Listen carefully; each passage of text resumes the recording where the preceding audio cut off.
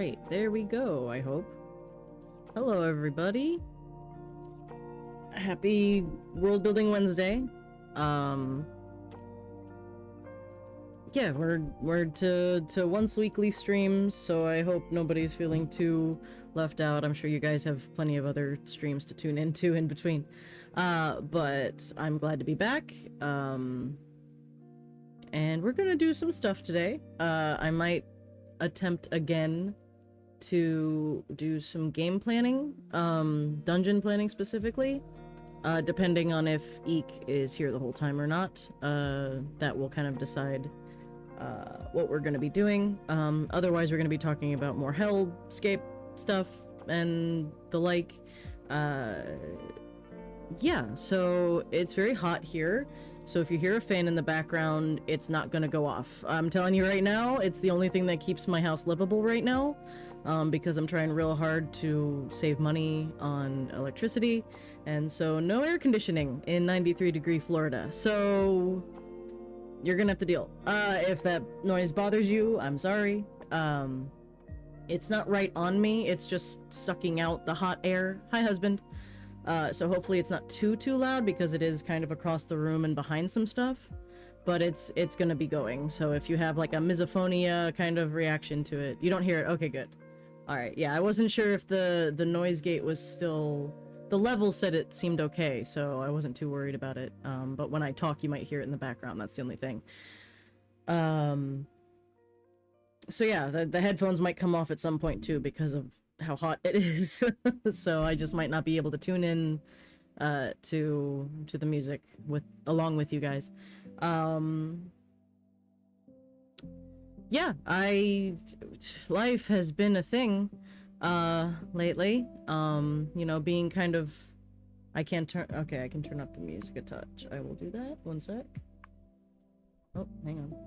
There we go. There we go. Hopefully that's not too loud. Let me know if it is. Right.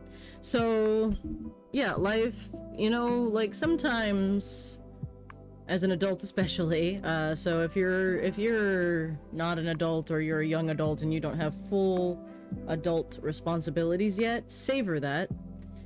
Because sometimes, I think you just have to lower the music for the synthwave before. Oh, okay, yeah.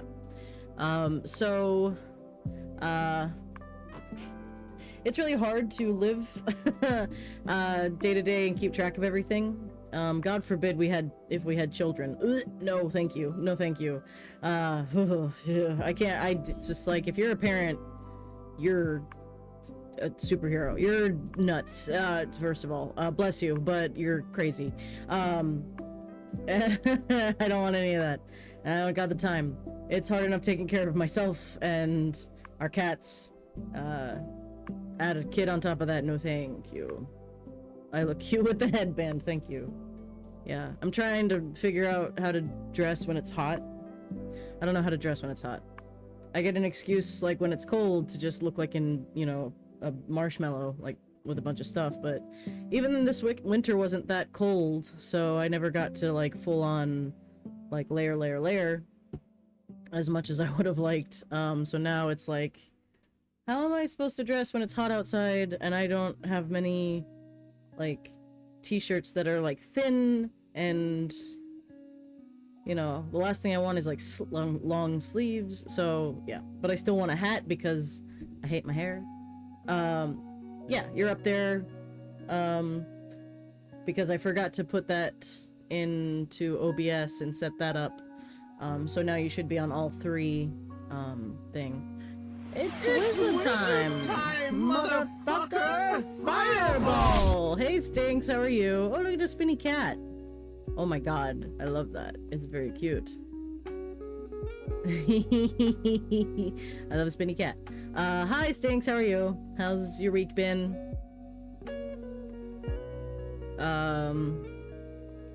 Yeah, so getting back into streaming. Decent. Good. Are you cooking up any strange concoctions today? I know sometimes you're like, hey, I'm making this thing right now and I'm gonna go eat it, and like when you come in, so What's your lunch today? Or what will it be? Or what has it been? One of those things.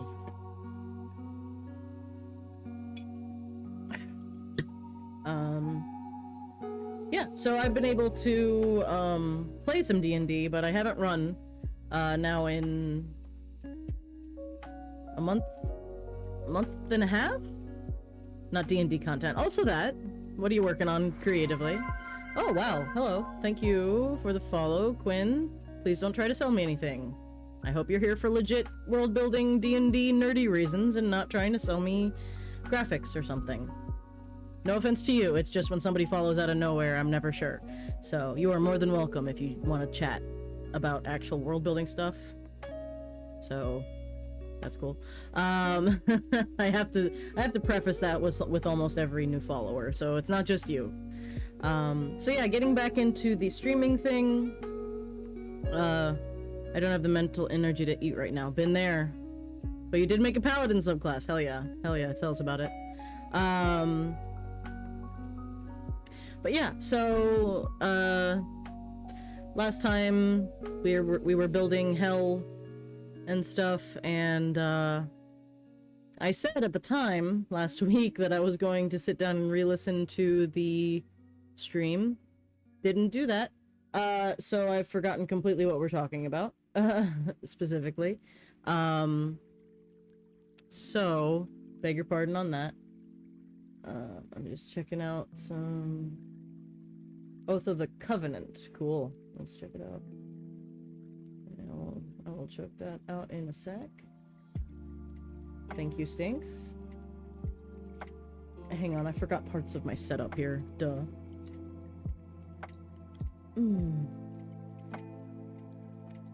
Alright, hang on. There we go. Alright, yeah, I've got it up right now. 2 seconds while I check stuff. Oh my god, I've got so many, like, spammy motherfuckers trying to sell me stuff in my whispers. I don't ever check them. So I didn't realize until now. Alright, hang on a second. I will make sure that's running okay. Alright, I need my stream manager up so I can keep an eye on my my bitrate and stuff, so hopefully it doesn't flip out like it did last time. We'll see. But yeah, so today we're gonna talk more about hell, some other stuff, and I'm gonna try really hard not to look at my face. I'm gonna block it in a minute, and try to keep myself from doing that, because I'm a monkey. I also I haven't touched my game planning, in that month and a half. I was like, hey, I've got a whole month till I run another game. Nope, didn't touch it. Now I've got a week and a half. So, we might do that here, or I might do that off stream, I don't know. It depends on what we get into, and if Eek is in the chat, basically. If Eek is here, we won't worry about it, and I'll probably do it offline, and just talk about hell, or whatever else comes up, and then... yeah, we'll just see what comes up, I guess. But we can start with... Hang on, let me get to the right... There we are. There we are. Okay, so I'm gonna cover this up, or I'm going... Can I do that? There. Okay. Oh, I can't cover it up because it's always on top. Alright, fuck it, whatever. I'll just... It's smaller now, so it's easier to avoid. This is hard doing it once weekly now. I forget everything in between. Alright. So... Let's read Stink's subclass for the Paladin, Oath of the Covenant, which is dope. Let's see. While many Paladins use faith in an oath as a weapon to drive them to glory, Paladins of the Oath of the Covenant see faith as more of a tool, or a science. Known as axiologists, they study their faith magic like a wizard would the arcane, treating oaths and contracts as the underpinnings for something greater. Many work with other spellcasters, gathering lore and figuring out the grander scheme of magic. Some are sworn to secrecy in covens with witches and warlocks. Cool. while others work out in the open with bards and wizards. However, regardless of who they work with, they are a useful tool for any magical faction. I'm gonna take off my headphones right now because it's hot. Alright. Tenets of the Covenant. The oaths that the axiologists take vary significantly between individuals, and some may have more the rules than others. The oath for an axiologist is less about the actual meaning and purpose for them, and more so a gateway to studying the magic it grants. However, in spite of the more academic approach to their oath, axiologists believe in their tenets just as much as any other paladin, and while the wording varies, axiologists always share the following tenets. Discern the unknown, learn about that which you do not understand, even if that knowledge would harm you. Ooh. Keep your word, never break a promise you have made, and never make a promise you don't intend to keep in the first place. Cool. First level spells, Command and Identify. Second level, Augury and Suggestion. Third level, Bestow, Curse, and Tongues. Fourth level, Arcane Eye and Dimension Door. And fifth level, Gaius and Legend Lore. Third level, you gain the following Channel Divinity options. Aided Promise. As a bonus action, you can use your Channel Divinity to declare a promise no longer than 5 words.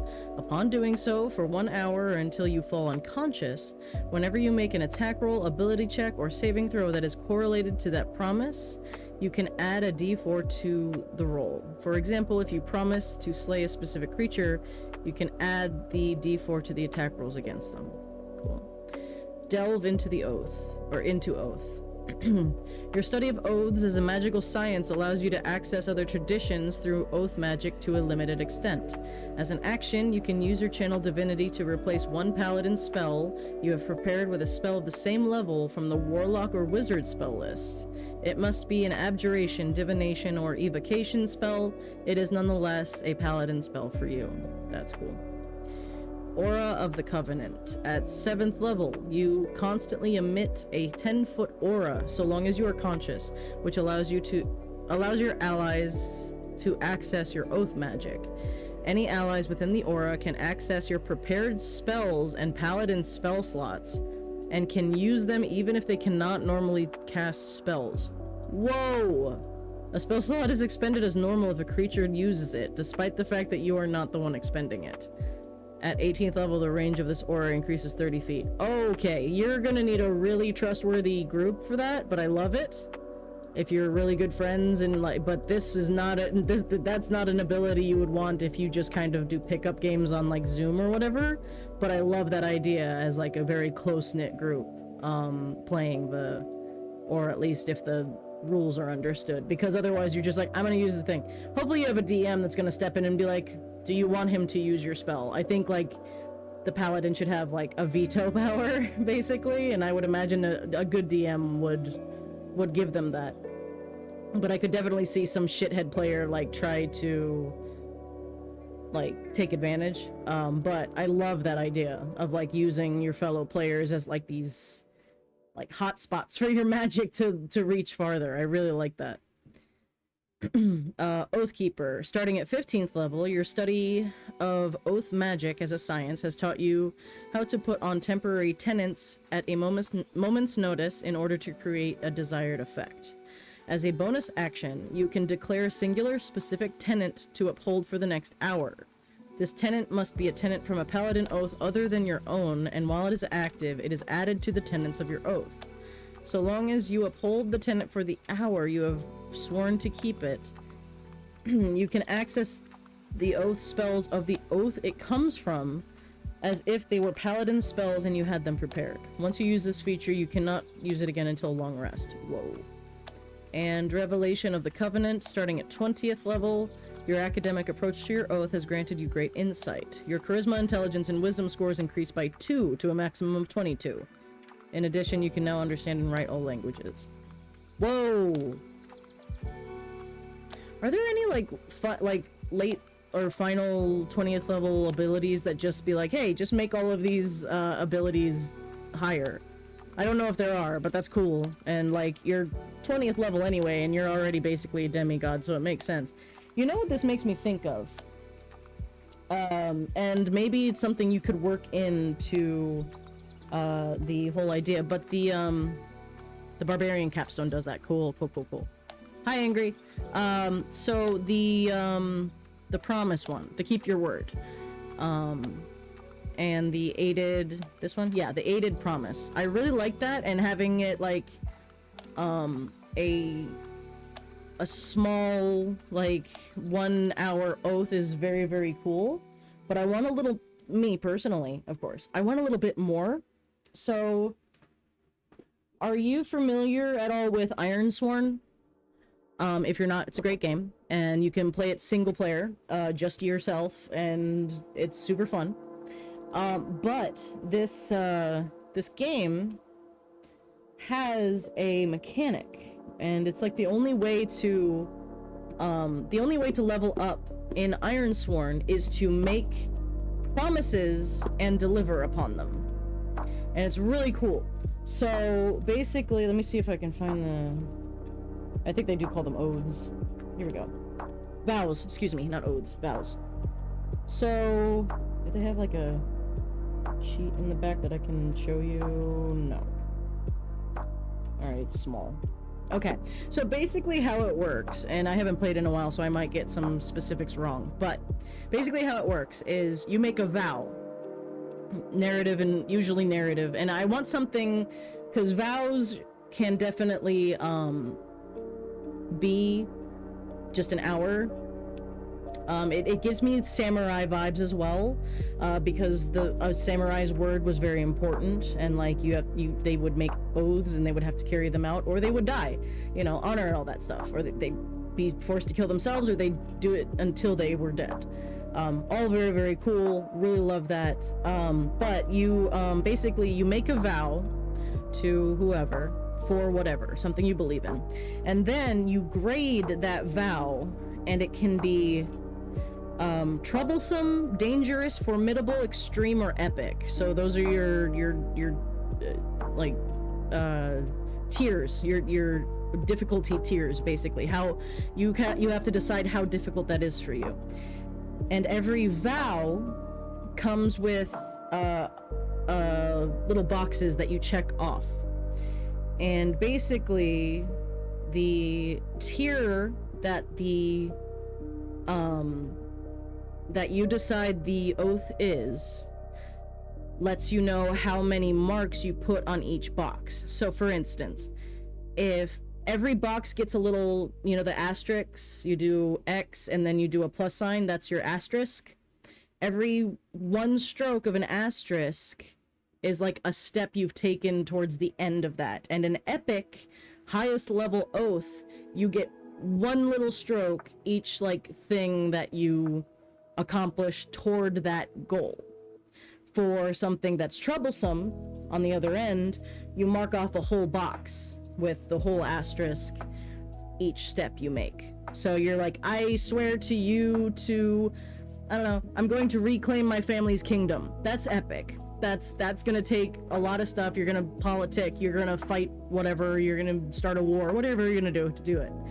So, and it's up to the player to decide if it's, you know, a markable thing. And then from there, only when you've completed that oath do you get, like, I forget how they level up specifically. You get experience and you like color in a little bubble, and I think every 5 or 10 you get to do, or maybe it's like 2 to 5, one of those, you get to like up an ability or a special power that you have. Sappy, you're here! Fuck everything I cast, mask, random back itch. Oh god. Now you have the little scratch at the bottom of your right of the back, like if Crawley was dancing there. You're here! Are you skipping class, or you don't have class no more? Also, I have a back scratcher, so fuck you. So yeah, so if you want to look up, the rules are completely free online for Ironsworn. I have not class. Good. You have no class. We know. We love you anyway.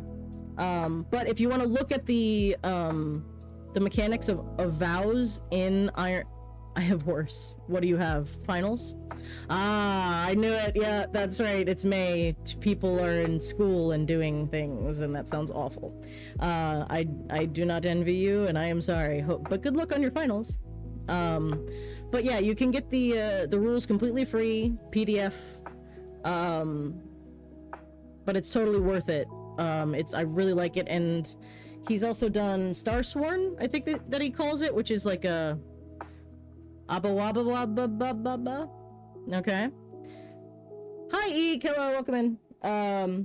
So yeah, check it out. I'm thinking of like adding to the aided promise and just allowing perhaps something more, you know, extended rather than just an hour.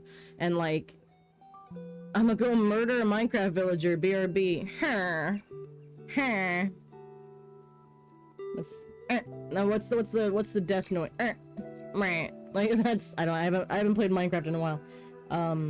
But I'm thinking of like very much like this. You have tiers of oaths and how difficult and how epic they are. Could be very cool, and could be a great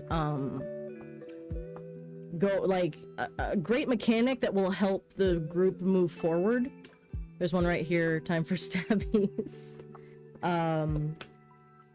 So yeah, just consider something that can not just the hour-long ones, but also 24 hours, 1 week, 1 month, years, however you want to do it, and see what kind of rewards you can mechanically like fit in. And hopefully you would talk with your DM before that.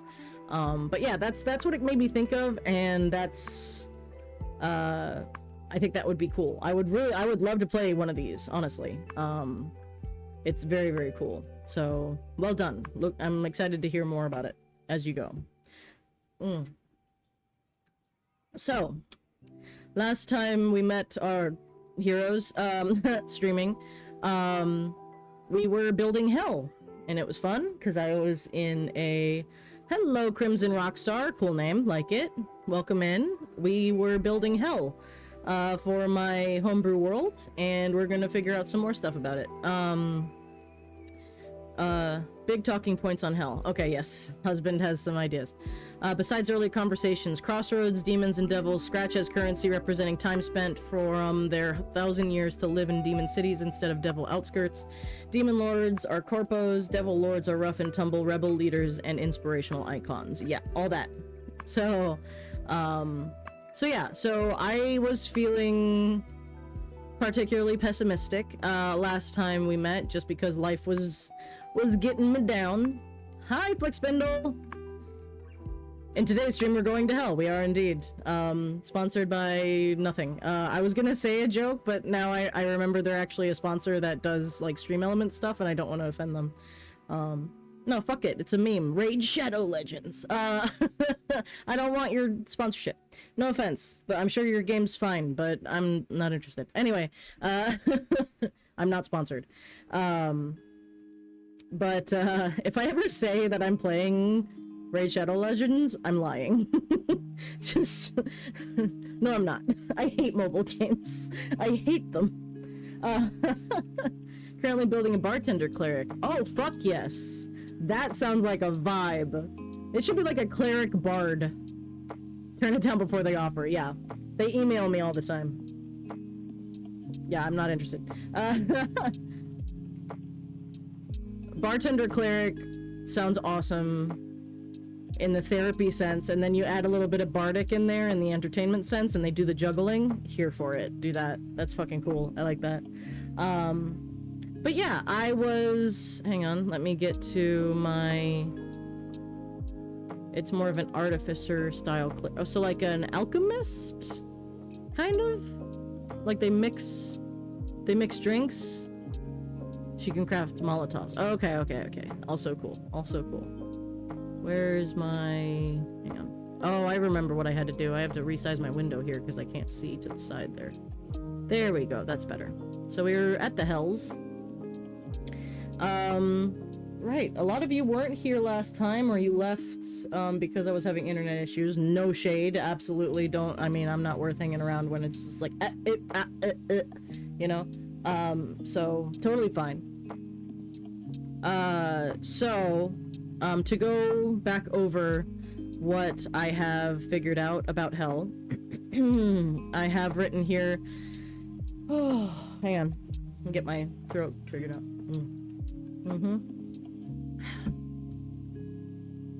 The hells aren't a place you're sent, they're a place you choose.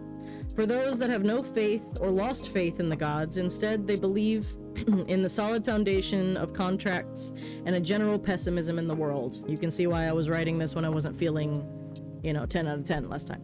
Knowing that, you expected your cute little cozy ideals to survive here? No. The hells operate on business. Gods replaced with tech, saints replaced with celebrity, and your monster problems? Well, here your monsters look just like everyone else. Good luck taking them down, because more often than not, they've got more power on this plane than any god dare exercise on their own. So, yeah. I was just kind of feeling more futuristic, more cyberpunk, a little bit more dark but noble kind of vibes when I was reading that. Money in there is like scratch coin, which are pieces of souls and time, which is cool. Like we figured out a bunch of really cool stuff. How did this place come to be? Well, I always had the idea of when we first mentioned hell in regards to Galdor, I knew it was going to be something that was outside the realm of morality in the rest of the world. Because Galdor, yes, is very, it's a small world after all, don't sue me, Disney. And it was very happy and generally positive, and people are cool, and most of the other planes are going to be like that too. Just the tenets of that morality is going to change. So hell was always going to be a little bit outside of everything, and I wanted it a place for... I wanted D&D atheists to have a place in this world that I'm building. Because I know of players out there that are uncomfortable with having high, god references in some games, or they just want to kind of leave that behind, and I wanted the ability to run a game that wasn't necessarily going to end with fighting gods like so many seem to. Final Fantasy style, you always end up fighting a god at some point. I wanted the option for the future for me to run if I wasn't feeling super happy-go-lucky, shiny Disney shit.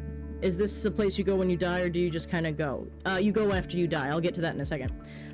So I've created Galdor, yes, to be a comforting place, but for those of you that deal with certain brain chemical imbalances, you're not always in the mood for comfort, but I still wanted the ability to run a game even if I'm in that kind of fuck everything and I'm gonna wallow in it vibe.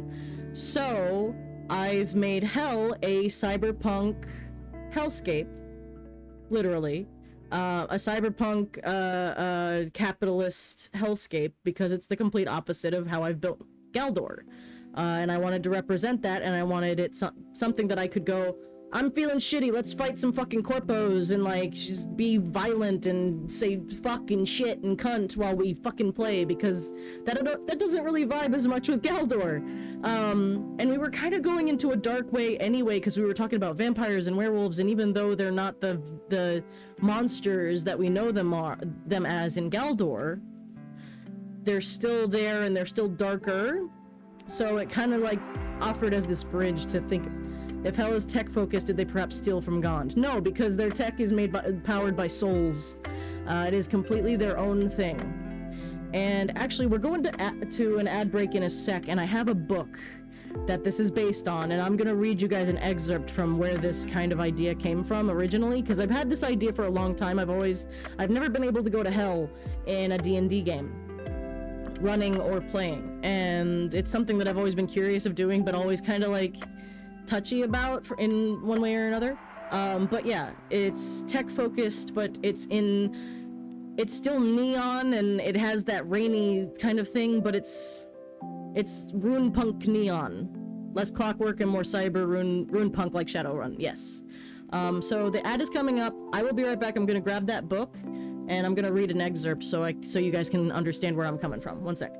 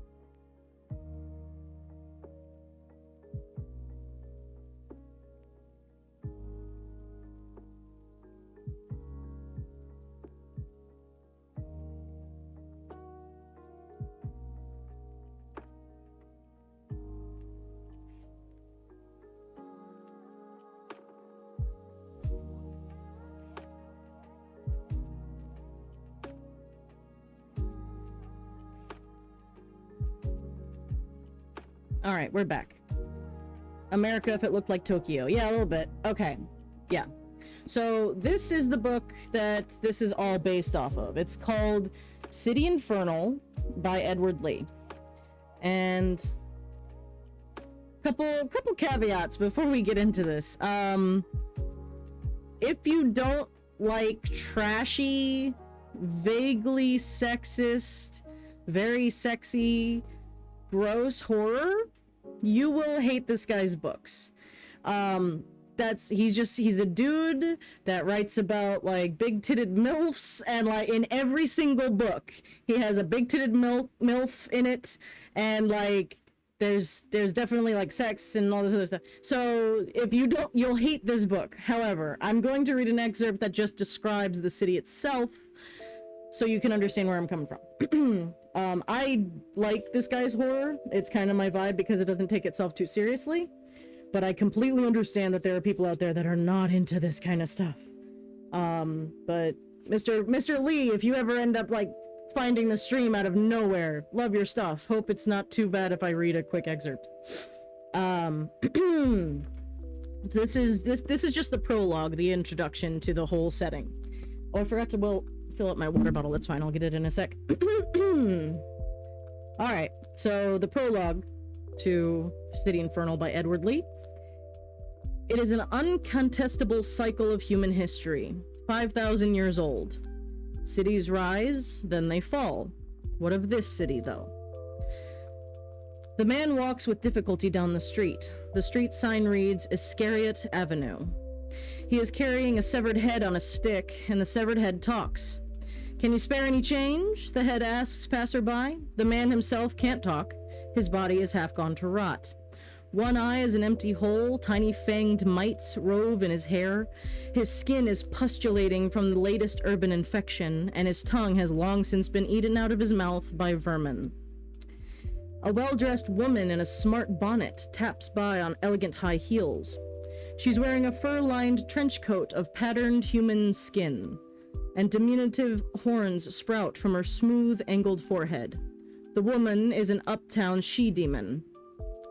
"Can you spare some change, ma'am?" the head asks. The man holding the head extends a cadaverous hand, and before the elegant she-demon walks on, she gives him a shiny 25-cent piece. The coin is embossed not with the face of George Washington, but the face of serial killer Richard Speck. "Thank you," the severed head says to the she-demon as she traipses away. They recycle here. Hybrid trolls comprise a municipal reclamation crew, transferring any manner of corpse from the streets into the huge back bins of several steam-powered meat trucks. Eventually, the trucks will chug past the front gates of the industrial zone, emptying their wares into the collection hoppers of a typical city pulping station. Blood will be drained for distillation, flesh filleted for sustenance, bones dried and ground for cement. Good value, to say the least. Barges manned by golems float atop the brown, lump-ridden surface of a river called Styx, pumping raw sewage into the city's domestic water reservoirs. Great furnaces burn raw sulfur for no other purpose than polluting the air. But vents in the furnace silos recycle the intense heat to keep the local prisons roaring hot. The hair of the human dead is used to stuff pillows and mattresses for the demonic elite. Even souls are recycled. When one body suffers sufficient destruction, the soul is transferred to a lower species, endless life and eternal death. Most cities run on electricity, but this city runs on horror. The suffering serves as a convertible energy. Terror is the city's most valuable natural resource, where it is tapped as fuel. Industrial alchemists and civic warlocks use their advanced means of sorcery to harness the synaptic activity that constantly fires between neurons, the greatest production of which comes from pain. In the humming power plants, the city's least useful residents are impounded, hung upside down against long stone slabs, and systematically tortured.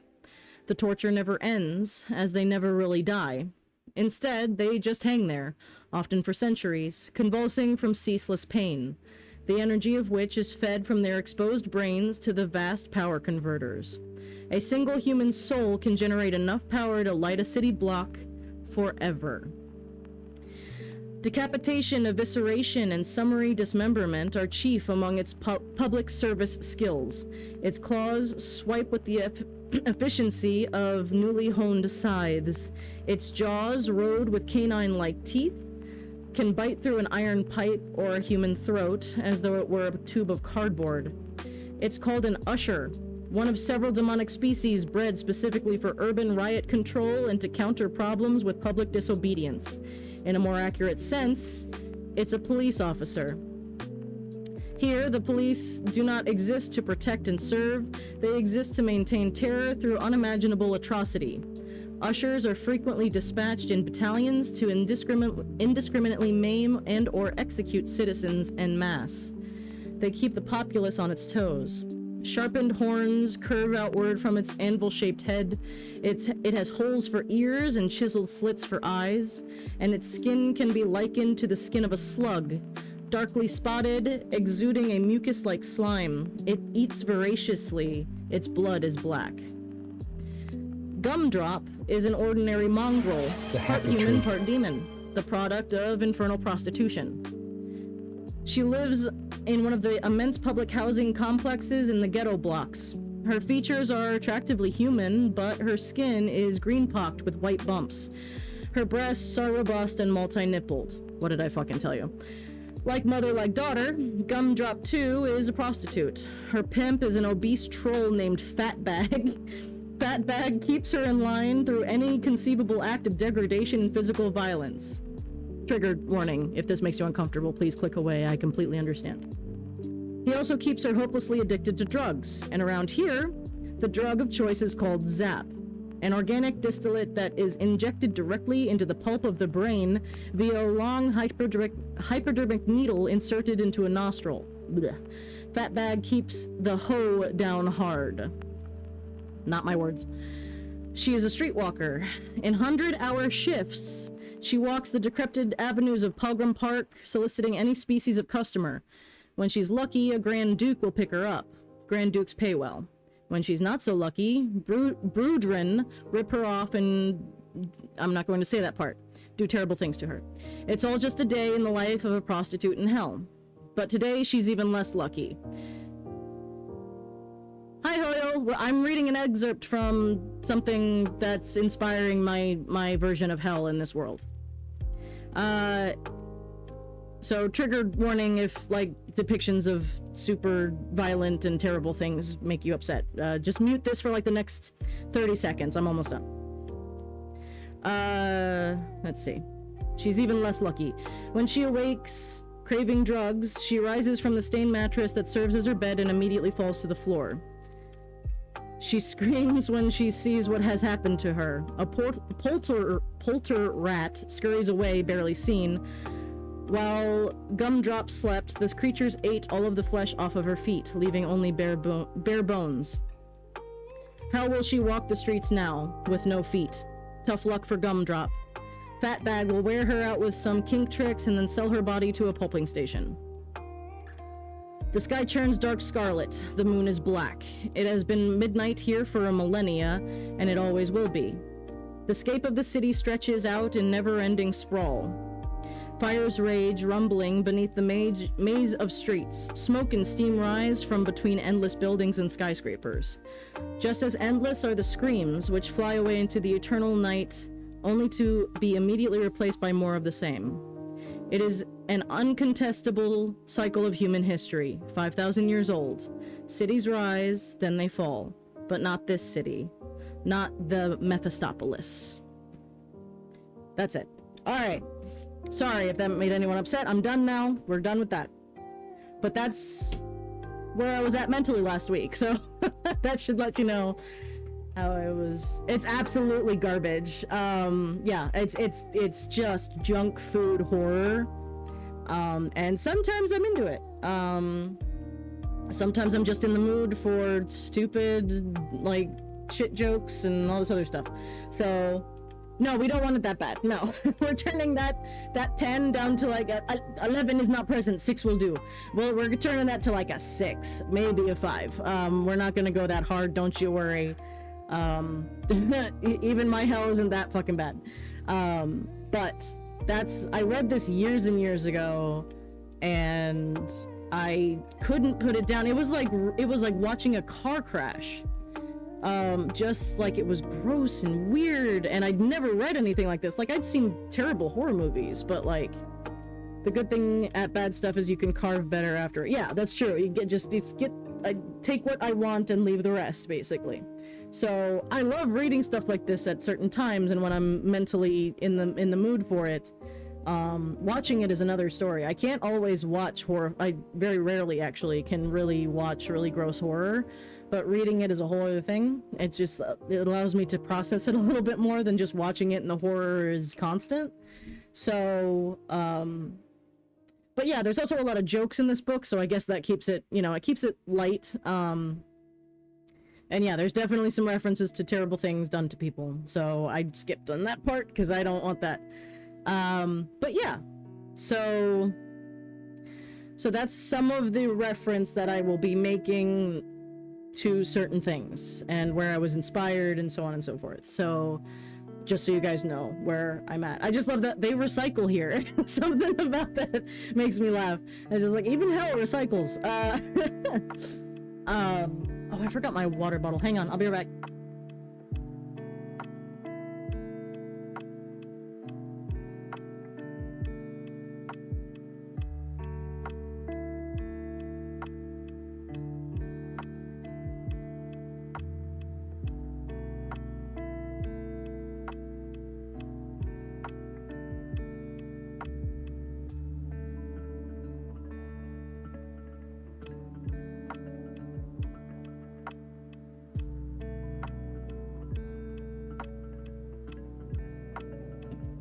Alright, I should have turned away the mention of needle use as setting off no-nos in my brain. I'm sorry, I warned you. I warned you. So yeah, no more mention of that, don't worry. So take that, put a cyberpunk skin on it. I threw the happy tree audio in there to remind everyone that streams aren't usually like this. Hell is a bar for devils and the tears of mortal souls are their drinks, yeah. So yeah, yes, husband, thank you. No, this is not the normal, subject matter for the stream. However, I'll warn you right now, anyone that's watching, I get in moods like this sometime, and I'm not here to hide that part of and it is part of my creative process, I guess, in a way, because you need the lows and the highs, and I cannot create Disney. Hi, Nerdy Sakura. I cannot create Disney level of happy tree stuff all the time. I'm human, I have low moods, and I still want to create during those low moods, and I still want to carry you guys along in the process. So it will happen again, and I will not apologize. I'm having to make 5 D&D characters? Wow. Are you making like pre-gens for a new group or something? They have websites that'll just, do that for you too. So if that kind of stuff upsets you, I'm going to like preface it whenever I am in that mood so you guys can know, and if you're not interested in that kind of stuff. They're all your characters for one campaign. Jesus. Well, I've got like 12 characters, between 9 and 12 characters, somewhere in there, from one game. Not D&D, for World of Darkness, so I get it.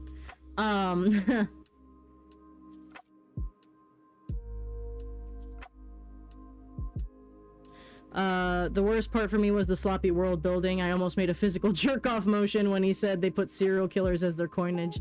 Yeah, and all the serial killers, Richard Speck, that's kind of a stretch for me. I do like the way he writes some ideas, and again, the ideas carry me farther than the actual writing.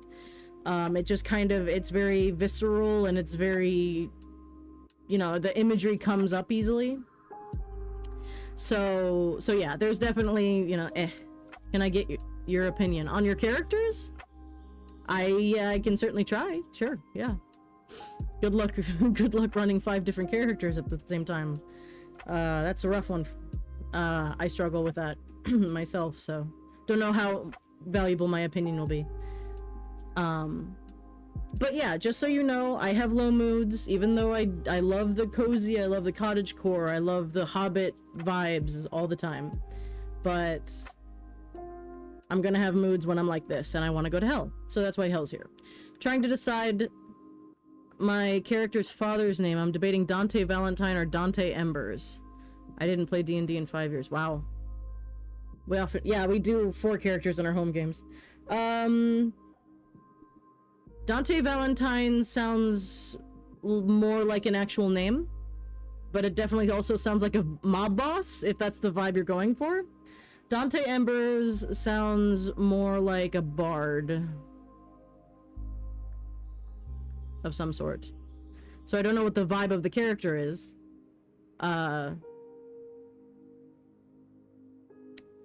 So I'm not sure which way you're going. A human fighter. Wilhelm Valentine. Human fighter. Like, yeah, okay, so what's his vibe as a personality, though?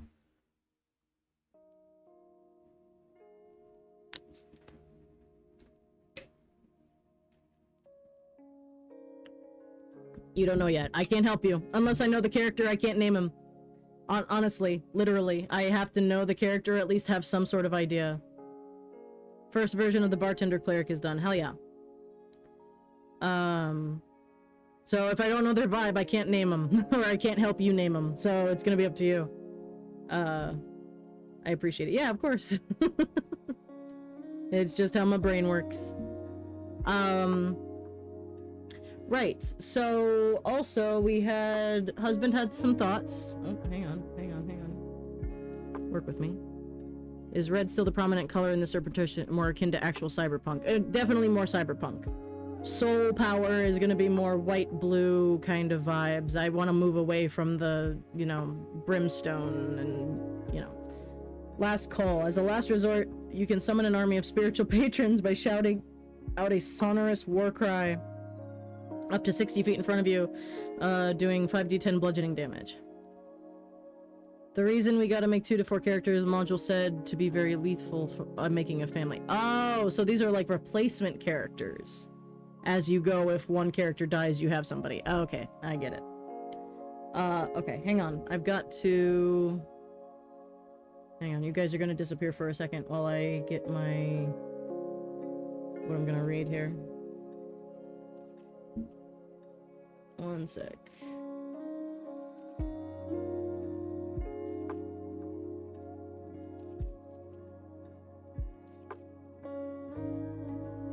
Okay.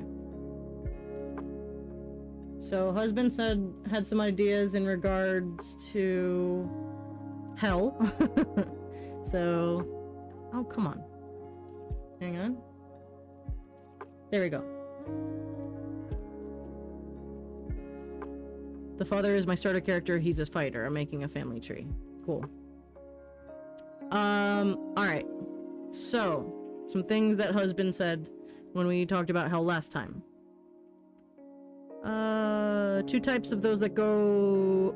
there may be 2 types of those that go out to find folks to go to hell. The intro I made last stream makes it sound like the devil's trying to bring people on for an afterlife of independence and solidarity, but you mentioned the corpos are the ones who go out to fuel the cities and their capitalism. So maybe depending on who you meet at the crossroads, the devils are looking for rebels and the demons are looking for souls to buy into their version of prosperity and industry fueled by community. Now you have a cold blood war, devils running the outskirts and living free but within the barrens, while also infiltrating demons, virus to tear down their towers. I don't know why it keeps saying femins when you type demons love, but it definitely says femins, and I don't know why. I love this website I found. I'm going to use this all my characters now. The demons are trying to assimilate their outer masses into fuel for the industry, dazzling them with spectacle and promise. Maybe cold blood is another verbiage for scratch, which is the money system. The coins are called scratch. This idea that as a soul, you're bleeding off cold essence of yourself. And now the classic Blood War D&D meta is turned into a much more clinical, corporate, intrigue-based conflict, where the devils are trying to undo the structure and half-promises of the demons, ex-devils that grow to a new power. And you still have this huge, monstrous-looking creatures in their ivory towers, but they're still civil and in suits. It's a flip of the usual. Demons are simply aspects of chaos and violence, and devils are ruthless war machines. Now the devils are the wilder ones, and more organized communal gangs, and demons are corporate masterminds. Also, demon lords in suits are hilarious. Yinagu in a 3-piece suit is great. Smiley Yin running a grocery super chain. And I just had the idea of, like, Yinagu going on a juice cleanse, because that's why he's always hungry. Demons could absolutely think that they are providing on their promises and avoiding structures, cities, and lifestyles fairly. Building beacons of hope and prosperity in the hells. Meanwhile, the devils move about in their Mad Max, devils will run Outlander nomad communities in the wilds, telling stories of how it's all a big farce. And if we're going for a Matrix theme with souls waking up in pods, then you could absolutely have situations where great cosmic hellscape transport creatures skimming the surface of the garden and grave pick up these souls, and devils and demons are alike trying to navigate them. The idea of demons and devils securing their souls and a character potentially waking up in another realm is interesting. So yeah, lots of thoughts in that regard. Family Echo, it lets you make a family tree centered on your character, lets you add pictures and the character got married, other information as well. Oh, that's cool. That might be useful for me in the future. That's cool, I like that. But yeah, so those are some of the ideas. Certain things we can assume about a man who fights for a living and lives long enough to not only have a family, but to see that family grow to go out and adventure themselves. What age will the character be when you play them? That's a good question.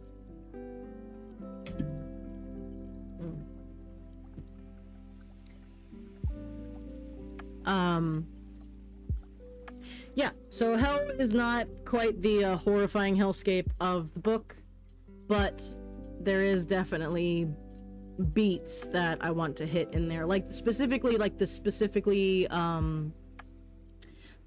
demons and the demons that are, like, species that are actually bred to serve a specific purpose would be cool. We could create the police force that's within hell. Could always be fun. Didn't I wrote that somewhere, didn't I? Hang on. Father is 34, the mother is 32, oldest is 18, and goes down by 2 from there. The father has the protection fighting style, so I guess you can say he wants to protect those close to him. I think Embers fits better for that idea, in my personal opinion. I said something. Here we go. Yeah, I just kind of made a general time is money, talk is cheap, and if you step out of line, you don't want to see what happens if you get caught breaking the rules in hell. So that's what I've got there. So we can definitely figure out what the vibe of the police force within hell would be. It's not gonna be nice. I've decided the mom is named Nyx Embers. I like that.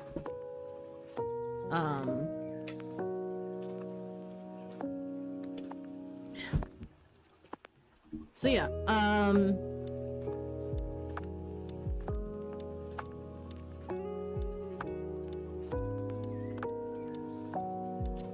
which of these sound like a police force? Adastris, Pharmonus, or Capricos? Those are all pretty good names. Where's my brain at with all of that? That's that's the funny thing with your mental state, it changes. I'm trying to... I figure we can... These two are becoming parents at 16 and 14 with a natural birth. That sounds awful.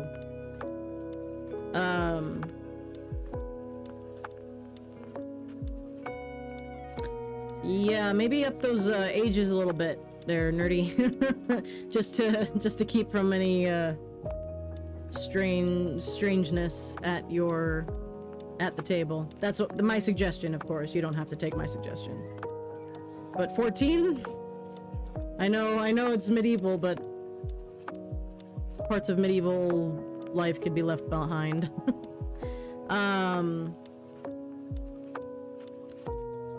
So I'm thinking of like figuring out the police force within hell and what that looks like, and what the laws are. That can lead to an interesting family dynamic if you want to go that way. It can. I'm not saying it's not possible, but yeah. Right. So, hang on. Cyberpunk.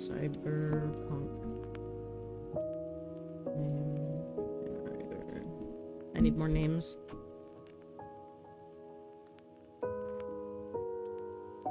Here we go.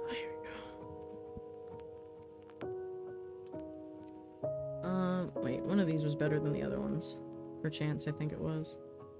Landsmill, hate that. Cascadus, it's cool. Vivarva, Biogenius. Calcuvix, Vis? I chose that because it's medieval time, that was normal. Okay, that's fair. Vervetic. I like Adastris.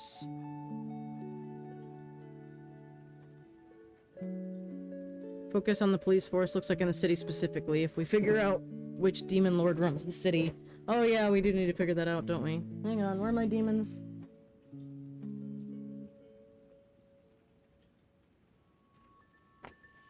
and Mordenkainen's, right? Yeah. 7.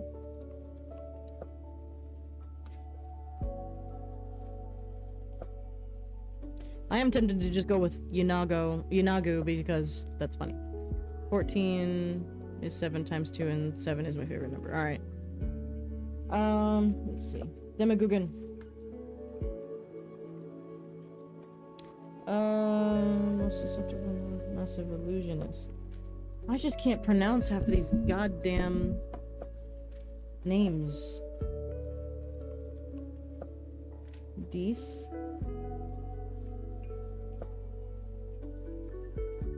Yeah, if it was Yunagu, though, it would... if it was Yunagu running this place, it would look more like the one from the book. Let's be honest. D&D... this...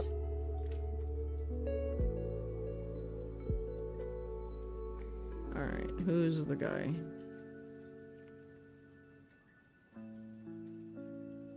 Oh, it's a devil. Yeah, that's true. Yeah, we need demons. So... we have... oh god, I might have to rename these motherfuckers. These names are terrible. Fraz Erblu? That wasn't even cool in the 80s. Like, that's a bad name. So, the most deceptive of all demons, Erblu, I'm just gonna call him that, is a master illusionist and weaver of lies. He thrives by luring his cultists and enemies alike into lives of self-delusion. That sounds pretty dope. He can take on nearly any form, usually appearing in whatever shape is most pleasing to the potential cultists. Considers himself the smartest entity of the cosmos, the only one who can see through all of the reality's lies and understand the truth that lies beyond them. Yet the truth that he sees remains known only to him. He utters cryptic remarks about a grand design that guides the cosmos towards some unknown end, but none can say whether these statements are another layer of deception or evidence of a true insight. Alright, so... god, I need a new name for that. That's awful. Sipakna? It's not bad. Hang on. This is just... Fraz... Erblu. This is so bad. What's that? Yeah. U. Like, that's how it's spelled. What the fuck? Oh, he's handsome. He's a big gargoyle-looking motherfucker. I like him. Let's see. Tanari Demon, the Prince of Deception. Huge creature with 2 great ebony wings, pale blue hair, gray skin, and long tail. Gargoyle-like form. There we go. His vision is excellent. Let's see. Most impressive possession is the Staff of his stupid name. Essentially a weapon of the combined powers of Staff of Command, a Rod of Beguiling, and Rod of Rulership. The first demons to gain great power. That kind of works with the timeline. After asserting his dominance, the Primal Lord ruled over the 176th layer of the Abyss, Hollow Heart, for aeons. He spent much of his time creating and reshaping paths, or parts of the realm. With only a thought, he could manipulate the entire structure of his realm, from destroying mountains to swallowing bustling cities. After his touch, his realm was said to rival the beauty of Arvandor and Bytopia. During this time, no other demon lords were able to form lasting alliances to take him head on. Upon combining this...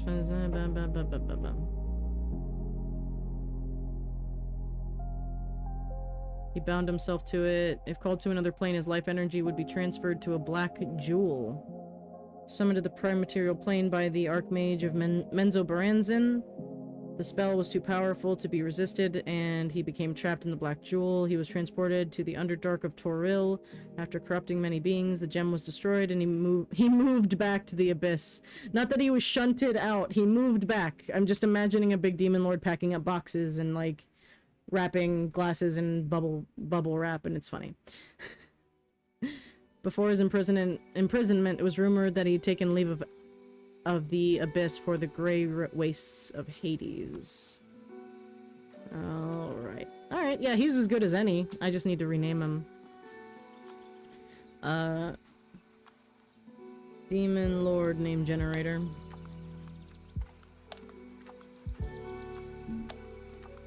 Lebrick, ooh, Pamath, Lermez. They're always annoying to pronounce. Garmor, Zardan, fucking Zordon. Roetix or Sabraj. Sabraj isn't bad. That's kind of cool. Sabraj.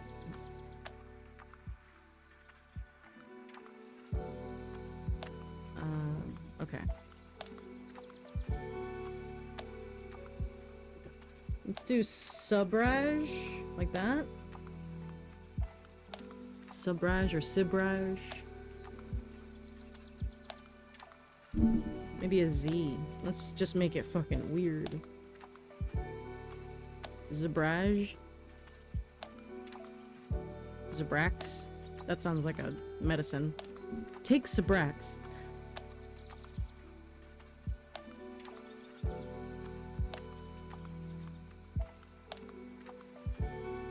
Zabrat. Zabratix. Zabratix? That also sounds like... That really sounds like a medicine. Once daily Zabratrix.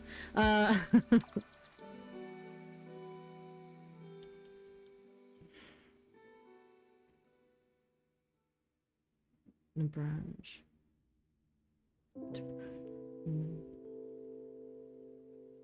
Something, it's not rolling off the tongue as much as I would prefer. Hang on.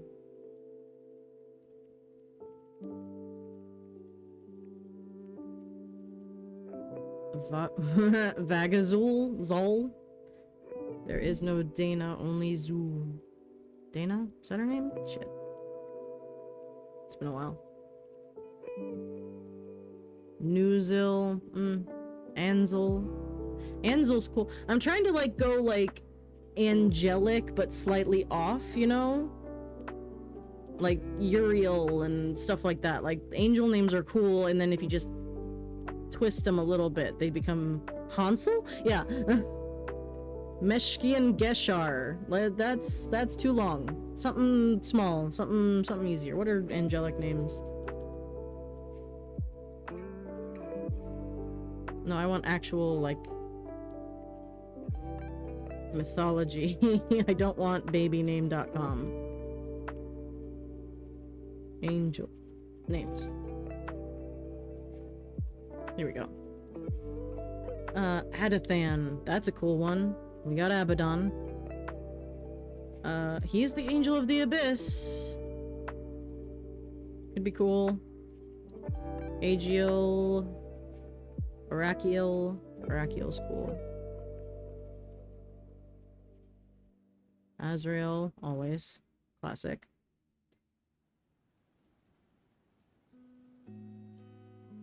I think was an Assyrian king. Ah. Yeah, Assyrian names might work. Cherub. Devathai. Devathai? Duma. Eleleth. Gabriel, of course. Let me see Assyrian names. Maybe we can take one and all the 40k Dark Angel players are paying attention. Yeah, for real. Let's see. Semiramis. That's a cool one. Ninos. Shalmaneser. Shamuramat.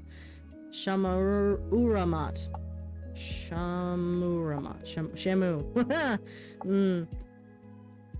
Not many of these, huh?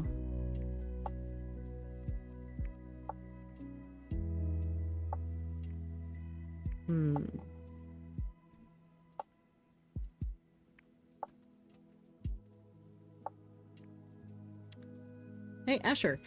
Asher! You're Assyrian. He's an Assyrian prince. God of War. Yep. Islamic month. Interesting. Who is happy and warlike? Yeah, that's my boy. Azure. Polos. Musca. Careful your summon. Yeah, I know. I'm gonna summon something saying all these out loud. I've been watching too many horror movies. Shimon.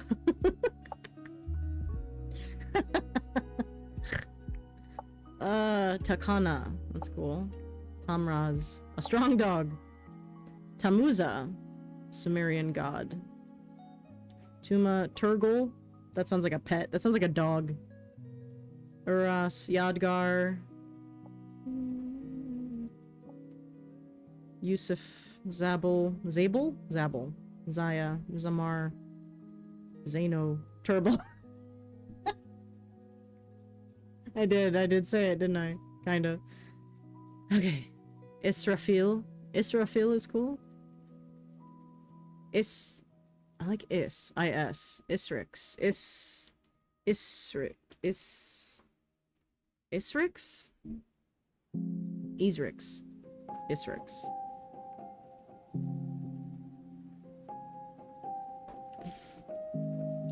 Isrix. Isrix? No, I like Is.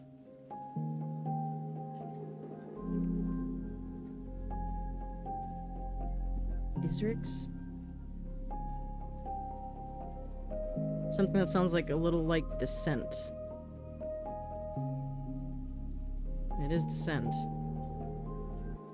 Desrix. Desrix? Oops. Desrix. Oops. Desrix.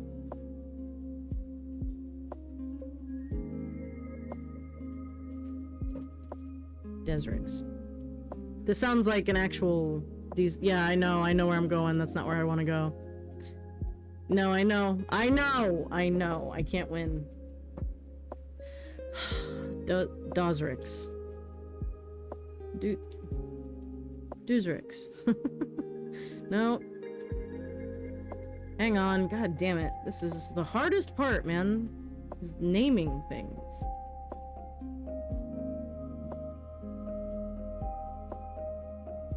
Oh, descent. Oops. Incline, gradient, slant. Fall, drop, ton, nosedive, pitch. I need something... There's got... like a TCH kind of noise, or like it's like itch, like bitch, like something... Disrich motherfucker. Netzak. That just sounds like a douchebag. Nidbai. Pahalia. Cool.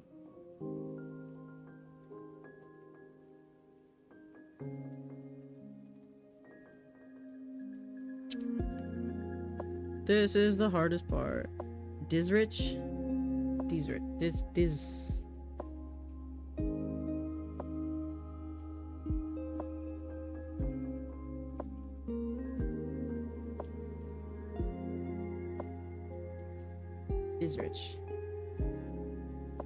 Dice rich.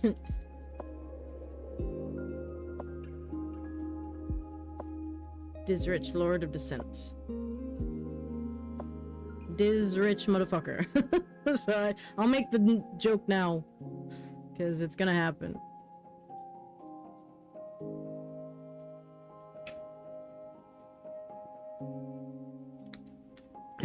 Alright.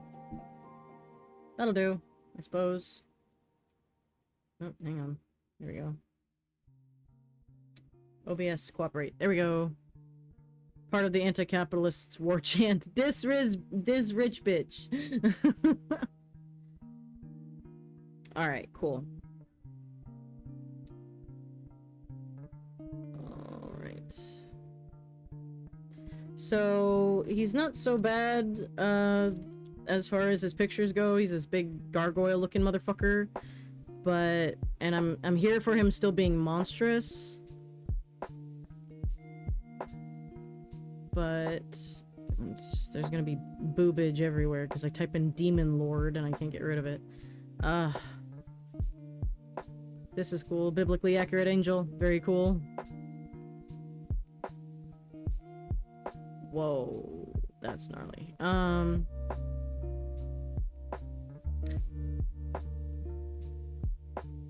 me just type in gargoyle monster. I want to make sure I don't get, like, the Gargoyles Disney show, as dope as that fucking thing is.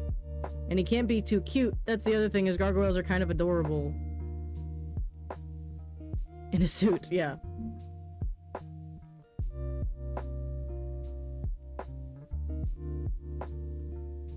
Oh, he's cool. By Eugene Shamoni. Oh, he doesn't have eyes. His horns are just coming out of his eyes. That's fucking gnarly.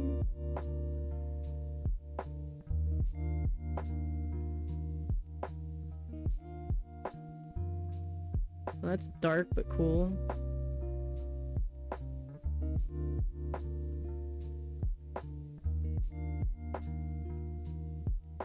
I wish I could actually find one in a suit. It would be very funny.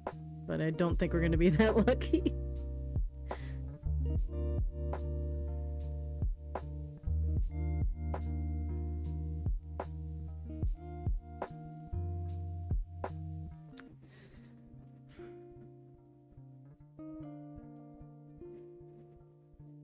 I like how angular this one is. He's pretty damn cool. Cave Johnson voice. Eyes are the window of the soul, so I got rid of mine. Oh no! He's got a little bird friend. He's cool. I like the sleekness of that one, because it feels like, again, if he's gonna be like a capitalist fuckhead, he's gonna, like, have changed himself. He's going to have the power to do so, so he's gonna look exactly how he wants to. Especially if he's, like, Lord of Lies. So he should present as probably less evil than he actually is without being, you know, cute or completely trustworthy. He just needs to be... The eyeless one is DC fan art, technically. Oh, is it? DC doing demons? Didn't know that. That's cool. I'm not a comic book person. I've mentioned that previously. I don't know my comic books. Yeah, this guy's pretty cool. I like the no eyes thing in this kind of reference to, like, turning a blind eye. It's not a turn off, no. I've used fan art for other characters a lot. Very similar to something in the Constantine books. Oh. I love Constantine. The show is very good. But I like the idea of the eyeless thing, again. And, like, this big, like, almost handsome smile and, like, this countenance that's just like, he seems like a nice guy, but it's like this Patrick Bateman kind of Tom Cruise, there's nothing behind the eyes, literally here, in that sociopathy kind of CEO kind of way. Like, that's where I'm going with my thoughts. Whether or not I'll find it is the question. But I'm getting close.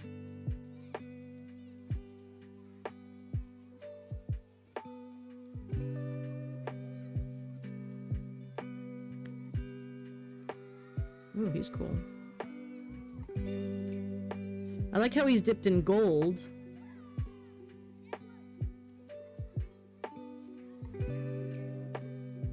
He could even try to be looking like an angel.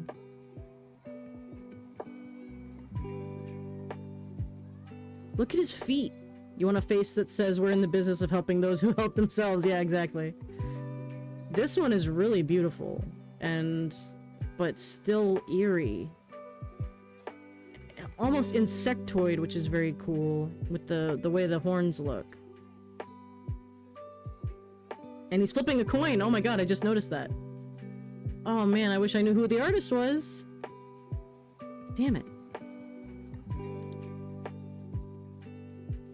I like this one. I think I'm gonna go with this one because he looks like he was designed as a sculpture in a way too fancy, like, hotel, restaurant, lobby kind of vibe. I like him a lot. He's really cool, and he would be beautiful.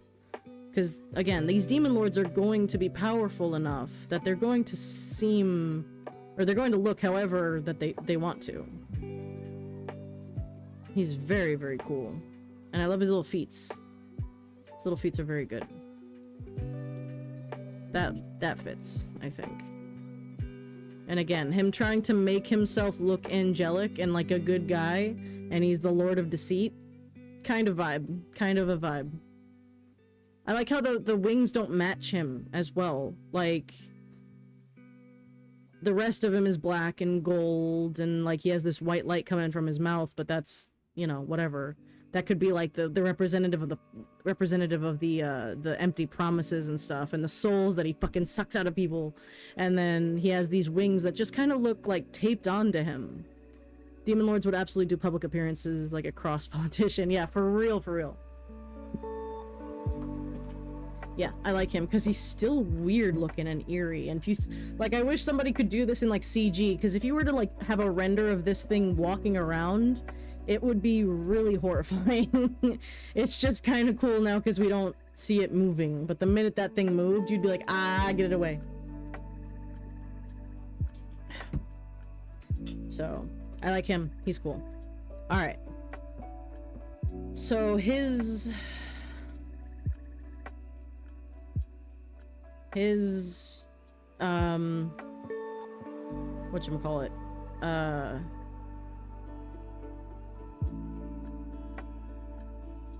his security force, I guess, in Descent would be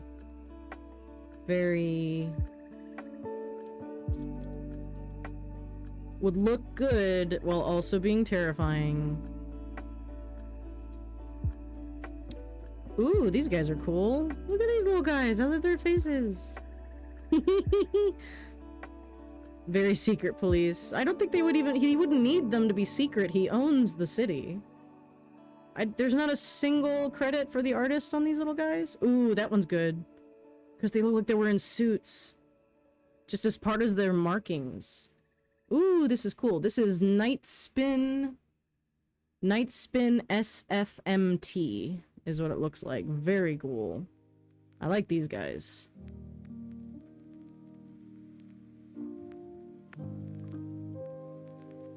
He represents misdirection. Yeah, but like in the, hey, they're here to protect you. So they would look like, they would look trustworthy.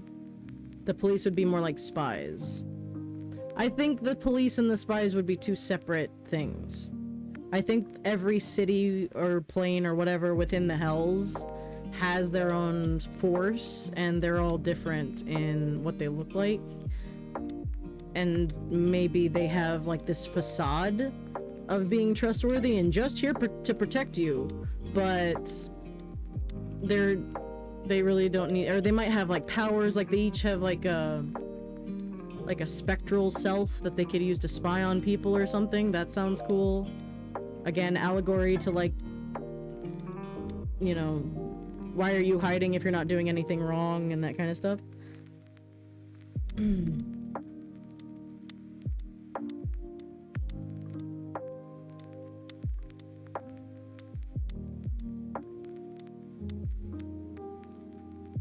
Yeah, that's cool.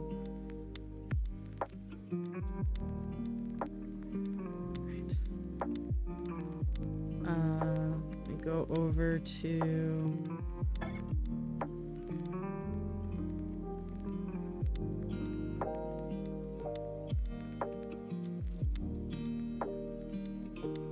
Security force.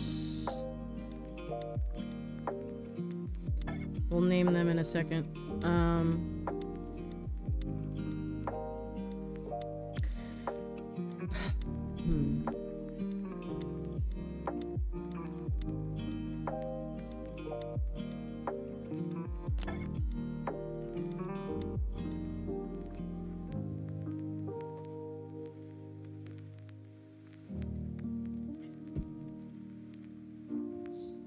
So...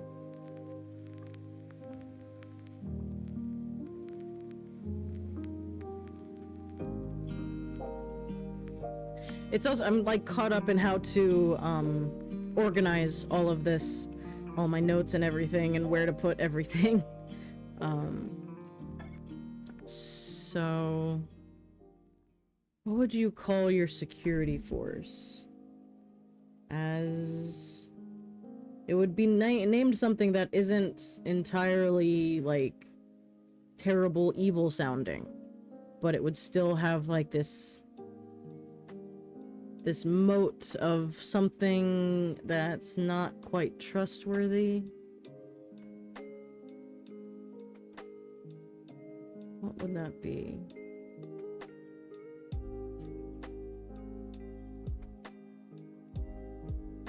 Like... Paragon? Hello. Yes, adblock, thank you. We love you. Paragon or Paragon Group. Like, something that sounds cyberpunk.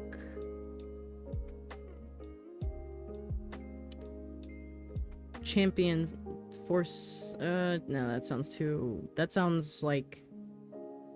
superheroes. Yeah, Paragon Incorporated. Paragon...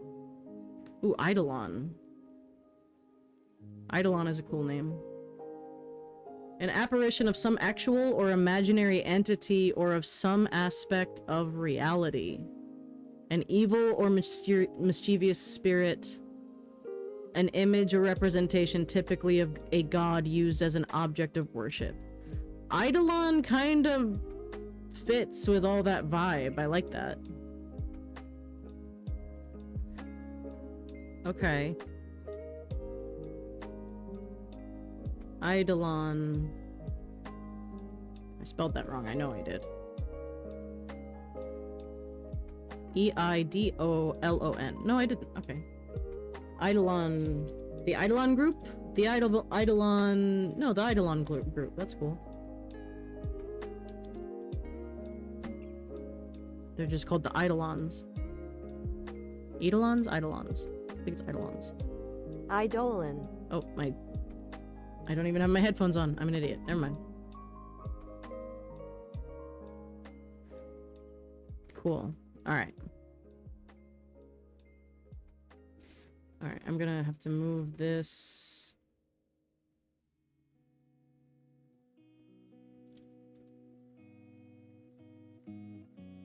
I don't like the way she said it. I didn't even hear it, which was dumb. I wasn't paying attention. Hang on. Was it Eidolon? I didn't hear it. Eidolon. Eidolon. Absolutely not. That's not at all how that's said. Eidolon. That sounds like a guy's name. Hi, I'm Eidolon. It's Eidolon or Eidolon. Eidolon. Meow. Hi. Your son is yelling at me. Do you want to come say hi to stream? He's screaming. Do you see him in the corner there? You see a tail. You want to say hi? Come here. Cat moment. Meow. Oh, there's the thumbs. Cat time. No, you let me love you right now. Oh, he hates it. You've got half an hour until food. No, it's not time yet. No. Minestrone soup and crackers. Thank you. This has been Stink's lunch update. I appreciate it. Meow. I love minestrone soup. Good stuff. It's not time yet. He's screaming. Alright. So, the Eidolon group of the security force of the city of Descent, run by Disrich.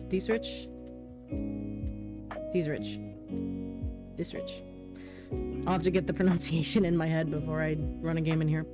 Alright, cool. I really like the way these guys look. They have like that kind of... Oh god, they do look like they're wearing kind of like a suit with the tie in the middle there on their throat. And just like, oh, that's really cool.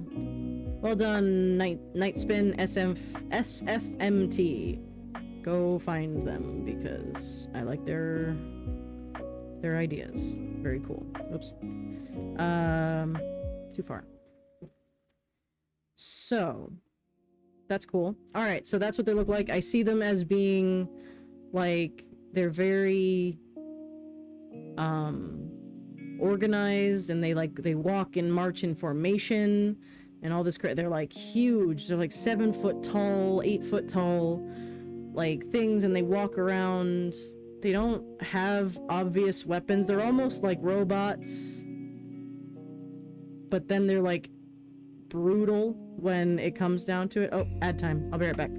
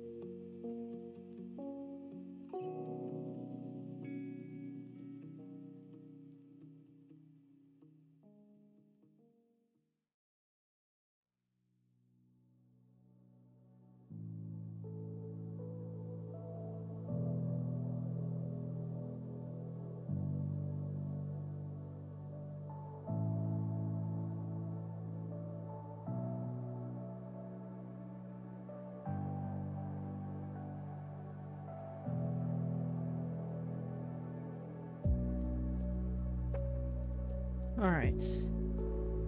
Well-dressed fascist police. That won't be hard to reference. True. Angry windmill enthusiast. Yeah. Yeah, okay, so that's something. Alright. Alright, is Eek still here?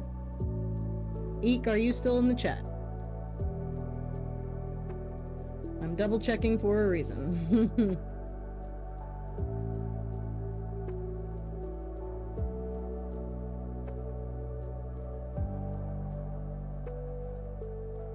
I don't see an Eek popping up, so either they are not here or they are not listening, which is both of those things are fine.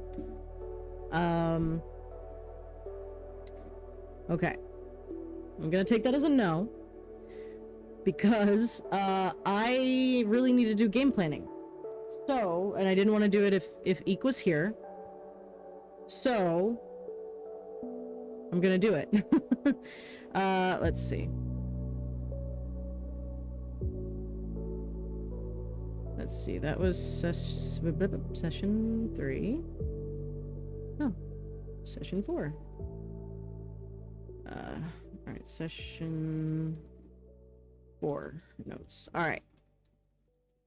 Alright, so, Eek, if you are here and just kind of listening in the background, spoilers. So, just so you know, because I need to do some game planning and get this ball rolling while I'm creatively inclined. Otherwise, I will continue to forget until the night before and make a bad session out of it. And it is getting warm in my house. This is how we deal with warmth in Florida. A frozen frozen rag on the neck. Kind of on the neck. Barely on the neck because it's too stiff. It'll melt. Alright. Okay. So, Gonna leave hell behind for a little bit. Just because I really, really, really need to get this stuff done. And... oops. OBS. There we go. So, I'm going to be specifically looking at the dungeon. It's going to be the group's first dungeon, which I'm very excited about.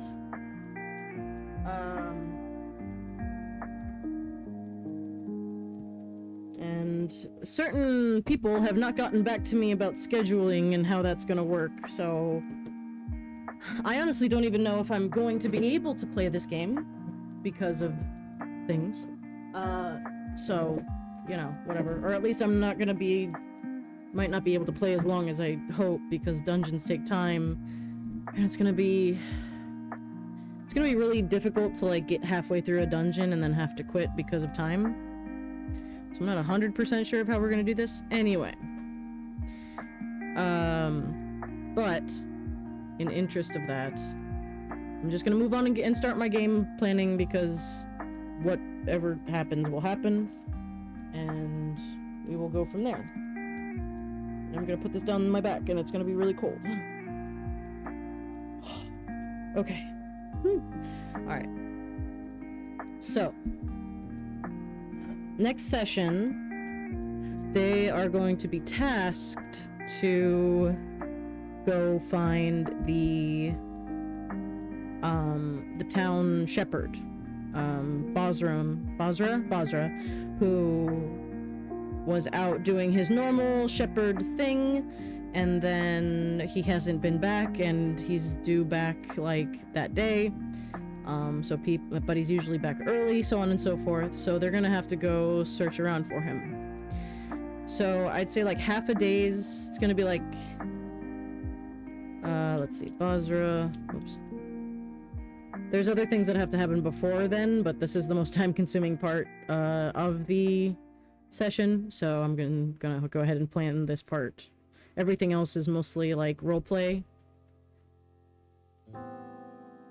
Went out to North Pastures. Did you have a rough idea for the dungeon location? Not yet. No. I... to herd... Auroch. I think is what they were called. There we go. Above or below ground. That was the thing. I'm trying to... I don't know where my map is. Hang on.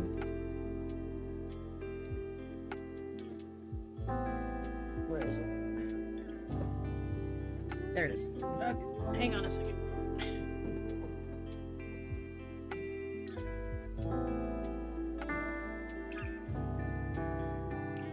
I'm thinking that this will start above ground and move below ground, and then eventually it will lead them to that dungeon that will be there for them to explore, a la Stardew Valley. That's what I'm initially thinking, anyway. Okay. Where is it?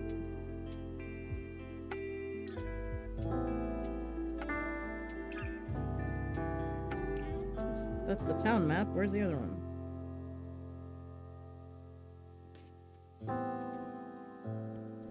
Hang on, I have my...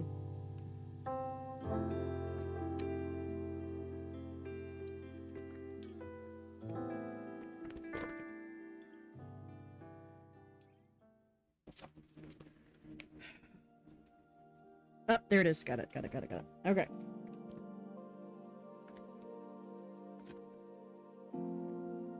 Alright.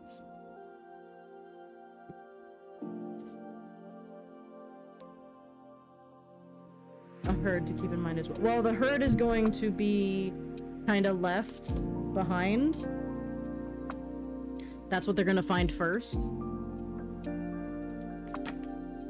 Because the herd itself is fine without him, more or less.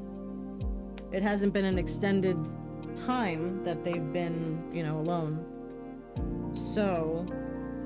Ow.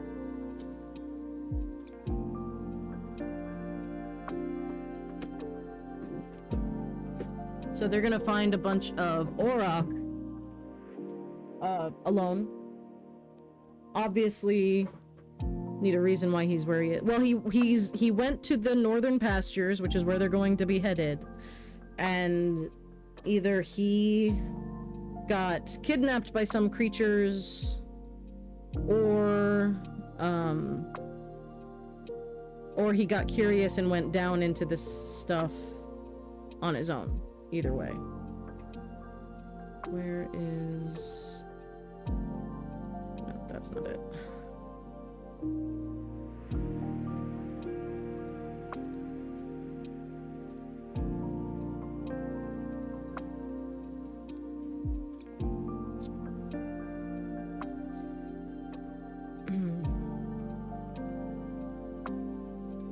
That's... I don't know where that is. Oh, maybe it's... Okay, that's fine. Whatever. I'll figure it out later. I was using Perilous Wild, so I know how to do this. So... he went to the northern pastures to go either move or check on the herd, and hasn't been heard back from yet. And he should have been back by then, so... Let's see here. One sec. Once again, using Perilous Wilds because it's awesome. So basically, they're going to be going up to Hex 91.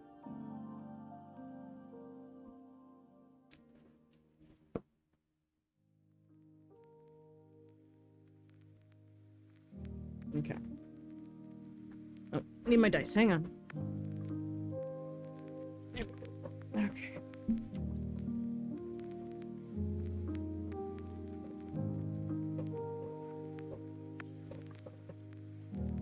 So that's a D12.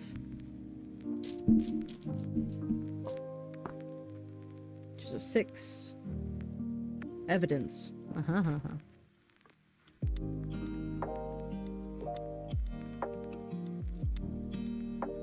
Okay, what kind of evidence do they find? This might point us to what happened to him specifically. Clear tracks. Okay. Alright.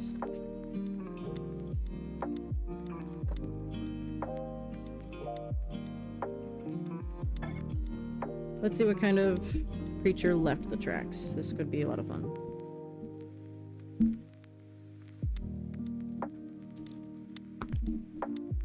Another 6. Human! That's scary. What would a bunch of humans be doing out here?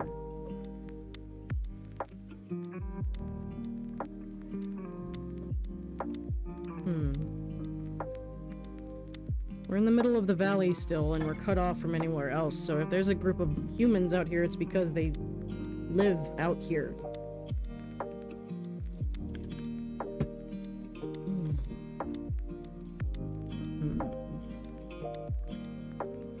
Okay.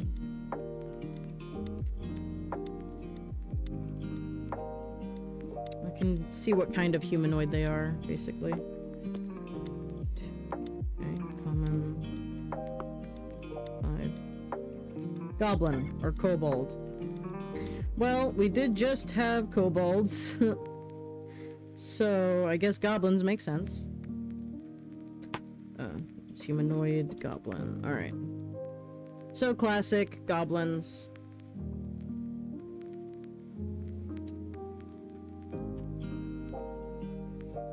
Alrighty. Alright, what are they doing out here?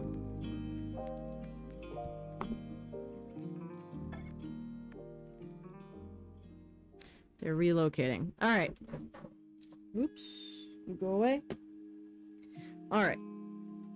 So. Group of goblins. Hunting the most dangerous game. A group of goblins. Okay, what if flail snail or well, if they took Bozra, okay, so they were hunting, let's say flail snails. I like that because it's funny. Hunting flail snails because they are a delicacy. Delicacy in goblin culture. We still have a mini, we do. They found Bozra and the herd, and they mistook Bozra as the leader of the quote-unquote tribe and have kidnapped him for ransom from the cows. This is adorable. Okay. Leaving a note nailed to a tree. Okay, already here for it. This is cute.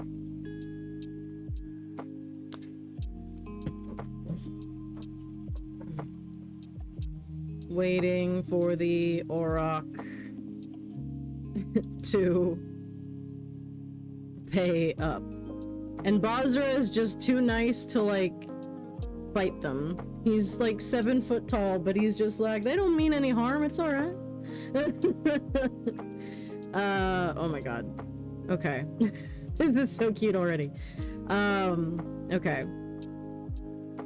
When the party arrives, they see the herd calm and I keep trying to tell them they ain't gonna listen. Yeah. Calm and well taken care of for now. But hints that Bozra was taken by goblins, including a ransom note. Alright, what's the note say? Let's see. We have your leader. Bring many shinies.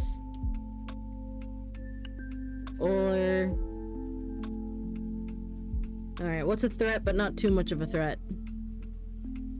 Because we still want this to be kind of cute. Spelled phonetically. Yeah, absolutely. I will point that out. We have your leader. Bring many shinies, or we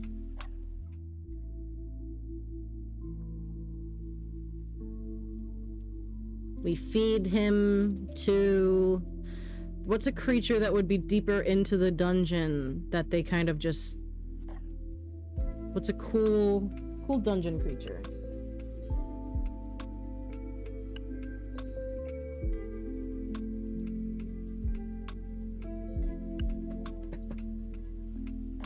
I'm thinking of the little aliens from... Oh, Oozer Cube, yeah. We feed him to square, to corner... What would they call an ooze? Or a cube? We feed him to... Bernie Cube. Sizzle Cube. Sizzle Cube?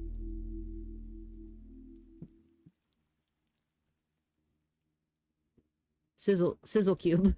I like Sizzle Cube. Sizzle Cube. Oh, blue. Yeah, like blue cube. Blue. Blue cube. Okay. Alright. Alright. So this is the dungeon that I want to make into, the fuck's a blue cube? What the... That sounds not so bad. Tide Pods. Alright, hang on, it's hot. I gotta use my frozen towel. This is the opposite of what rich people do. They want a hot towel Ugh. I don't think it's even high, like, I don't think it's gonna hit it until like 3, but it's supposed to get to 93 today, I think. Warm? Alright. Alright, blue cube. So, I'm thinking of making the first part of this, we talked about a big-ass sequoia tree that had fallen over, and that's being the first kind of level, quote-unquote, of the dungeon. So the goblins have hollowed this out, but this tree has been here for so long, kind of rotting and eating into the ground beneath it, that now there's like a hole, and that's where they see the cube. So there's a hole leading into the dungeon from within the giant redwood tree. Oh, why hiccups? So this will be a very linear dungeon, which is a good one to start with. Yeah, it was, but I want to do it, so I want to make it work. I want to make it now before I lose the idea. Maybe ant people made this, and then the goblins chased them off or something, or maybe maybe the queen moved on. I don't know. Do ants do that? I know bees do that. We can make them do that. Who cares? The ant people will come up, but I'm thinking more for the ant people of referencing those big, those like, have you ever seen like termite mounds? I want to do like termite mounds for the ant people, I think, because that's a lot cooler and it'll be a lot more grand and will account for the numbers that those ant people will have, and I don't want them to just be evil necessarily. I don't want the party to go and kill them, so having an ant city in these big ass, the big fuck off giant ones, yeah, the huge that anteaters like grab and like crack stuff off, and like monkeys or I think gorilla will eat them too. So yeah, they're really cool. So I'm thinking of like a city later on I think they're Thrykeen or Thrykeen, I think is what they're called, will be what we use the ant people for. And we'll just do the goblins. They just carved out a big tree and they were like, this is good. This is where we live now.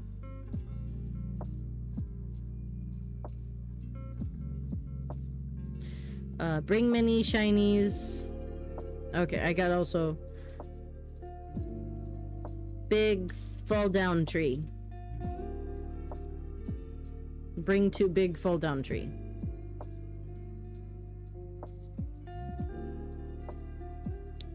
Yeah. Alright. Alright.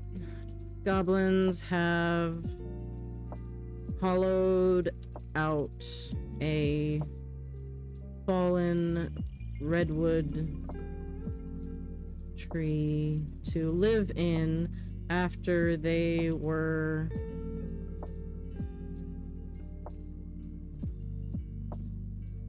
we'll need to define these jobs from Soup's tribe. What do you mean? They already have definitions. They were pretty much what it said on the tin. I think these are going to be mountain goblins that are trying to make it in the forest. Maybe they were kind of thrown out. So maybe it's a small contingent from a tribe. Or maybe they're looking for something for their tribe.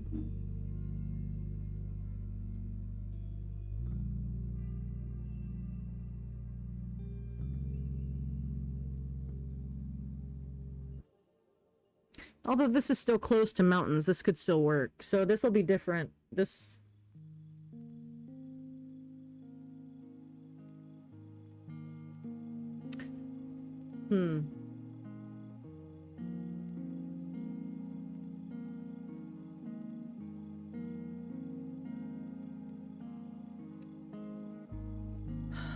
What are they doing here? Maybe it's a hunting party. That would make sense. That's why they captured him. So bring many shinies or food.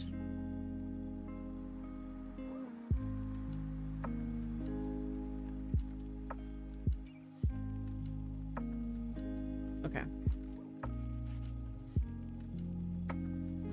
Okay. Live in for the season while they serve as a hunting party for their tribe. So this is going to be a little bit different from Soup's tribe, definitely. Maybe more good than more food than Chinese, since they're so far off. Yeah. Bring many food. Bring many food. Alright.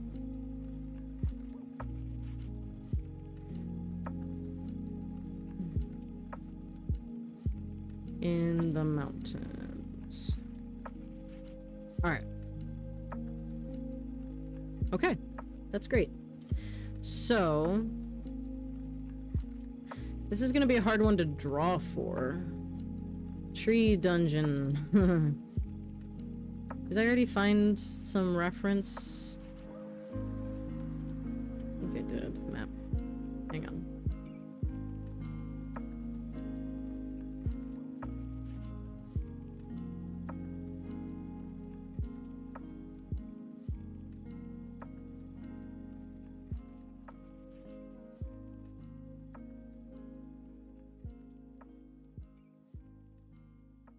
Idea. Use a shop map.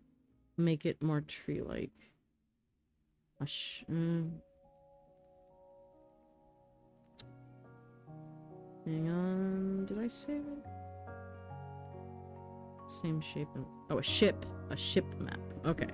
That's a good point. Yeah, because all of these are like the outsides of trees, which is not exactly what I'm going for.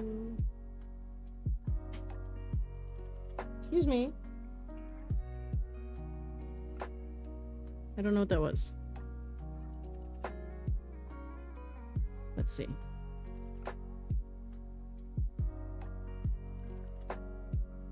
Yeah, so something like this.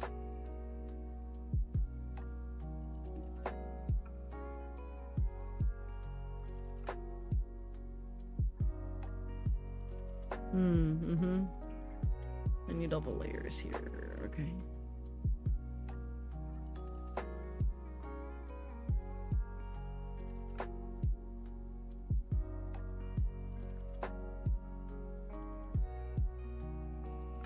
That's a good one. That's like a big container ship. Ooh, ghost ship. Cool. This one's a whale. Oh, wow. Space whale port. That's really cool. And sad. Aw. Crab. Crab. Crab tavern. Oh my god, the whole tavern looks like a crab. That's ridiculous. I love it. Alright. Let's see. Just trying to get one that has all the layers to it.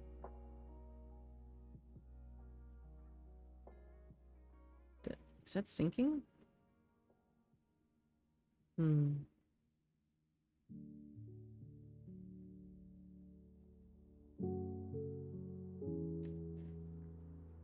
might have to actually draw this one myself.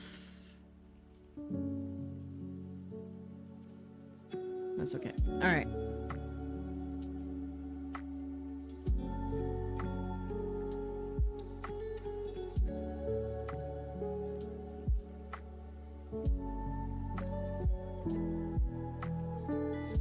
Oh, go away. Don't need you.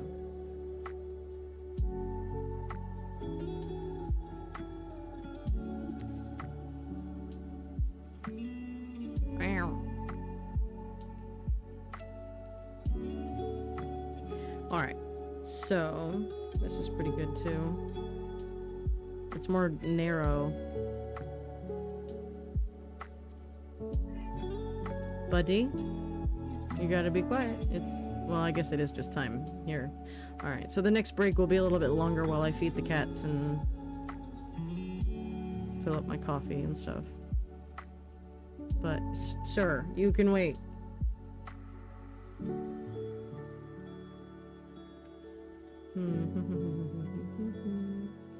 Ooh, a conch ship. Oh, this is cool. This is kind of more the vibe that I'm going for anyway. This is beautiful. Patreon of Zach Moeller. Oh, this is very cool. Oh, ad time. Be right back. I'm gonna feed the cats. Hush.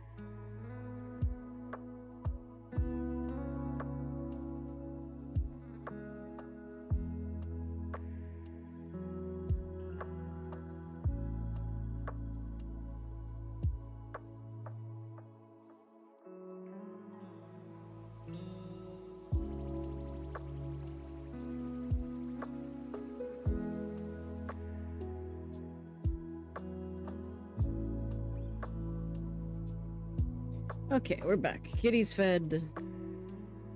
And I actually skipped on the coffee for now because I'm dehydrated because it's hot. I'll have more coffee as it gets darker and hopefully cooler at some point. Alright, so this one is super, super cool. Credit to the artist of Zach Moeller. Hope I'm saying that correctly. But it still has that kind of organic shape to it, which is very, very cool. And I think this is two levels of it.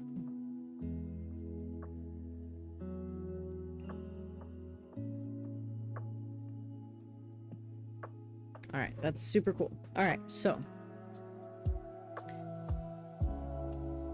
I'm gonna borrow this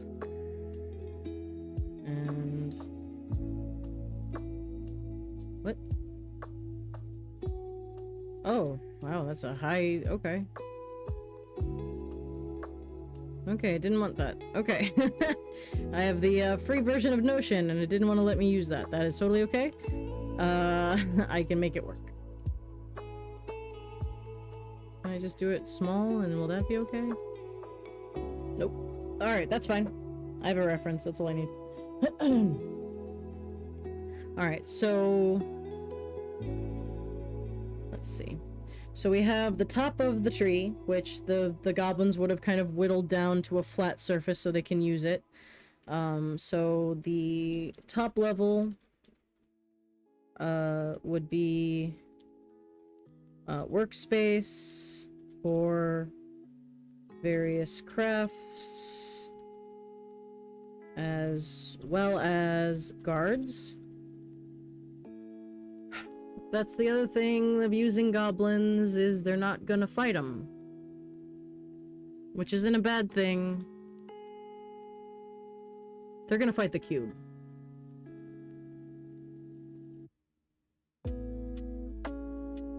Okay, I've got it. When the players arrive,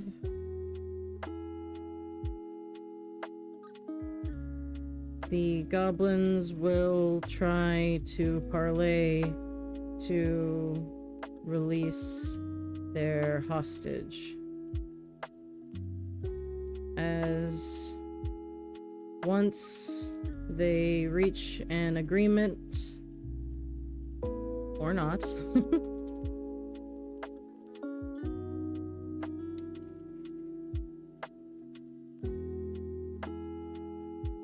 a goblin will appear from within the dungeon, within the tree, to announce proudly that they pushed the hostage into the blue cube room. So the players are gonna arrive, they're gonna talk to the goblins, they're not gonna want to kill the goblins. So they talk and they talk and they talk and they try to make a some sort of agreement one way or another. We'll see what they do. And then the minute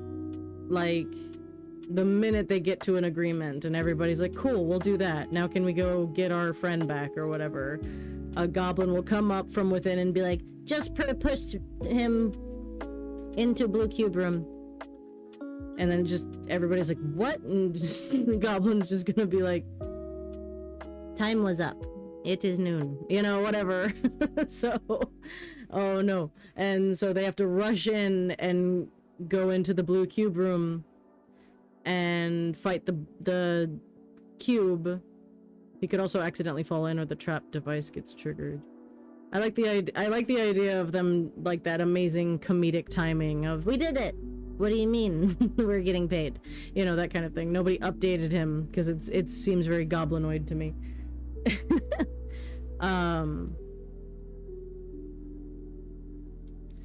Because time was up. Alright.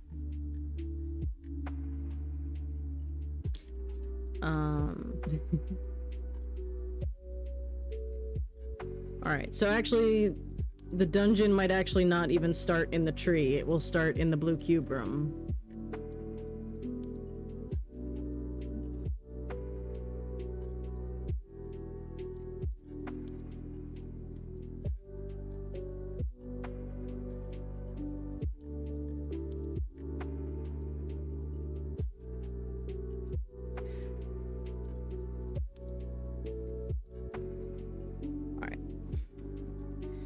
So, which means we get to decide what kind of dungeon this is, which will be fun.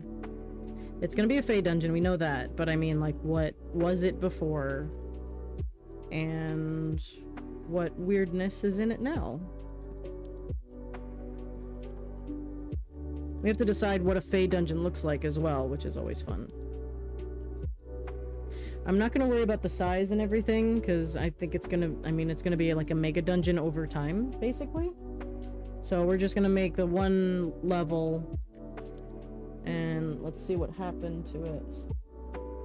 Let's see if it was destroyed, just, he's huge, so he's like tied to a chair and they meant to taunt him, but the legs broke because he's a freaking Minotaur. Also could happen. 12. Better prospects elsewhere. Alright, so that's literally, yeah. So this was a dungeon or a place that was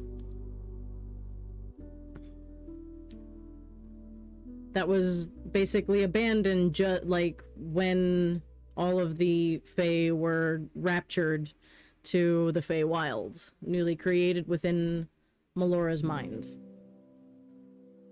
So that's cool, because that will mean there'll be like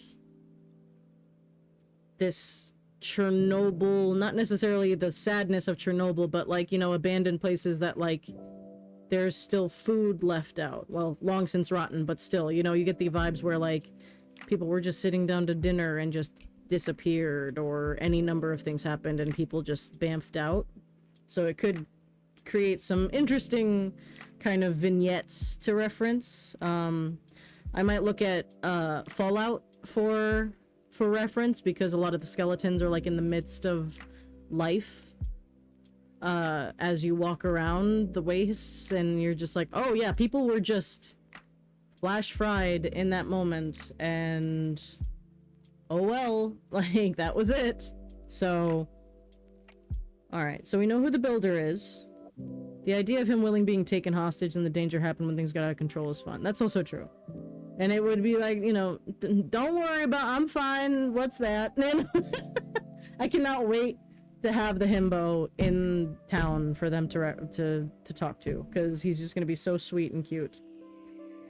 Alright, so let's see what the function of this place was when it was built. Like, it could just be like a city that was buried over time, perhaps, but I want to see if anything comes to mind with what I roll. A lair, a den, or hideout. Okay. Now this is a mega dungeon, so it could have multiple. So maybe this was a front. You can make the dungeon something like a buried Fae estate. The tree, one of many in a personal forest or garden. Ooh, personal Fae estate. Oh, that's cool. That means I get to create the family. The rich Fae family. Okay, that's fun. The cube was used for cleaning purposes, yeah. Okay. Alright, so there's a rich Fae family, like in Mad Mage. Yeah, I love the fact that, that cubes are now just, you know, glorified, bleach wipes for dungeons. Alright, personal Fae estate. Tree, one of many of a personal forest or garden. Okay, I like that. So some... And it got huge over time. Yeah.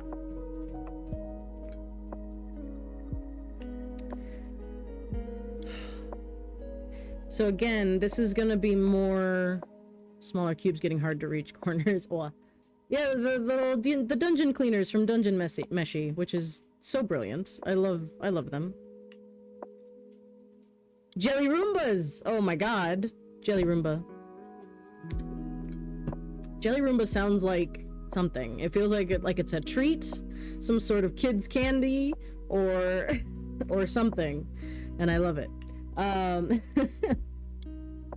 Alright, so if this is a Fae estate, it's gonna be more wide than it is deep. Like, okay, this is very cool. So they go in, they go through this hole, and they're in like a... Hey, thank you for following Candy Coated Reality. What a cool name. And I'm gonna say, because you have a cool name, that you're not a bot trying to sell me stuff, so welcome. Usually the bots have very specific types of names, but that's a really cool name. I really like that. Welcome to Galdor. I wish... Oh god, I was perceived. Well, I am thankful that you are here to be perceived. You have a really cool name. I like that name a lot. Sounds like a band that I would listen to. Yeah, we're dungeon building right now. Don't know how long you've been hanging out, but you are more than welcome to make suggestions or give ideas. This is not just me creating something. This is a group function. I will sell you one cool rock in exchange for vibes. Honestly, you know me. Like, you get me, because I have a lot of fucking cool rocks, and I will absolutely trade vibes. I will do my best for the vibes from now on. I have lots of cool rocks. Here's one. Let me show you one. Here's a cool rock. You can't really see the color, but it's amethyst. Ooh, shiny. Yep, shinies. There we go. You can see my amethyst. This is my best piece of amethyst. I'm quite happy with it. My grandmother gave it to me. It's very, very pretty. So, that's just one of many. Don't fall. Okay, there we go. This is gorgeous. Yeah, it's very pretty. Right. So we are creating our this world is a cozy one. So since we're doing D&D, I still need to have Dungeons and Dragons, and we're doing our first dungeon. And to keep the cozy vibes, I am making a dungeon that the players will be allowed to leave and come back to whenever they want. For now. It might get more complicated as they go on, but since they're low level, it's gonna be a la Stardew Valley, where you can just go to the caves at any time, fight some stuff, come back whenever you want, not a problem. So that's kind of what we're doing, and we're just introducing that right now and building it, or the first level of it. So, it'll be fun.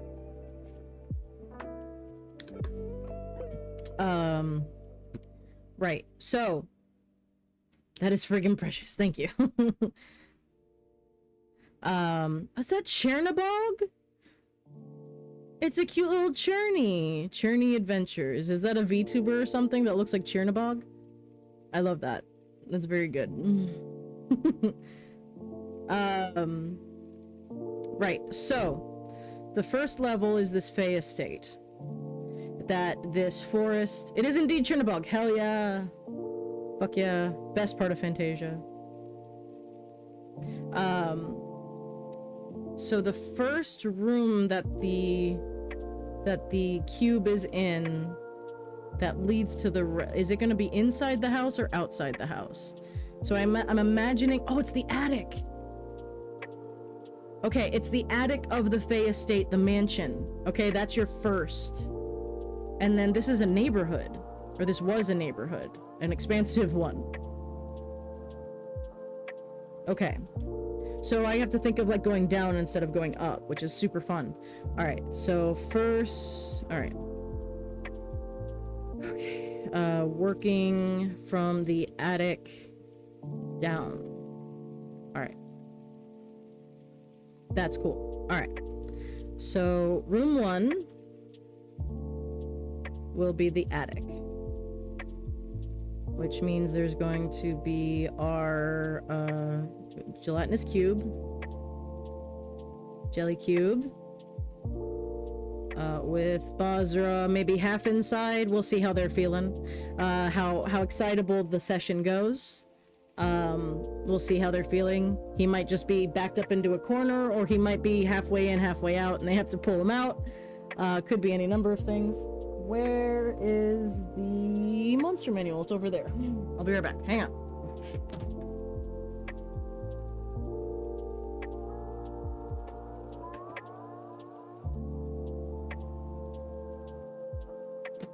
Alright, where's my gelatinous cube, boys?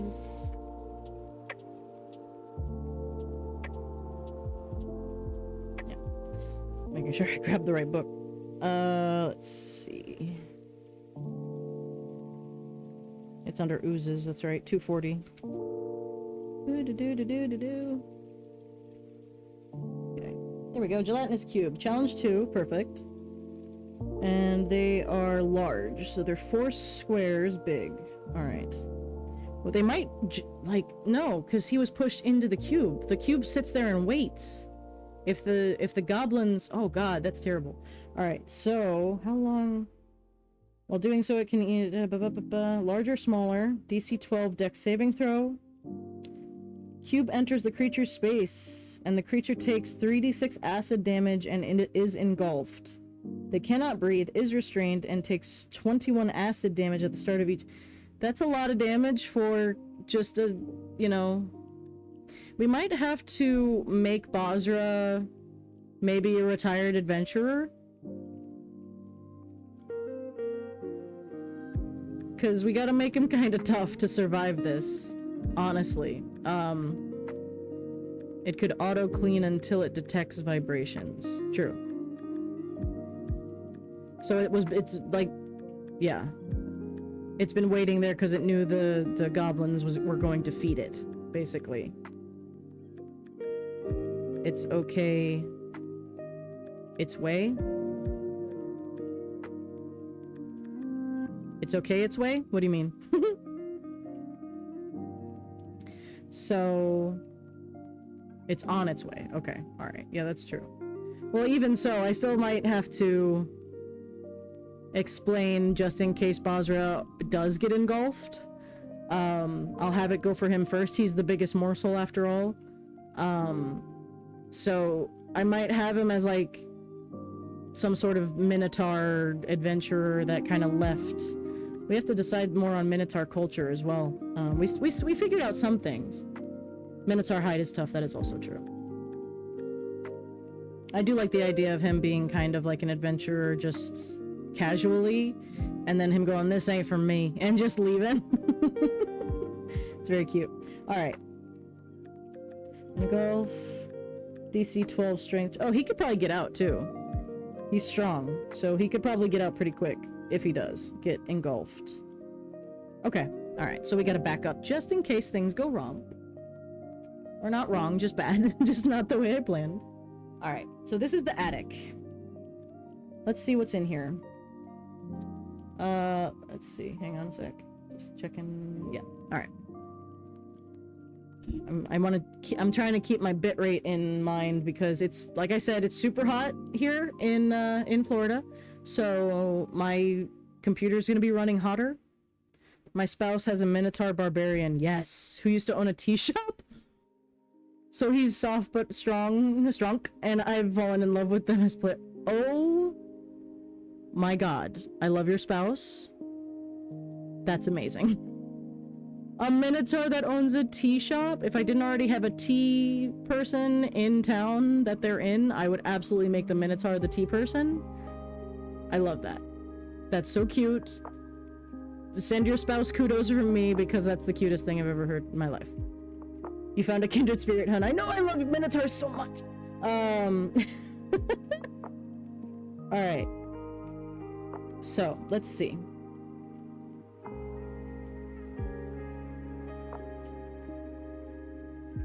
Alright, so I shall tell them. Please do. Alright, let's see what kind of room this is in and what's in the room. 11.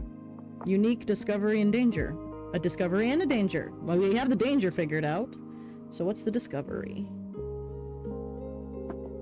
11. A find. Hooray. That's cropped. Come here. 10. A magic weapon or armor. We starting quick. Magic weapon armor. Interesting. Alright, so a Fey estate in the attic. So something they stored away in the attic. So it's not big. It's not a huge magic item. They deserve good loot. Agreed. You might have to make another card or several for this, which will be fun. There's a treasure thing, I think.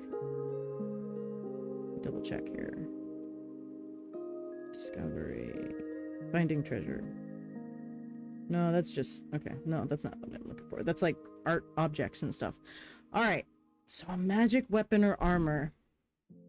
Hang on, I've been saving some things for the Galdor game in its thing. I think there's some items in here that I have. Maybe? Or do I not? Did I not? Did I save it somewhere else?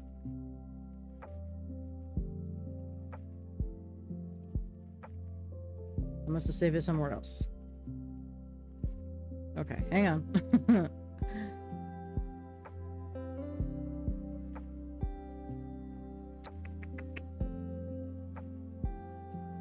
Items. Consider what each of the 4 members could receive. Yeah, it could be a bunch of small things. A plane shift. Whoa. Alright, maybe that's a little too hardcore. Super soaker. Glove of storing. Okay. Oh, this is from Crit Roll. Yeah, I forgot about this. A wearer is able to store an object held within their hand, causing it to vanish into the glove. This object must be able to be held in one hand and can go no heavier than 20 pounds. 4 useful things and 1 big thing. Yeah, I need...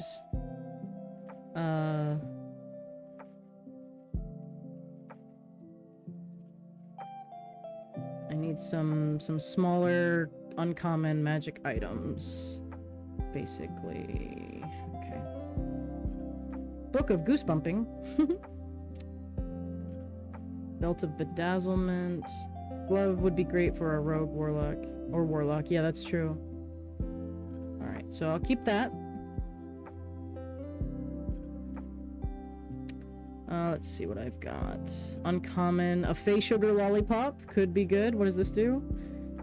You can spend 10 minutes to fully consume this lime and green apple flavored lollipop. While you're consuming the lollipop, you cannot be charmed.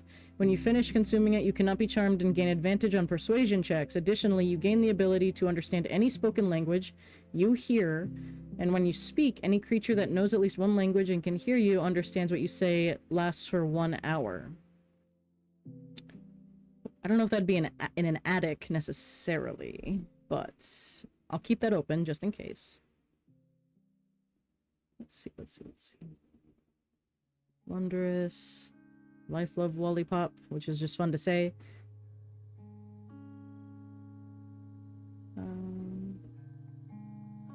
Just looking at for the uncommon ones right now. Lip gloss of the grave speaker. I know somebody's gonna be into that. Speak with dead. Could be good. Speak with dead is always fun.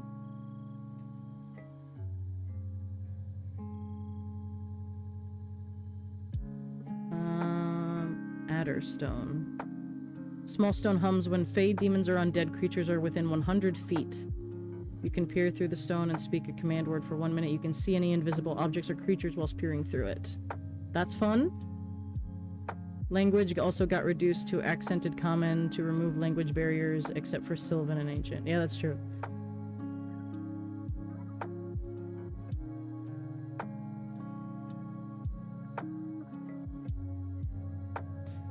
Let's see.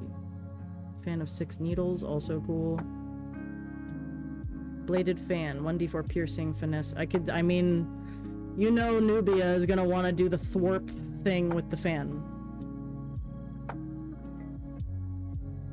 As an action, you perform an elaborate dance in which you fling precise needle-like darts in a wide area. Choose up to 6 creatures you can see within 30 feet, and make ranged thrown attacks against them. On a success, they suffer piercing damage equal to your proficiency bonus. Once performed, you cannot do it. I might have to make a fan, but maybe not this one, but I can make a fan item, perhaps. Danger dance, indeed. The opposite of safety dance. We can dance if we want to. We can leave your friend behind. To a free space. Blast of thunder. Okay, so this is like thunder step or whatever it's called. Standard damage fan is good. Yeah, but I don't know, because I don't see our rogue using it. And the rest of them aren't going to be really good with thrown weapons. Damage or DMG? Are you talking about Dungeon Master's Guide? Or are you talking damage? Ad time. Dungeon Master's Guide. Okay, I gotcha. Be right back.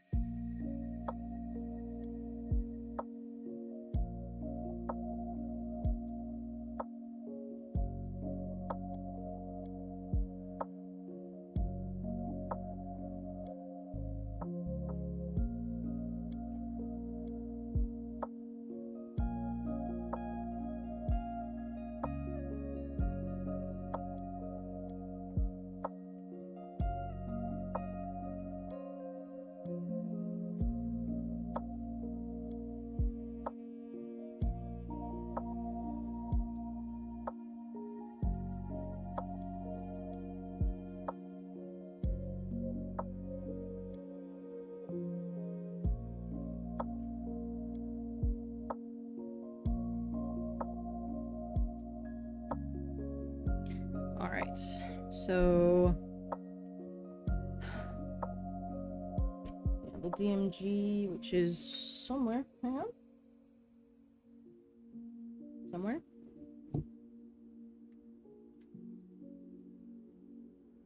There's... I got it. Yeah. Whoops, sorry. Didn't mean to bump that. Alright. Alright, what's the fan called, do you know?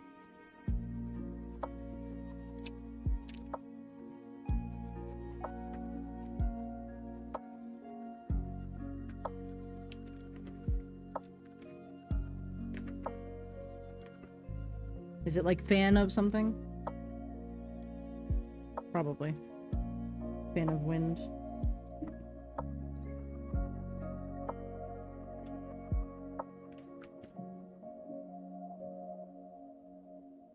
Nope, that's not what it's called. Something else, don't know what it is. That's fine. I'll look it up later. Don't worry about it. Okay. Let's see here.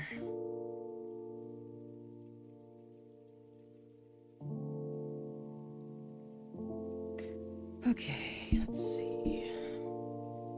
So what's the one... Alright, so I've got Barbarian, Cleric, Druid, or Monk. I have none of those. Do I? No, I don't have a single one of those. Alright, so never mind, go away. One, like that. Cinnamon. Healers, Lollipop. Okay, so glove, lip gloss, Lollipop, and stone. That seems fair. Of a selection of things. So what's the bigger thing? Something that's less typical, for lack of a better word. What do they need? They're just attacking, for those of them that are attacking, they're just doing with normal weapons right now. so far the one with the most possibility of damage, I think, at least mundane damage, is the rogue. Bag of holding. I mean, that could be the thing. Yeah, that makes sense. Alright. Alright, so hang on. And credit to all of the amazing artists that make the coolest stuff for just because they want to. This is James Gifford, I believe. This is Bonus Action, also Bonus Action, and Dungeon Scribe. All awesome. I collect these like they're my own personal hoard, and I never have enough like players to give them all to. So it's just, they're just such amazing resources, and it helps me who really struggles with making balanced items, because I never know how to balance such things. So I appreciate all of the awesome artists and so on that make so many cool things. Oh, actually, hang on. Oh. Yeah, we love Griffin's saddlebag is incredible. Always. I want you to be to the side. Oh, I see what I did. My bad. Hang on. There we go.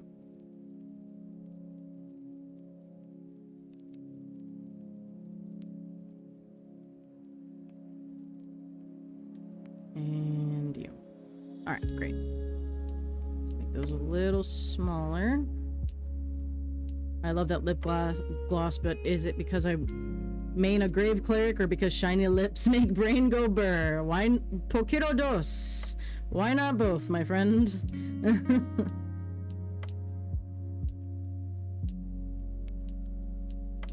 Alright, so there's your oh, and a bag of holding, of course.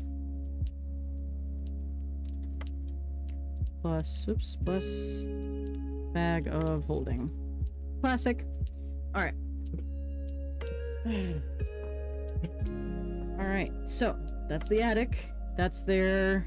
They save Basra, and then they can tell us about your grave cleric. They're always cool. I love grave clerics so much.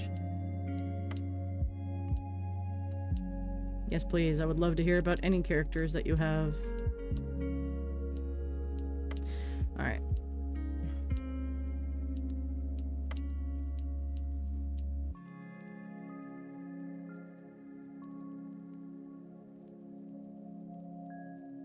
About to autism all over the place if you ask me about my grave cleric, though. Honey, that's what this entire stream is about.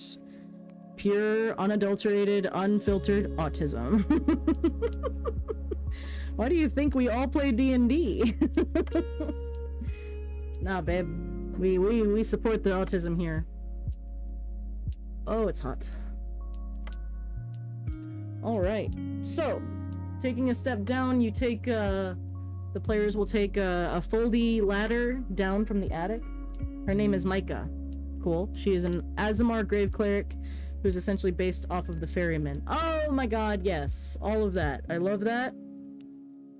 Making an Azamar grave cleric is metal as hell. I love that. Oh, okay. Alright, so...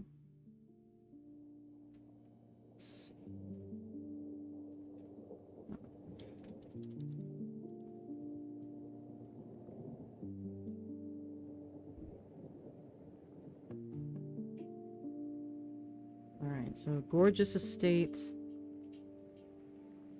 The foldy attic ladder, of course!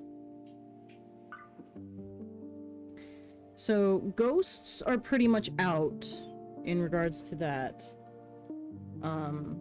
Because there's nothing to really haunt this place, unless adventurers have died here, but I'm probably gonna keep away from that for now. But the Fae will obviously not be haunting, because they didn't die here, they got raptured.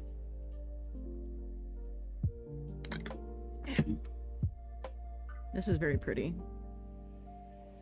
DC 10 to descend, yes. Yeah, it would be old and rotted, too. It's a pretty one. They got raptured. Oh, yes, I could, yeah. Well, what happened? Alright, so if the valley is this hard to get into, it may be untouched. Also true. Yeah, but it would rot over time still. So the Fae in our world, basically the Fae Wild. Okay, hang on. Let me start from the beginning. The world of Galdor, welcome. The world is a tree, literally. The planet that the world is on is a tree, untouched by adventurers. Yes, also true. The world's a tree, indeed. And the first denizens of Galdor were the Fae. They were created by the matriarch goddess Melora as her first draft of creatures to populate her world. She made them undying because she didn't want to see her children die. This eventually led to the tree getting overstressed because when things don't die, they just keep multiplying, and so it was slowly killing the world and therefore them if she wasn't careful. Her sister, the Raven Queen, kind of convinced her finally, over eons probably, to start over. To start over and have death as part of the world for its own good. And so the Melora created the Feywild as we know it as her dream space, where it's infinite, and so resources cannot be stressed within her mind, and so she brought her children into her own mind, and therefore they could live forever and it wouldn't be a problem. So yeah, they got raptured, basically. This is blessed, yeah. This is meant to be a cozy world where there's not as much war and strife and terrible things happening to people. Everybody is pretty good here, and it's meant to be kind of a cozy campaign, certainly at the first, at the front of the adventure that I'm doing right now. We'll see what happens afterwards. We were making hell earlier, and it was a very different vibe, but we're not doing that right now. But I'm glad you like it. Thank you.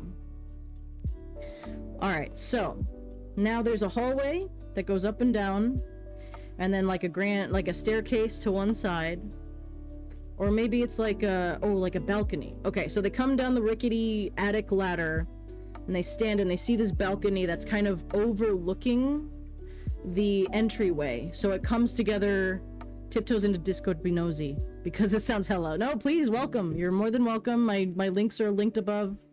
You can see my socials, and my YouTube has every stream that I've done so far building Galdor. So if you want to see it be built from the ground up, go watch the streams. They're long, I understand, but yeah, if you need background noise, you're more than welcome. But yeah, if you have any questions or suggestions, there's channels for each of those. Please join us. We would love to have you. So they step down from the rickety ladder and try not to die. And overlook this entryway hallway. So there's like the hallway and then the banister, and it looks over the entryway with this grand staircase. And then the hallway goes basically behind where they were, or where they come out, and then to either side. And that's the second floor, and then the ground floor, and then maybe a basement below. So we've got four technically, but 3 levels to plan out. Okay. And now I need a picture, or my brain is not gonna deal. Alright, so I need a... Whoa. Okay, gnarly.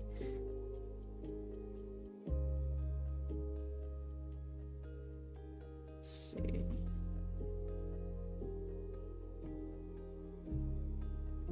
Ooh, this one's cool.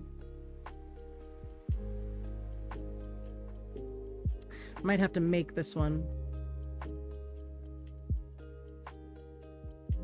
Because the picture in it is already very solid in my brain, and going away from that will be difficult for me.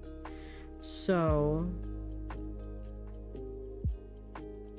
where is Dungeon Scrawler, I think it's called? Dungeon Scrawl. Thought this area should be the mountain range as it slowly got buried. It is on the edge, so this makes sense. So they kind of go north and slightly to the west. And so, yeah. Yeah. Alright, so.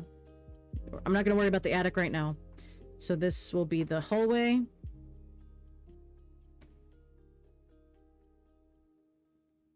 Let's do... fuck it, 10. Alright. So that's the hallway that they come down on. They basically come down here. And so the banister is here, and it overlooks the entryway on this side. Then...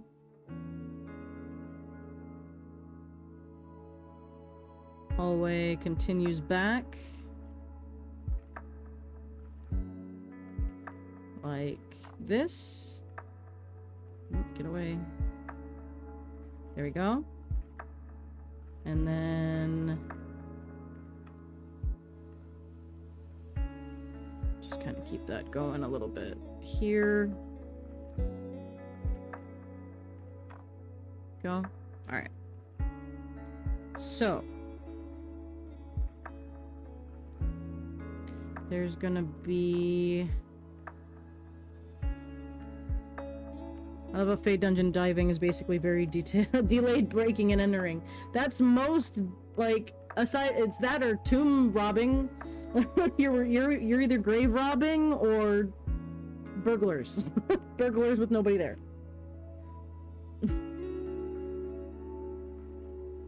I guess this is a little better because it's not hurting anyone that's still around. Like, there's no Fae, I mean, there's like no Fae on this side, on purpose anyway, that have family that you could be hurting by stealing their shit. Basically. Alright. Where's the door? Fae HOA will be very mad. Fuck them. Alright, so we're gonna do a door here. A door here. A door here. If this is an estate, there's gonna be a lot of rooms. Whoops. Boop. There we go. Let's do one here. Whether or not this makes sense, I don't know. I don't care. Alright. And then... we do one here. Oh, wait. No, we can't have them on the front, can we? Or yeah, we can. This could be... wait. Okay. So it would be one here.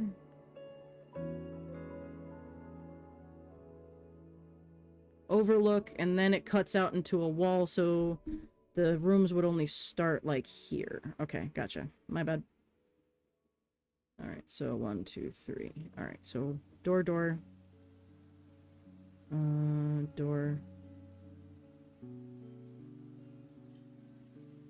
Door. There we go. And... door. And then master bedroom will be at the end of this hallway. There. Great. Okay. Alright, so we've got... let's do a room... big room here. Like... oh, actually, hang on. Wait, there should be doors on either side here, too. Do door here. Door here. Alright. So, from there... this is gonna be like this. And then...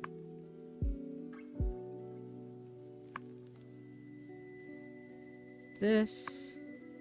And then... that. Then... oops. There we go. And let's make This a pretty sizable one. Yeah, so the ones on that side of the hallway will be bigger rooms. I think that kind of makes sense to me. Boop, boop, boop. Okay. Oh. There we go. Okay. So there's that. And then we've got big old rooms here.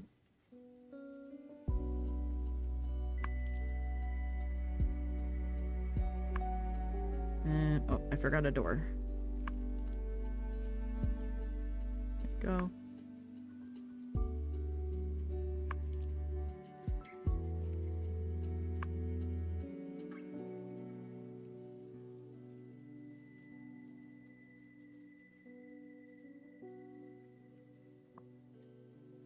Extend that a bit. There we go. Then right here will be like a closet or the water closet or something. Actually, this will be like here. Oops. This will be like a closet for supplies, and then the water closets will be over here. So this will be like that. Okay, great. And then we have here, whoops, right here. And right here. There we go. And then maybe another supply closet here. Oops.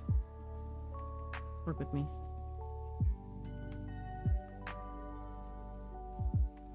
Stop. There we go. There. Alright, great. So this is the overlook here into the entryway, and then the master bedroom is gonna be a big bitch. Alright. Okay. So she's gonna go here all the way. 5, 10, 15, it's 40 feet. Alright. Alright. Big one. Alright, so there's that. So there's our top floor. Oh, wait. There we go. Oh, this can be another small room, actually.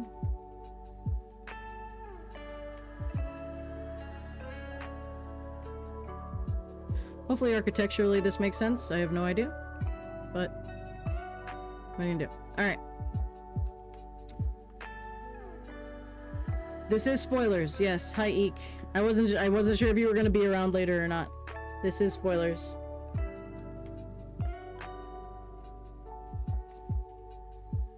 Okay, bye. Thanks for coming in.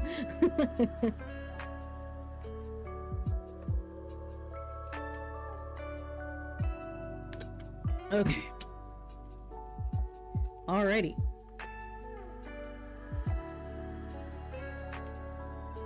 So they come down into this hallway. Where can I put in text? I can. Alright. That was adorable. I'm imagining that gif of the little baby toddling in, then making a face and leaving. Yeah, Eek is one of my players. Obviously. They play the wizard, Nubia. And, yeah. They're very good about avoiding spoilers and keeping, cognizant of such things. So. Okay. Give me 1 sec. I'll be right back.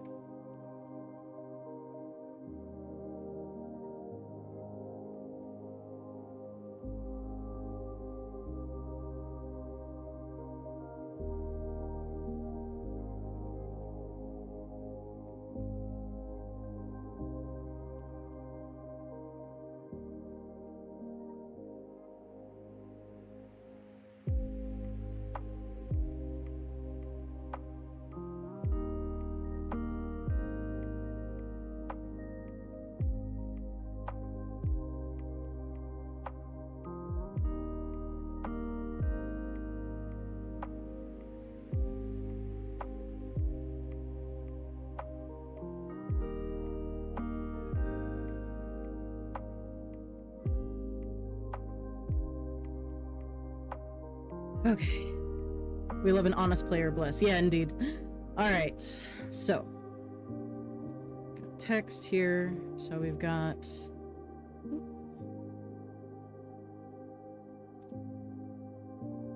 one.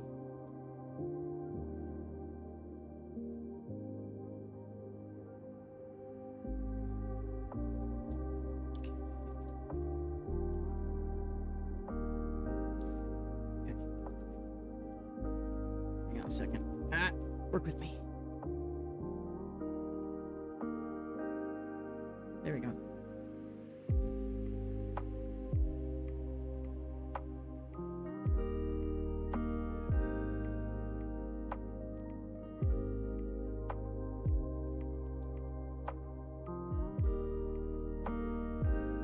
That's number 1. Okay.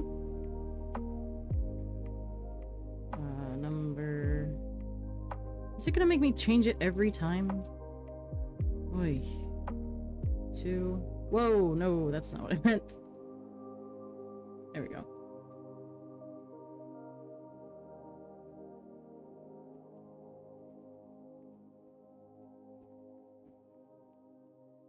Okay.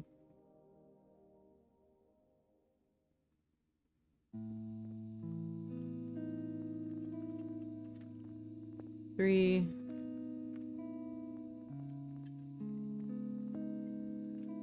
Reality. What other D&D investments do you have to share? Good stories or epic dice rolls? Yes, indeed. Yes, please. Always love to hear that stuff. If you have more fun stuff to offer, we would be very interested in hearing it.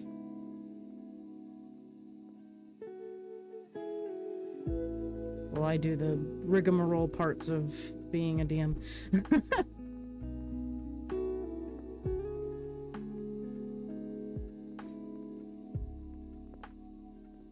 There's 5.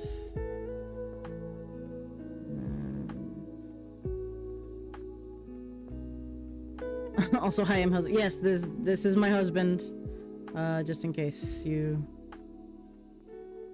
would like to know. He's usually here every time. And is good at fielding the chat when I get too hyperfixated on certain aspects. Like numbering the rooms, which always for some reason takes 1000% of my concentration.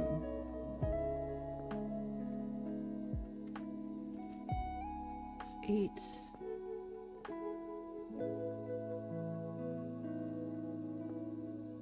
And 9. Okay.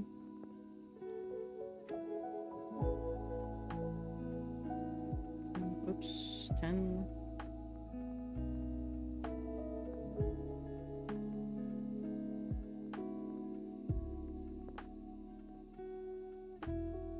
Move. Move it.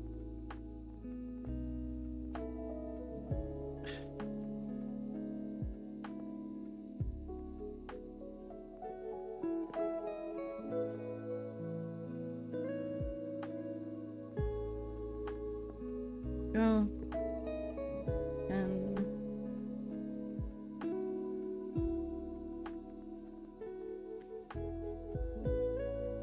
11.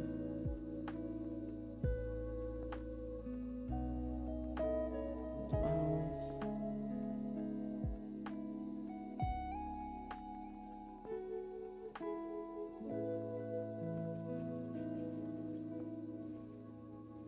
13 and 14.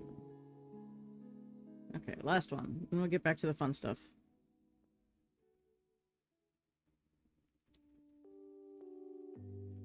There. Alright, fantastic. Alright.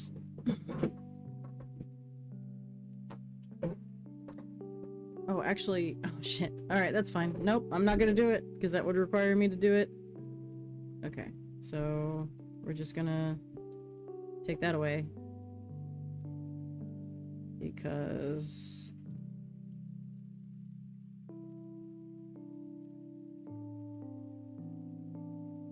There we go. Alright, so... Oops. There's a break. That's fine.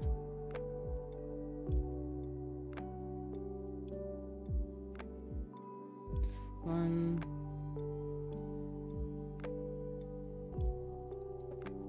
2, 3, 4, 5, 6, 7, 8, 9, 10, 11, 12, 13, 14. Alright, there we go. Master bedroom.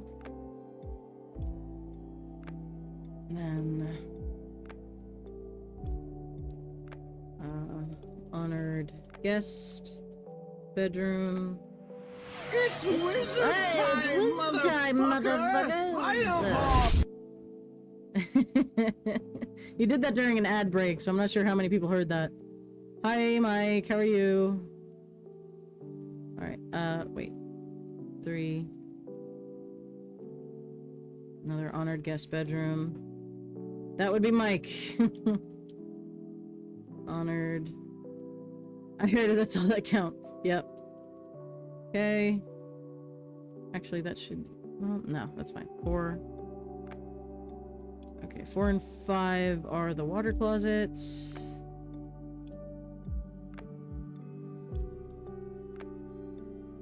And then 6 is supply closet. And 7 is bedroom. 8 is also a bedroom. Or maybe we should be like a music room or something. That'd be fine. You have a PC now? Hell yeah! Is it like a whole gaming PC kind of setup, or... Library. That'll be good. 10 is another closet. And then 11... Bedroom... Actually, should that be at the end? Actually, 7 and 11... Mid-range. B-Day gift made from spare parts. Hell yeah, that's the only way to do it, man. Okay, so 7 and 11 should be the music room and the library. Actually. And library. That makes more sense to me. So 8 and 9 are bedrooms.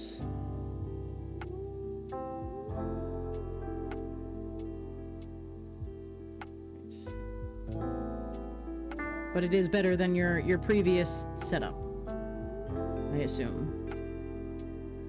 13 and 14.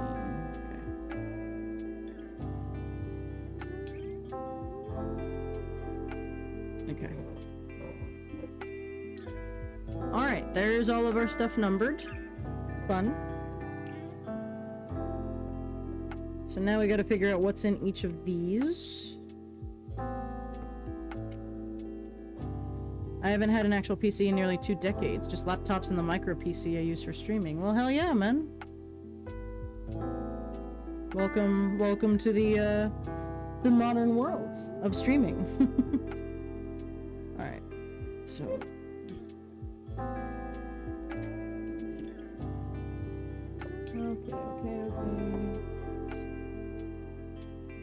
And a discovery, okay.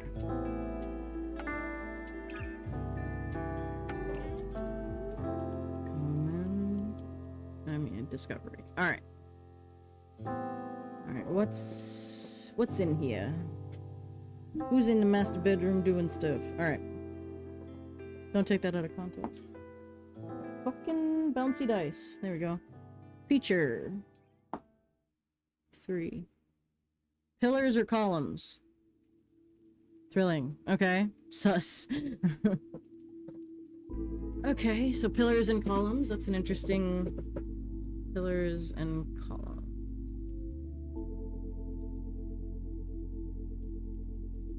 No, I don't want that. Alright, so this... The master bedroom has pillars going up and down it. Do I have that?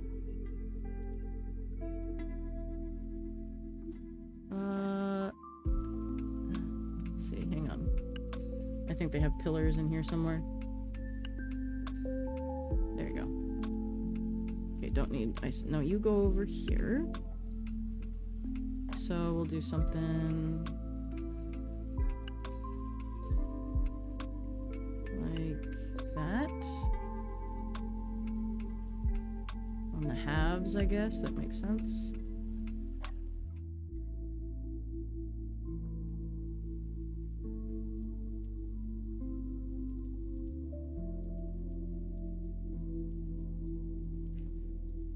This is a hell of a make everything a mimic. No. Sorry, that was loud. So why are there pillars in the bedroom? Also, don't take that out of context. Come here. Roll that around. Let's just put it there. That's a very specific design choice that the builders, made to tie hands to. That's, I just said that, don't take it out of that context. Get out of here.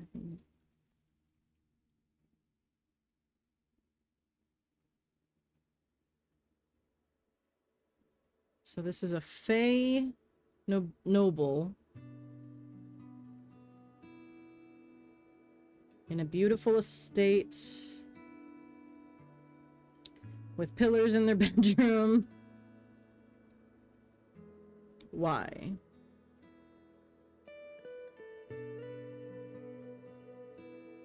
Arcane batteries.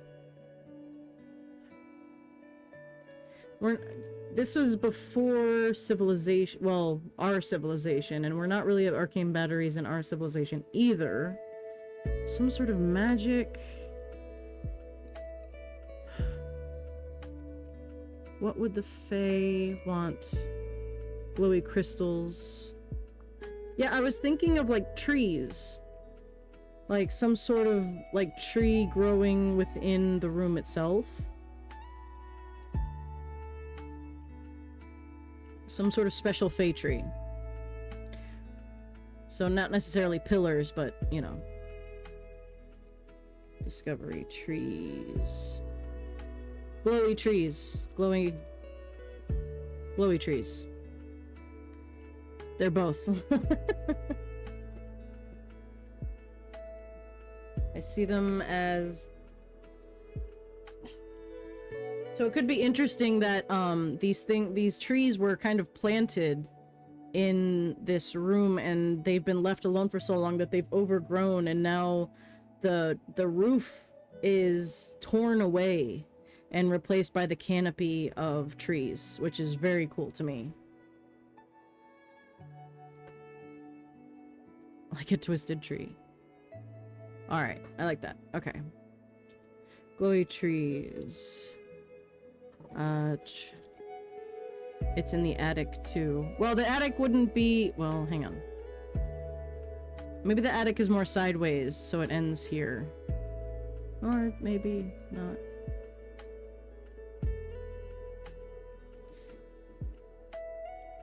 Yeah, I guess they would be growing, wouldn't it? With the...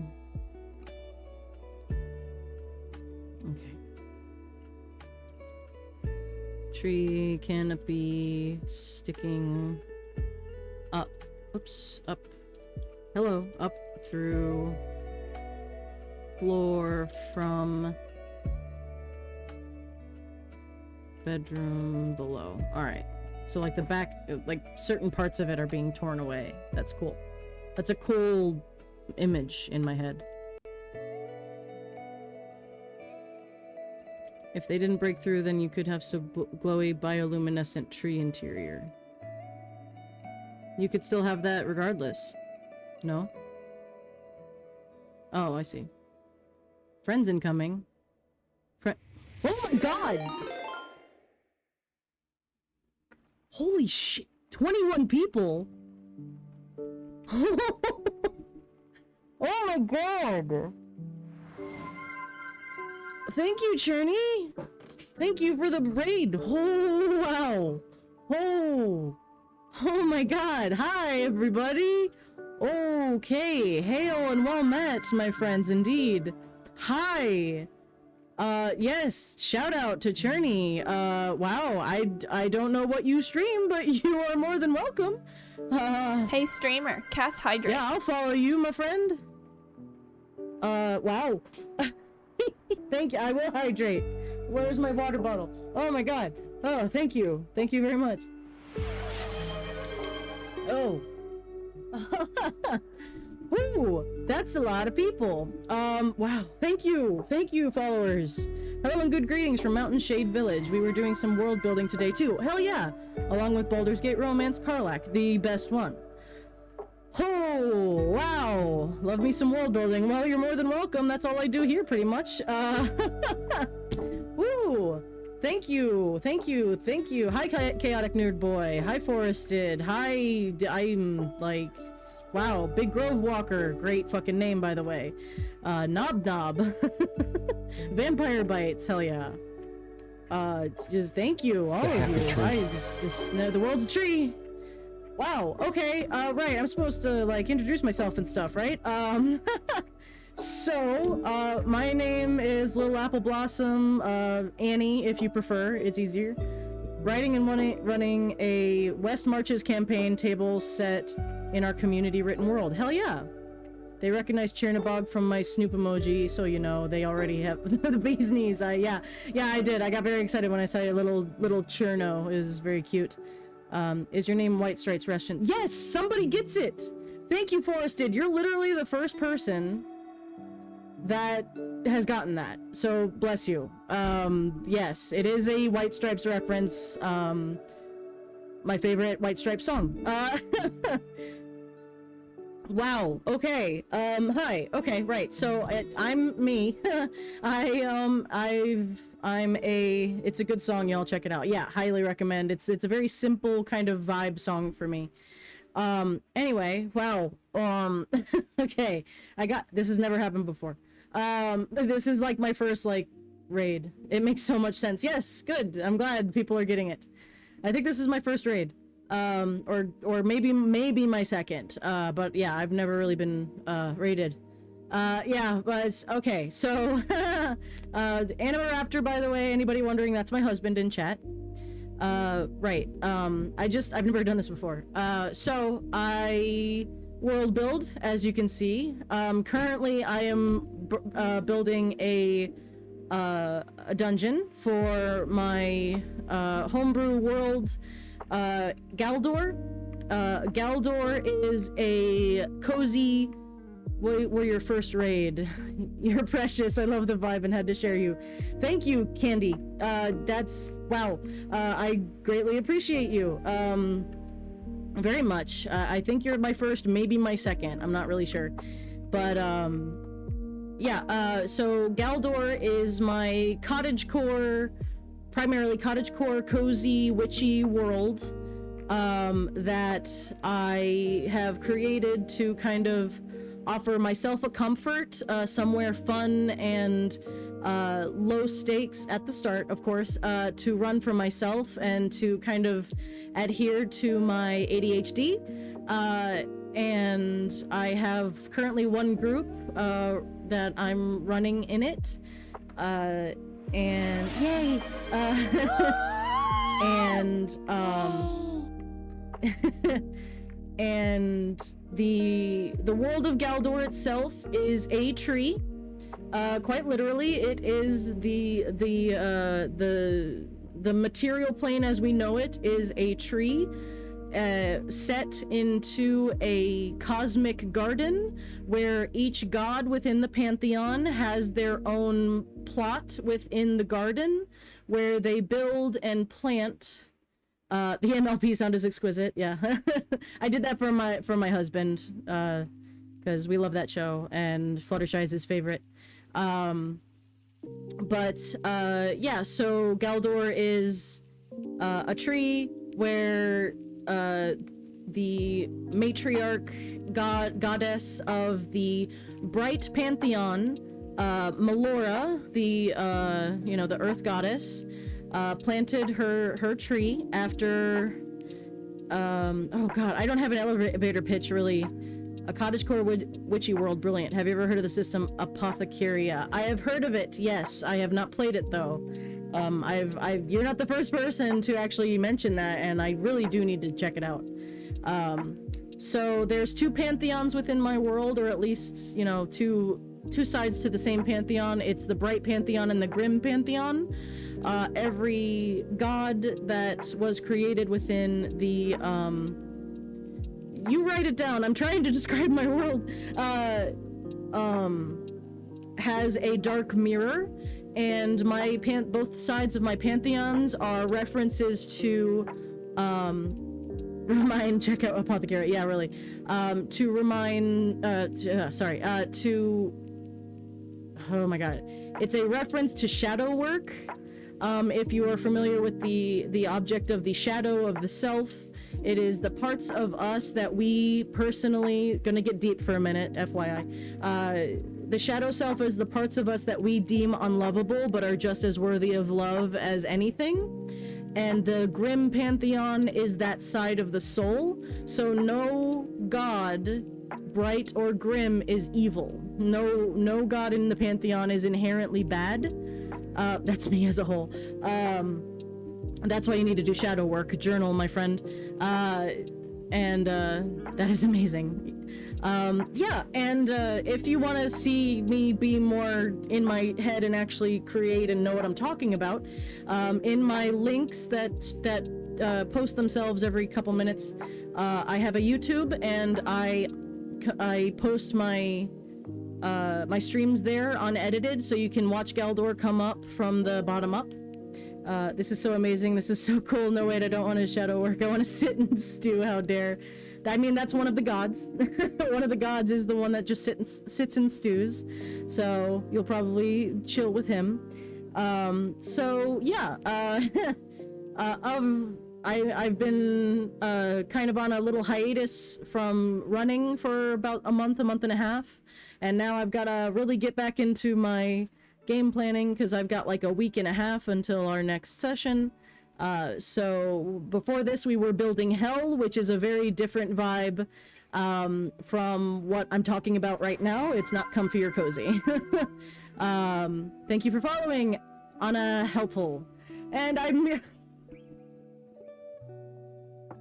I met my follower goal of 90 people because of you, Journey. Oh my god. Okay.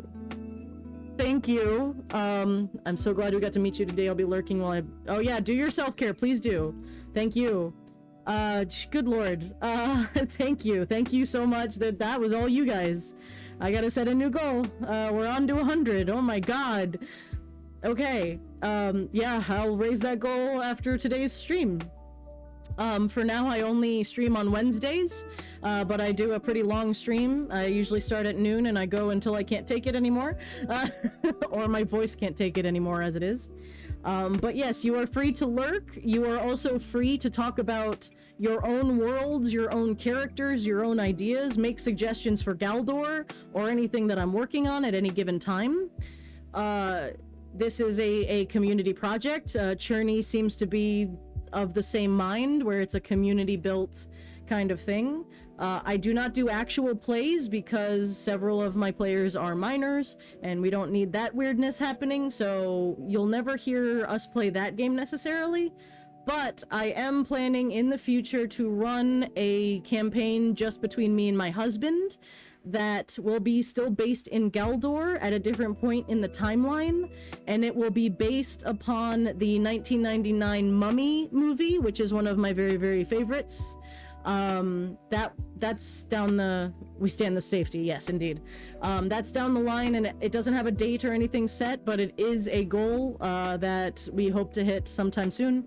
And I'm very excited to run it. I've already done... There's a stream of my building the adventure itself, more or less, or at least outlining it. So if you want to check that out and kind of see what the vibe I'm going for is, go over to the YouTube, and please join up the Discord, where we are a community. The mummy, yes indeed. The community builds stuff together, and just lots of stuff happens over there.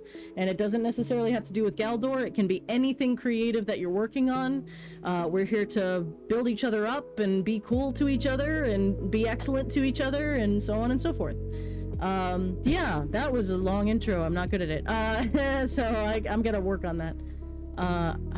Anyway, but thank you all for the followers and helping me meet my goal, and the next one is 100, and that's crazy to me. Thank you so much. I appreciate it very, very much. And we're gonna be going continually down the day. That was a great intro. I'm locked in. I meant to tell you that I found my old folder from our very first campaign with Doc's character sheet and all. Oh, yay, Mike. Yeah, Llama Llama Mike is also a great streamer. He does Lego builds and video game playthroughs, so check him out as well. How do I do the thing? Hang on, shout out. Llama. Make sure I do this right. Did I do it right? I don't think I did it right. Fuck. Somebody do it. Oh, it's the... Sorry. Somebody do the thing. Somebody shout out Llama Llama Mike for me. He was one of my players when I first started DMing, like... more than a decade ago? You're so great in sharing your world. Yeah, well... So... Yeah, so... So, welcome in, and I'm happy to have you guys here, and I hope I'm entertaining. Or at the very least, good background noise. Right. Woo! Don't have a Nightbot set up. You have to do shout-out for the built-in. I don't need a shout-out, though. Well, go follow Llama Mike anyway. Shut up, Mike. You rarely get into my streams, so I need to shout you out. Legos. I just did my first build. I got a succulent set of bricks for Yule. I'm 40 and got my first set of Legos. Hell yeah. Shower my wife with compliment. It undies her. It undies her. It does not undies me. Yeah, I don't do... okay, I'm fine. It's also hot in here. Okay. Alright, I'm gonna get back to it, I swear. Sorry. That's just... I did not expect 21 people to show up very suddenly, but thank you. That was amazing. I've seen the succulent Lego set too. It's very, very cool. I love all the flowers that they're coming with. I want the cherry blossom one that they have. I'm 41. I forgot my own age. Goodbye. I do that all the time. It's okay. I'm just like, I'm 35, 36. I'm gonna be... How am I? What? We built that set for Mom. No, they have little sticks. You're adorable in your sincerity. Stop it. Stop. Cease. Why? Husband, what have you done? Yeah, they have... Okay, the cherry blossom Lego set, they have a little, like, stick one now. That's just like you put into a vase. Don't... He's a very supportive spouse. We've been together 18 years. And, yeah, and I heard succulents. The succulent one, yeah, we did get for your mom as well. And we got the little cherry blossom tree. Oh, shout out. You know, congrats, that's like most of your life. Indeed it is. We met when I was 18, and we've been together 18 years, so we've been together as long as we were not. We got the orchid. The orchid, that's what it was. Sorry, I'm getting Legos confused. I'm flustered. Oh. Right. Okay, so, as we go on and I build things, please feel free to, to make suggestions and give me your ideas and tell me about your characters and your worlds, because nothing is more inspiring to me than other creatives. So please don't think you're gonna bother me by talking about what you create. I want to talk to other creatives, because it keeps me filled with ideas, and that's what I need. Okay, we're gonna get back to the dungeon. Thank you guys so much. please stick around or just lurk. Either way, thank you very much. Okay. Alright, we're good. I need a drink. Hang on. Alright. Okay. I'm not gonna have an anxiety attack right now. So we're working on the first dungeon of this campaign, which I'm very excited for. And it's gonna be basically not necessarily the first dungeon experience for most of my players. They've played other games with dungeons in them and stuff, like simplified, streamlined games. This is their first full 5e experience. Previously it was in it with their other DM had simplified versions of the game, or that he did other systems that were just more approachable. And I went, do you guys want to try full-on D&D? And they were into it, and yeah, this will be session 4 and dungeon time. So, it's going to be a buried Fae estate.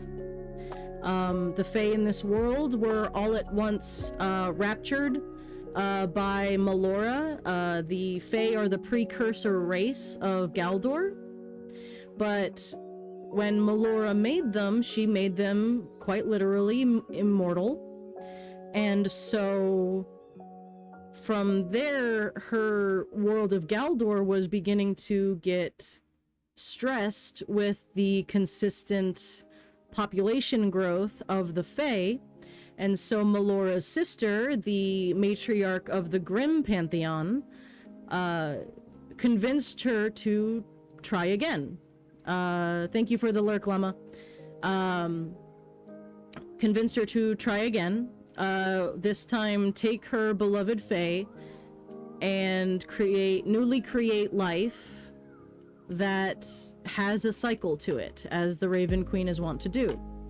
And so Melora raptured, basically, all of the Fae off of Galdor and placed them within the Feywild, which is Melora's dream space within her own mind, which was the only way to make a space for the Fae as infinite as their immortality allows them to be.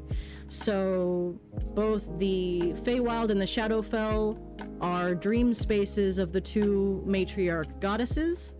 And so all of the dungeons and old school architecture and everything within this world, the buried things left behind, are all Fae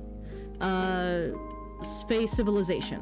And so this will be their first foray into that, and it will be exciting to let them experience that. And it gives me a thank you for the lurk for cussing out or focusing on Photoshop project. Yeah, I understand. And yeah, so I think they're gonna have fun with that. Anyway, so we were just working on the master bedroom. So oh god, hitting my mic, hang on. There we go. Work with me, there we go. Trees planted in the room for decoration have overgrown and broken through the ceiling of this room. Alright, so for my dungeon building, I sometimes need a little help creatively, so I use The Perilous Wilds, which is a great book, and even though it's made for Dungeon World, it is a fantastic system agnostic resource for you to have that can help you build dungeons kind of off the cuff if you need that, or like I'm using it, just rolling it up and kind of filling in the blanks as I go. Highly recommend. Fantastic resource as a DM. It just gives you just enough to kind of bounce off of and have these creative inspirations as you go.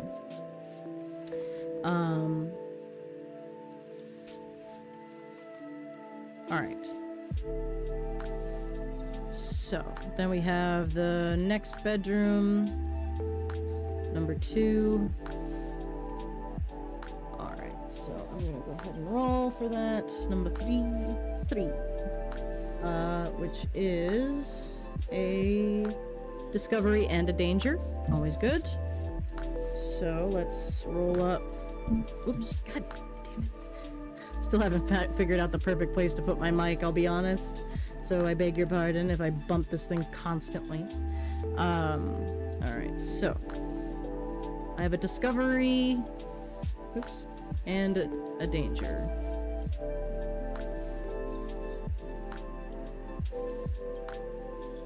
Alright, well, let's just do this. Alright, let's figure out the discovery first. Oh, ad break. I will be right back. I need to go to the bathroom. 1 sec.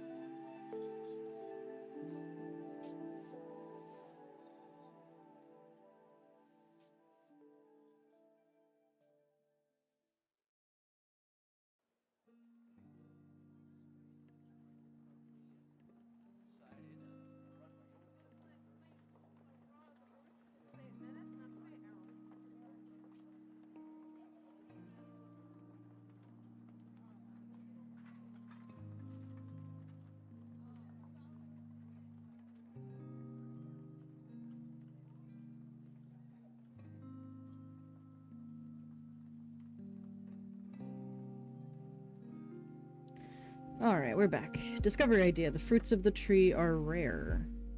Ooh, that's a good idea. Some sort of magic.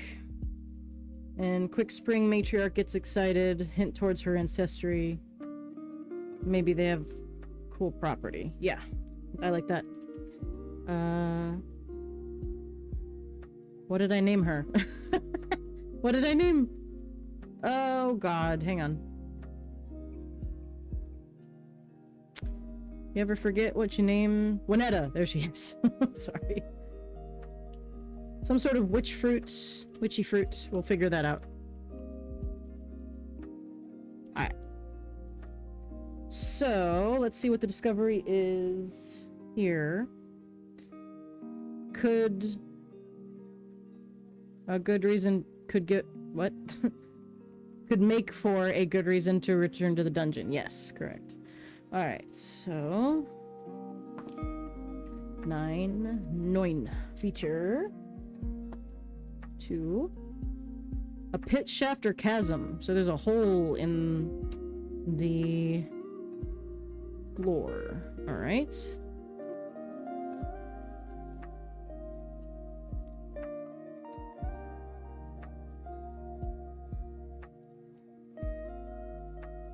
Okay, there's a hole in my bucket, dear Liza, sorry.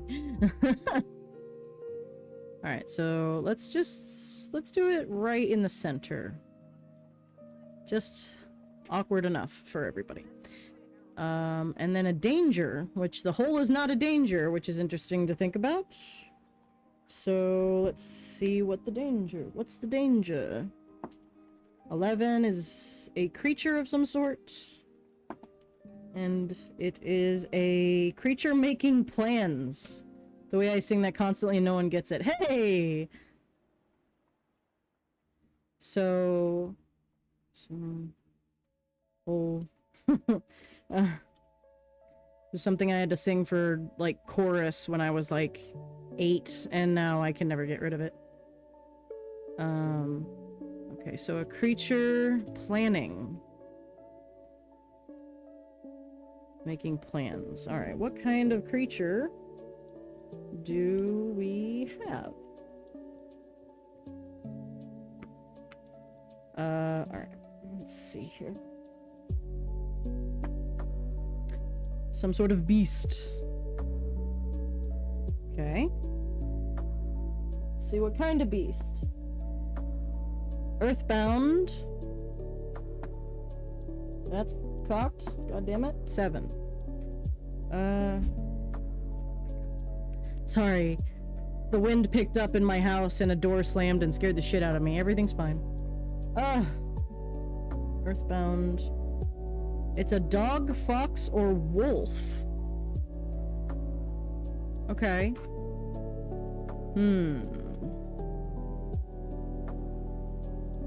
Oops. That's not what I meant to do.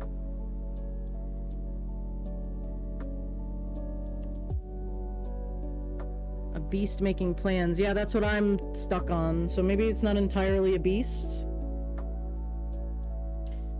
A fey fox.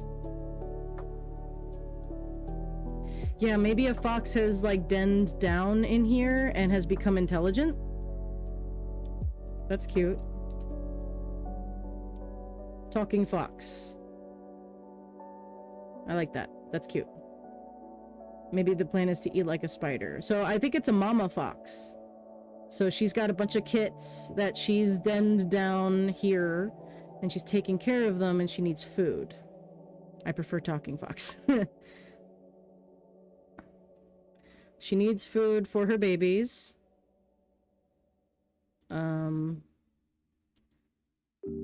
Fox has been changed. Oh, maybe the fox ate one of the fruit. It's an awakened fruit. Oh, okay, that's cute. By eating. Could be tricky with the cube. Yeah. The fruit of the tree. She probably dug down here from another way and found her way in by accident because Fox's den underground. And now she can't get back. Maybe she, like, fell through the ceiling and then had her babies down here. And she's maybe been surviving off of, you know, bugs and stuff that are down here. And then she found the fruit in the tree and it made her smarter. Yeah, and then now the kids are smart. What are their plans? Mom. little babies. Oh no, the players are gonna flip out having intelligent foxes as pets. That's all they're gonna want.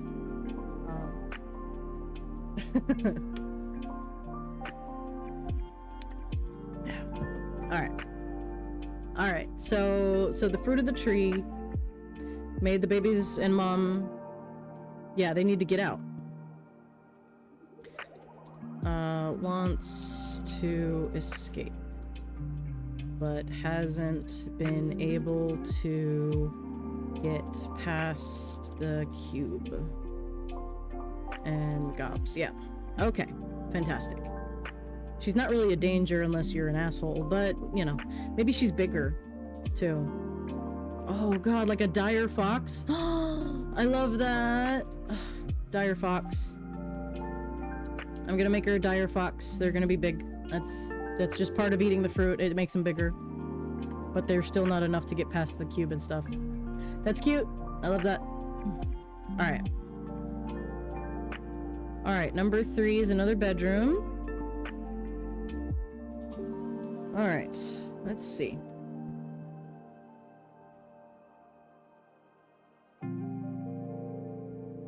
Oh, no, it's this way. My bad. Is it this way? Yes. Alright, what's next? 10 is a danger. Okay.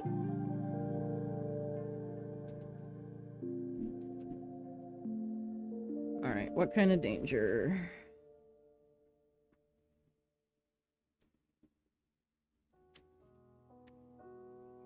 Oh, hang on. Here we go. Maybe she has mushrooms growing in her fur from being underground and such a big lady. I love that. Mushroom fox. We do already have mushrooms in this world. We have mushroom hogs. We have shroom hogs, and then we have moss hogs.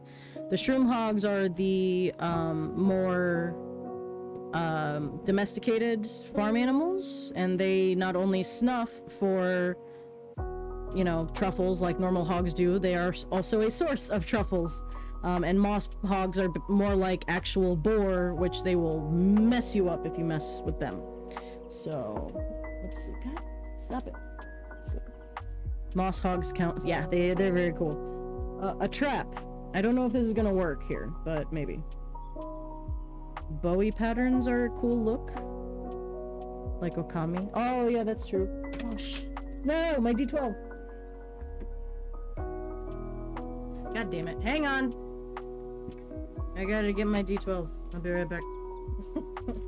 I'm going dungeon delving for my D12.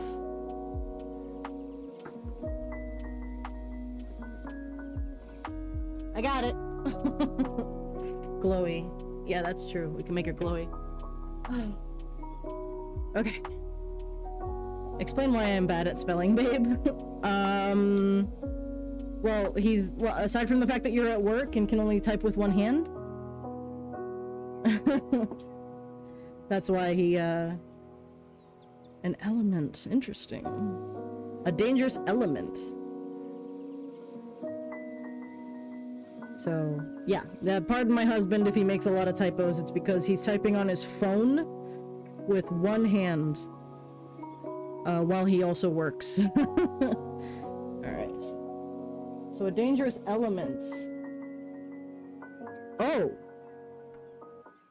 Okay, this is interesting. So I just rolled on the element table. They have air, earth, fire, water, yeah, life, and death. And I just rolled death. How the hell do I do that now? Okay. Do we want a ghost? I already said that ghosts don't really make sense right now because the Fae didn't die. So what died down here? Oh, the encroachment. Oh no, we're gonna hint at that so early. Yeah, okay. Oh dear. Okay. Alright, so now we have to decide how the encroachment is manifesting itself. At least here on the surface. Oh, the neighbors just lit up. I'm gonna get a contact high.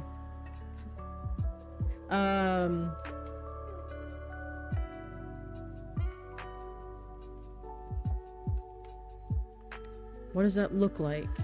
I mean, I've already referenced the Neverending Story and the Nothing, and it just kind of crumbles stuff to dust. And it's in this random bedroom in this Fae estate. So what does that look like? What god? Well, it comes from the Raven Queen. Yeah, I gotta pick a god. Alright, over to the Pantheon. I'll roll, I guess, is how I'll do it. I'm rolling everything else. There we go. So I've got 12, so I can roll a d12. Let's see. 11. Oh god, Gargoth. God of betrayal and shame. Alright. Actually, technically he would be 12, wouldn't he? Because she's 1. So, Sharess would be it. Okay. So... we haven't typed up our stuff for Sharess. Shit. Okay. I forgot I hadn't gotten to the rest of the Grim Pantheon. I moved on to Hell and everything else. Okay. Interesting. Alright, so this is a lot we have to decide very quickly. Betrayal and shame.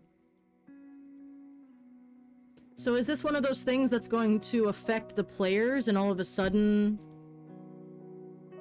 they're going to start feeling like they're gonna have some sort of, like, insanity that infects them in the moment and they have to get over it? Or should it probably should just affect one player.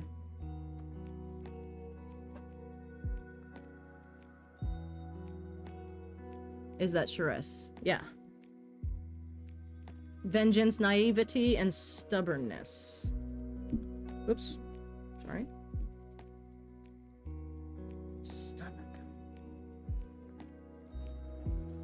That's a hard one.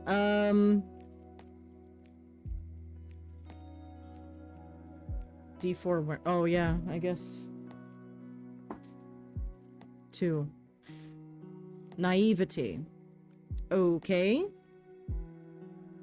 What does that look like? Alright. Sharess. Naivety. I'm not gonna spell that right. Alright. Could ask the players for character weaknesses. Or I could just pick the most naive.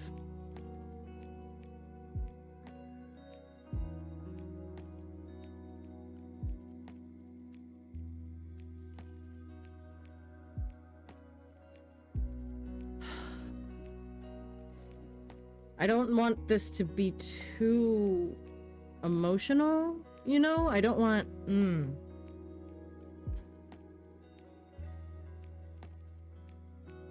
That's a hard one. Sure, and a story.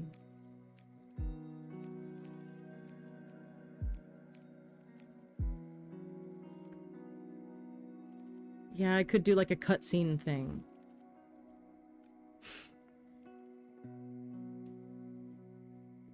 What would that look like? Damn, that's a hard one. I might have to move on. It could be silly. It is it's of all of those things, naivety just does give me an opportunity for a lighter vibe, but still something. All right. A monster associated. What are those horrifying? I don't want anything too scary.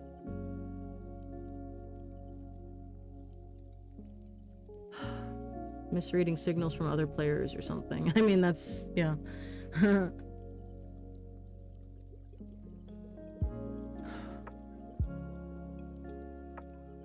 Oh, man.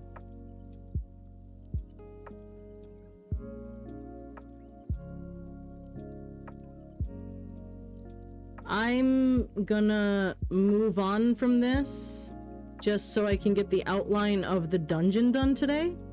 But we will come back to that, or I will work on that off stream and find art based on the vices. Yeah, maybe. I'll try to figure that out. Oh, Heartless. Oh. I'll try to figure that out in between, and maybe on the next stream we'll sit down and talk about it. But I do want to get at least the outline of the dungeon done today, or at least most of it. So I'm gonna move on. I have it written down, so I'll use that prompt and like think about it for a while, and then we'll decide on what we're gonna do with that. So right, so that's fine. We'll just move on for now. And we'll come back to that. Alright. Alright, next we have the water closets. Our bathrooms. Let's see. What danger might be lurking in the bathroom? There's an alligator in the toilet. 6. Okay, so a discovery. Great.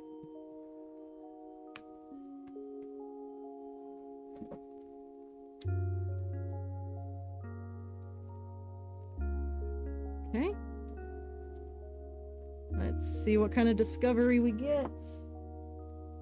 That's a 2. It's a dressing of some sort.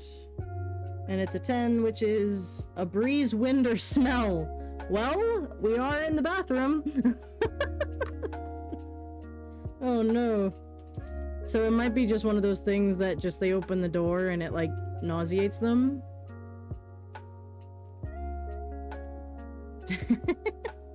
Of course that happens in the friggin' water closet. So mold. It would be mold. It would just be mold after the water was left forever and like humidity built up and maybe the airflow isn't good in here. Maybe I'll have some of those little mushies, those mushrooms, like the shrieker and stuff. Could be the opposite. What do you mean the opposite of what?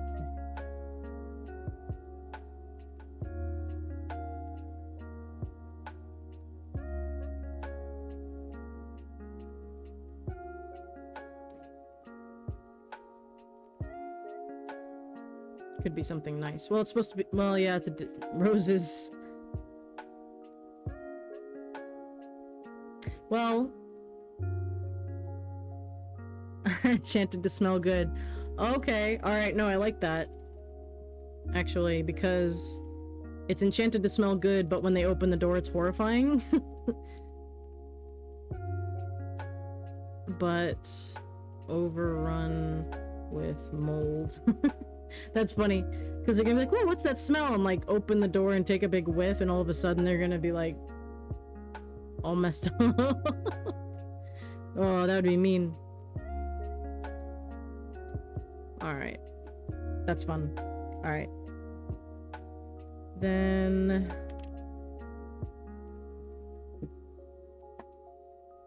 let's see... a unique discovery and a danger in the other bathroom.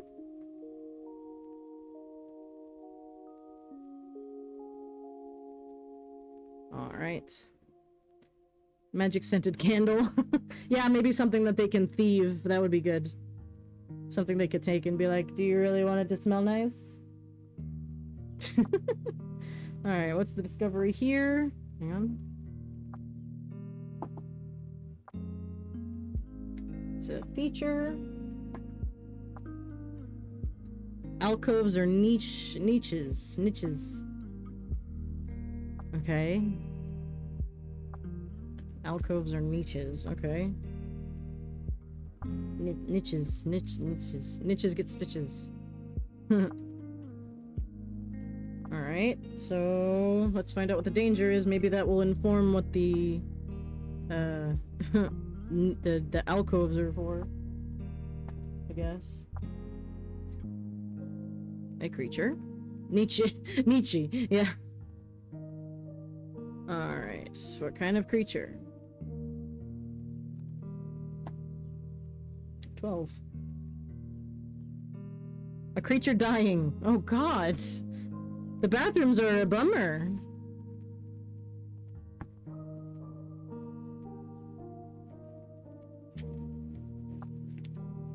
Well, maybe they can save whatever it is. Let's see what kind of creature it is. See if it's something they even want to save. 3. A beast. Alright. Okay, what kind of beast? A 12. Water going. Alright. 11. A squid or octopus? There's a squid in the toilet. This book does get a little weird sometimes. Awakened enemy of the fox. There's a baby kraken in the toilets. A squid? How would a squid find itself here?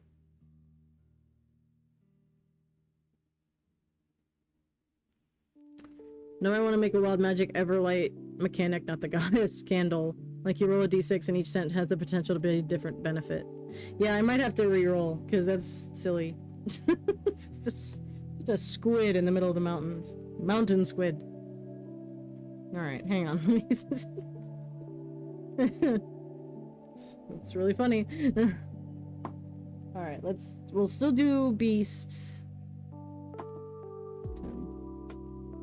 An ox or a rhino? We might... I might have to go into something else. I believe in the mountain squid, yes. The flying spaghetti monster. Don't know if I can make mountain squid as my new religion. I don't know if I can make an ox or a rhino make sense either. Maybe I'll just roll a different danger. Just because that's kind of... 10. A creature again. That doesn't... Balls. That ties into naivety. Believing I can spell that word. Yeah, I know that feel. Damn. Alright. Let's... Okay. Alright, we're gonna put Perilous Wilds away for a sec, because...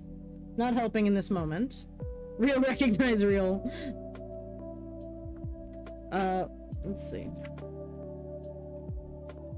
What's something interesting that could...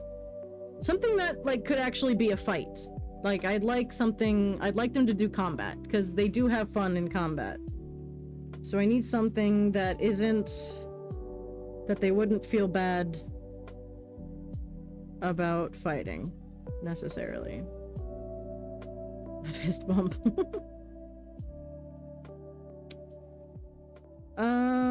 There's a cloaker, that's always a good one.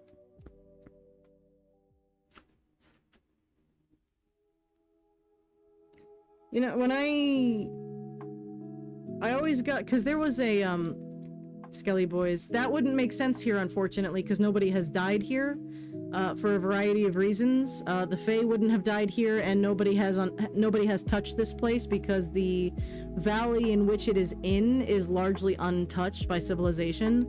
It is only now being settled by a small contingent of people. So I don't think skeletons are gonna be the thing. What are there's monsters, Cloaker is not a towel. You know, I always thought that cloakers were, like, supposed to be the creatures that hide themselves by looking like cloaks. Was that something in 3.5, or am I Mandela affecting myself? Because I feel like there was a creature that specifically looks like a cloak that whenever adventurers would put it on, they'd get strangled by it. Is that a cloaker, or is that something else? That's a choker. Oh, okay. That was 3.5. I got those two confused. And when in, spoilers, but in Baldur's Gate 3, you do fight a cloaker. Oh, I'm memeing. Oh, okay. Well, I swear to God, cloakers used to be a small creature, but here they're large, and when you see them in Baldur's Gate, they're gigantic. They're large creatures, and I was always confused. I'm like, cloakers are supposed to be the size of a cloak. And now, I don't know if I'm Mandeling affecting myself or not.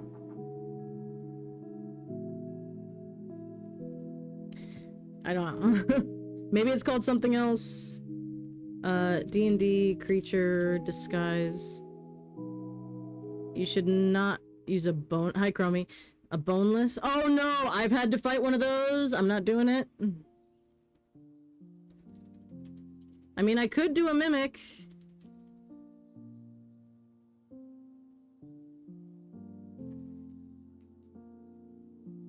I could do a mimic.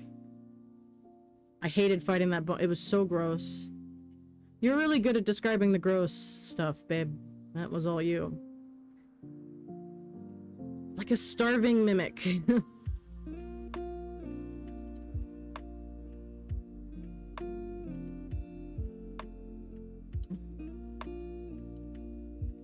Disguised as a towel hanging on the wall.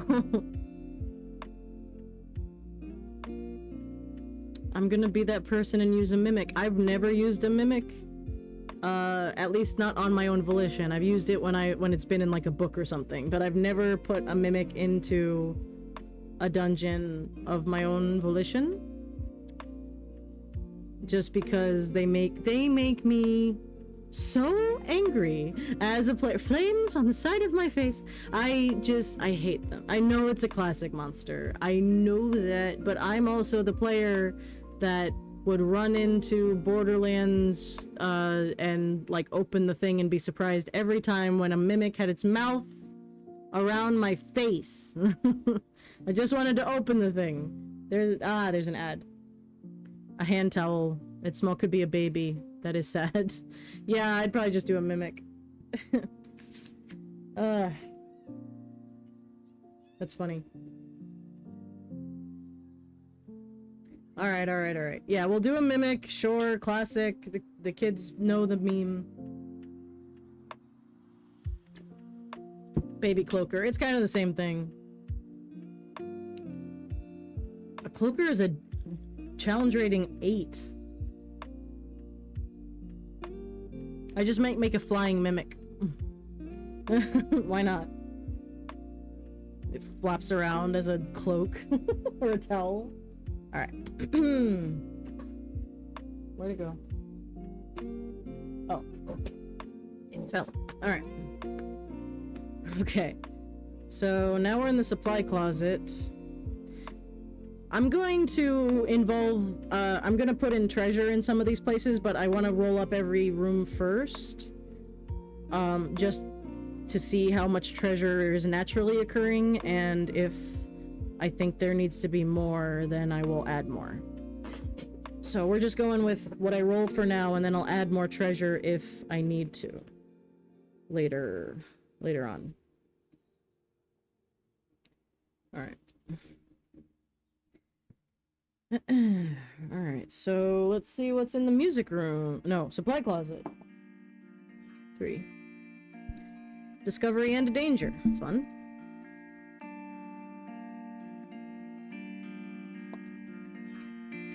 So the discovery is a feature. A puzzle. Ooh, why would that be in the supply closet? Okay, hang on. Why would a puzzle be in a supply closet? Maybe it's... no. Maybe a secret place so that the servants, like, hid? Maybe there's like a safe? A puzzle box or treasure. Yeah, that's what I'm saying. Let's see.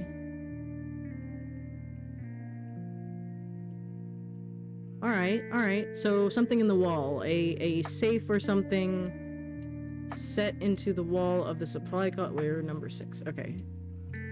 So, yeah, that's where you should hide a safe, where nobody gives a shit to look. So there's a safe in here. Okay, how do I do a puzzle? I don't do puzzles often as a DM. Oops. Alright, let's look for ideas. Something not too difficult, hopefully. Tasha has puzzles. Oh, yeah, that's right. Yeah.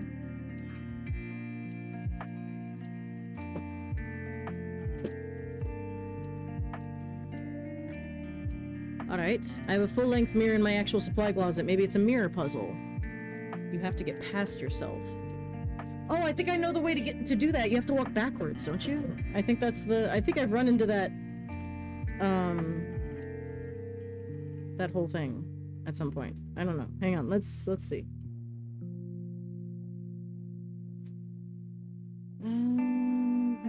Monsters.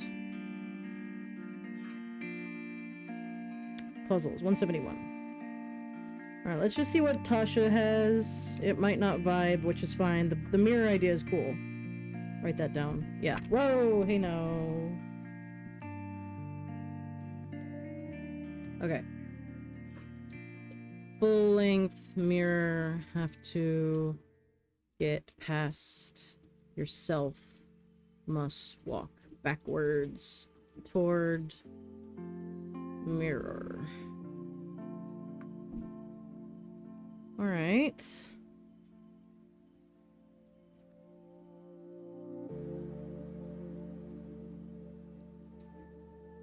Alright. How... It's gotta be obvious that it's a puzzle, otherwise they're gonna be like, it's a mirror, and move on. So... The party needs a hint that it's a puzzle, yeah. So... Maybe their reflection is different? Somehow? Maybe it's like a negative.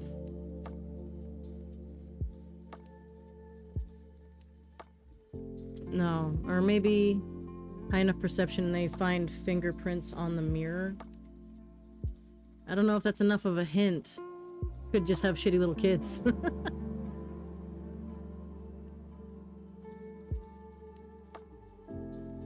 That could be one of the hints though.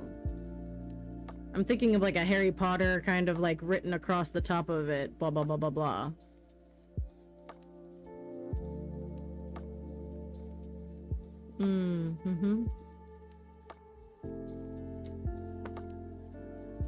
To, let's see.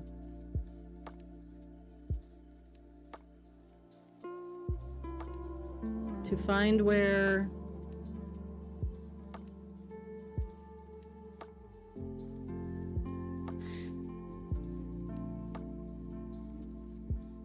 no, because if it's a safe to hide things, there wouldn't be something written on it.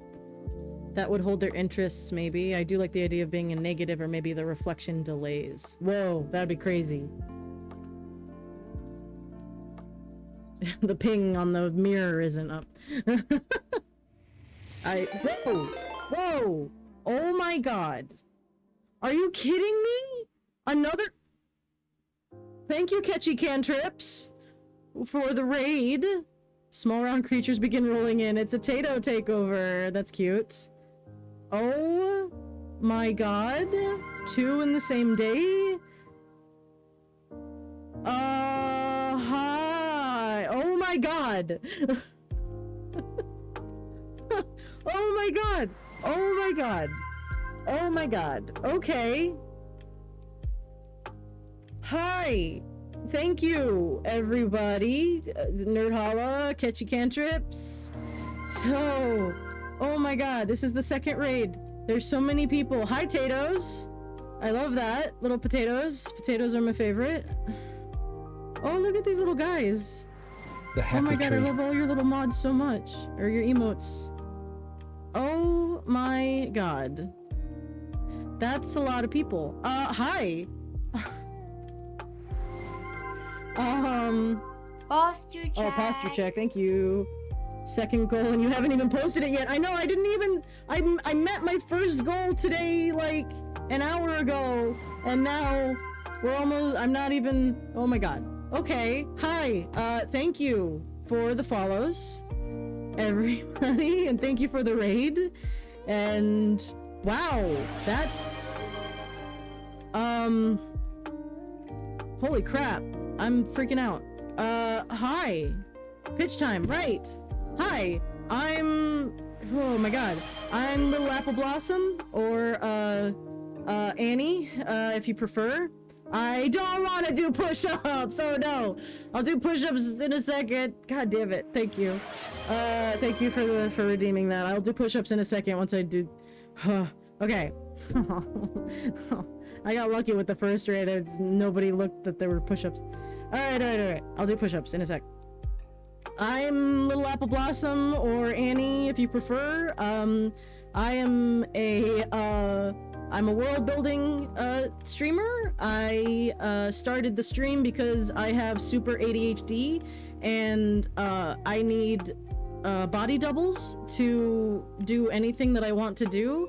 And when I didn't find enough world builders that streamed that I could body double, I decided to start my own so I could body double for other people and to keep me kind of honest about my game mastering and my world building, and to have a community to bounce ideas off of. Yay!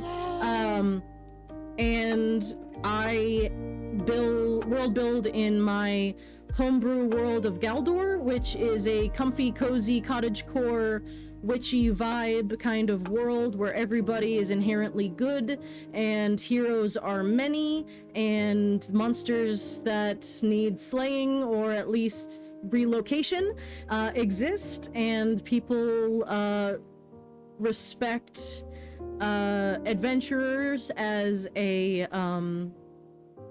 profession. And yeah, right now I am building the first dungeon of the campaign that I'm currently running. It's still early on. This is only session 4. That will be not this weekend, but next weekend.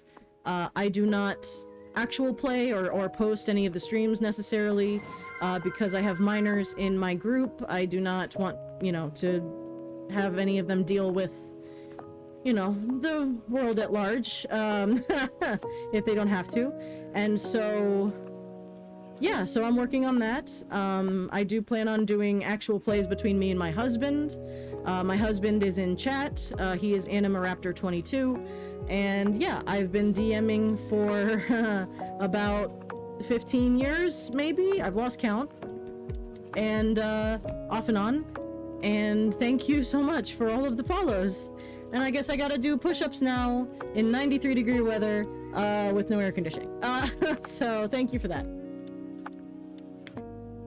I'm working on my progression push-ups, so it's not as exciting as actual push-ups. I have to do them against the door because I'm not fit enough yet, so, I'm not small. So give me a sec. Oh no. Got socks on too. Hang on. God damn it.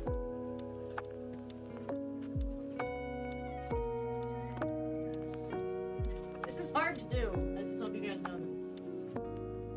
Plants in my face.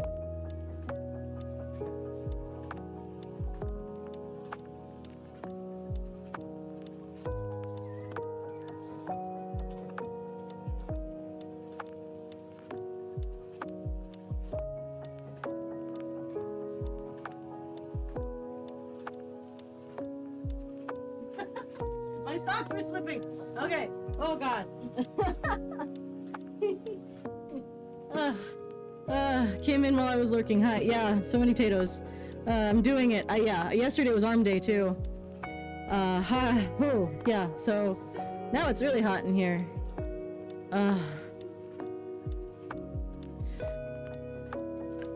Push-ups to cozy lo-fi like you do. Yeah, so thank you guys. Wow. Please, if you are interested in continuing... Oh, perfect timing, my little bot. My links are posted in the chat. If you want to join the Discord, or if you want to check out the YouTube channel where I upload all of my streams unedited, so once I upload this one, you can relive me flipping out. Stream Elements was a paid actor. Yeah, so if you wanna see me flip out again, feel free. Yeah, so it's hot. It's hot here. So yeah, thank you guys so much. Would you like coping with a heat tip because I picked it? Oh yes, please. Right now it's just a half-frozen wet towel that I kind of press up against. And sometimes I know this one where if you like cool down this part of your arm and then raise your arms above your head, it will cool the blood that that's flowing through you and will actually lower your body temperature. I know that one. I used to work in a warehouse in Florida summers, so we had a lot of those little tips and tricks. But if you've got one, I'd love to hear it.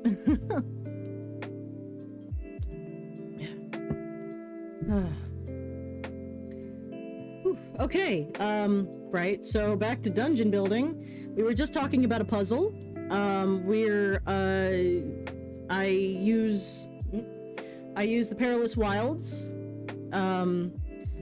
to roll up kind of the dungeon, rooms and what's within them. And from there, I, kind of build upon what I roll. Right now, we just got to a supply closet that has a puzzle in it. And we figured that the puzzle is actually an enchanted mirror that, an enchanted mirror that leads to a door that, hides something, some sort of treasure. We haven't figured out what yet. And I'm just trying to figure out the hint, because the solution to this puzzle is to walk backwards toward the mirror. And I'm trying to figure out how to hint at that. I thought of like having something written on the mirror, but that seemed a little too obvious. But then maybe I should make it obvious, because I know we can't always trust players to like... We can't always like... just mind meld with our players and make them see what we want to see. So making it obvious, erring on the side of the obvious is probably better. Maybe written around the frame. Yeah, that's what I was thinking. What if it's revealed with hot breath? Oh, that's interesting. Isopril is too drying. Or steam. Hot breath is interesting. That's cool. Alright, so... warm breath on... She does speak ancient. Oh, that's right. It's written in ancient. Oh, that's right. We gave her that. Okay, yeah. Written in ancient. Did I?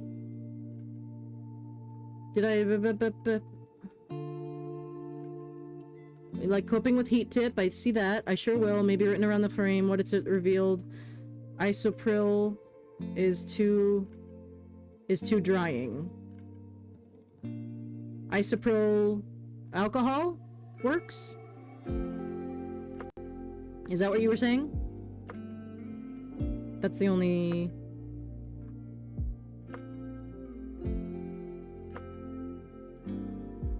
That's all I see. Oh no, I can see it didn't send on your end of the screen. I resent it. Okay, alright, it's not just me. Alright, kick store open, blasting rock music. Are you winning, son? Hi, Lion of Khmer. I hope I'm saying that right. Also a hint if they're stumped, but if you bring it up that it's ancient. Yeah, okay, so... words revealed with warm breath.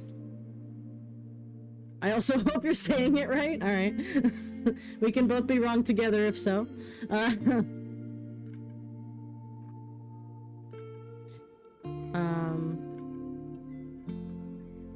With warm breath, written in ancient. Okay, here.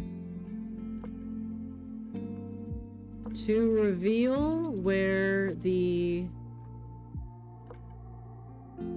I help now I can spout nonsense. That never stopped you. You didn't have to help before.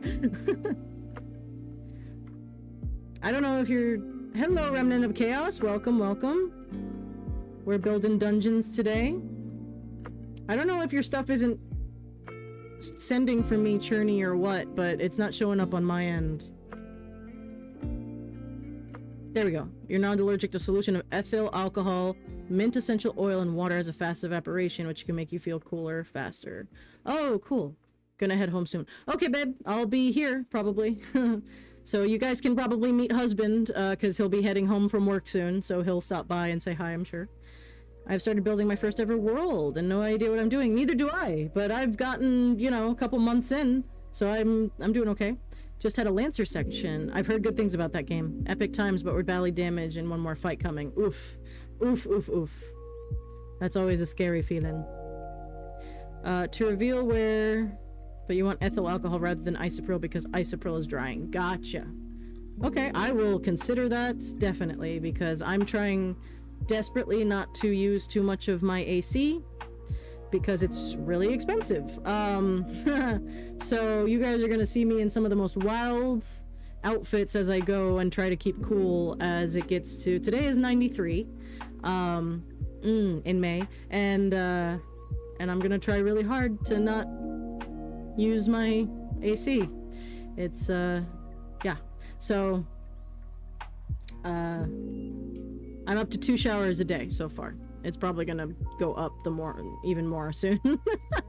To reveal where the treasure lay, you must get out of your own way.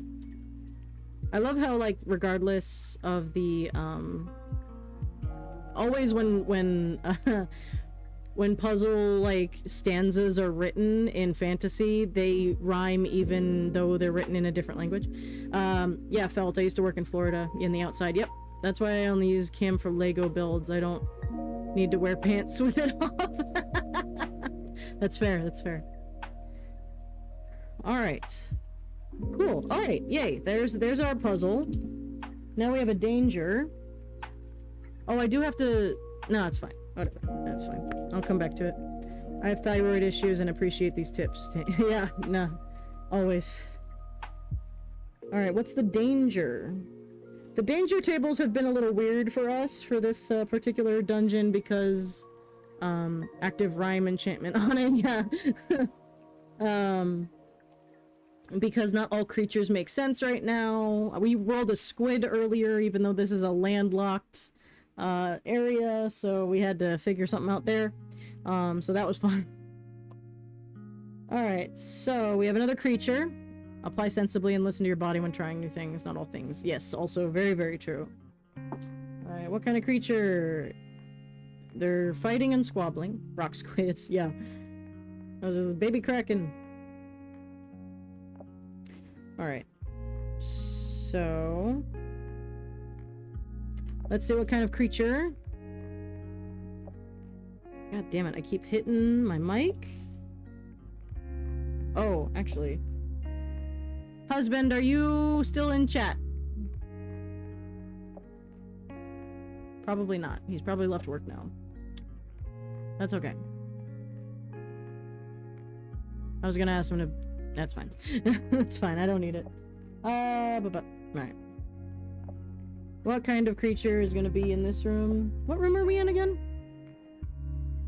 I still stand by the mimic idea. But we have a mimic in there. We don't need... No, we got one. It's good. 11. It's a monster. Hey, okay. Okay. What kind of monster? A rare monster. Okay. 12. An unnatural entity. Okay. I don't know what that means. Alright. I can help if it's stream related. No, it's not stream related. I just wanted him to pick me up something from the store, but it's fine. An unnatural entity of the planar nature. Ooh, rock lobster. 5. A lesser elemental. There's a lesser elemental in the fucking supply closet. What? Okay. Alright, now I want to do a joke. That song will live in my head for at least a week now, yeah. Alright, so I'm thinking of like a supply closet full of like cleaning supplies. Yeah, big bad evil guy is in the supply closet hiding. I'm thinking of some sort of elemental that has to do with the stuff that's in the supply closet. So like cleaning like stuff, or like toilet paper monster, or something stupid like that. Windex monster, yeah, something like that. Bleach demon, that's terrifying. Conditioner monster.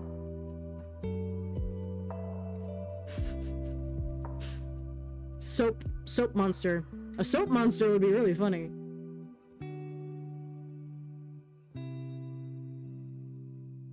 mop monster. That would be so annoying to fight. What? A mop and a bucket monster. Just Fantasia again. We're back to Chernobog.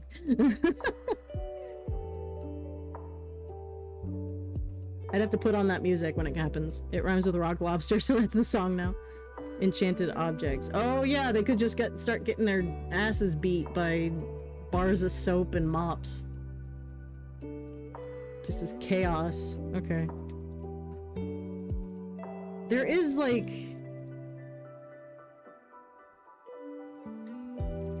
What is that called?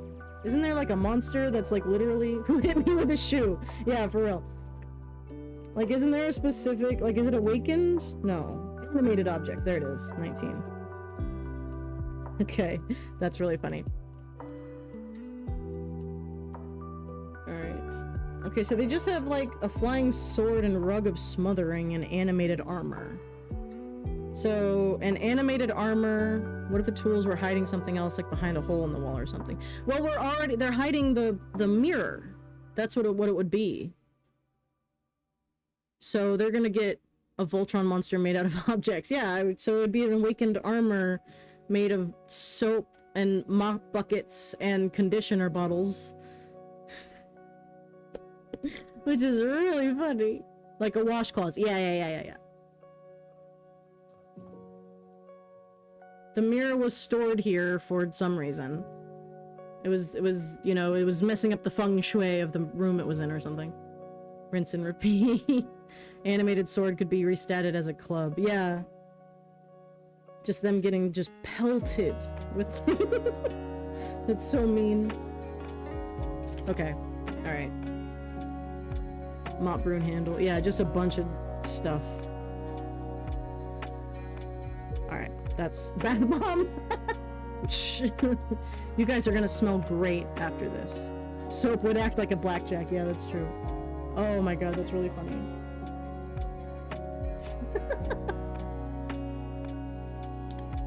Just how angry would you be to open a door and look at a fucking normal ass, like, wash closet and, like, all of a sudden you start just wet.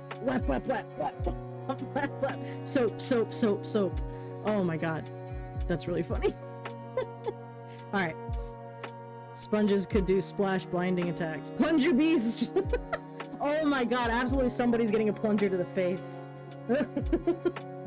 Oh no! Alright, that's really funny. Oh no. Alright, cool. Alright, next room is the music room. Let's see what's in there. Alright, so we've got a discovery. Just a discovery, no danger. Animated plate armor with glass cleaner and rag for cleaning the mirror. Oh! The armor uses the glass cleaner for range attack and the rag could be a whip. Oh my god, that's messed up. Alright, that's really funny.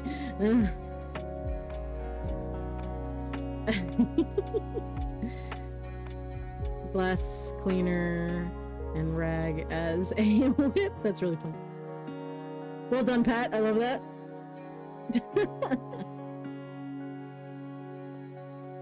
Alright. So let's see what's the nature of our discovery.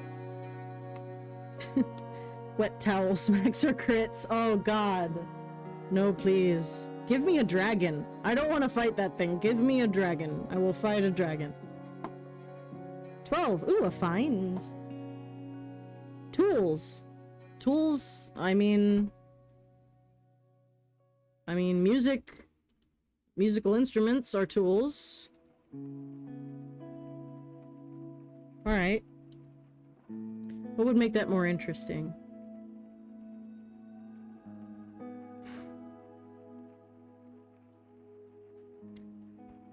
How do we make... I mean, the music room's a big fucking room. Like, it's this one here. It's a huge room. So, they need... It needs to be something interesting. Let's see. They only play nursery rhymes. Twinkle, twinkle, little star. Interesting.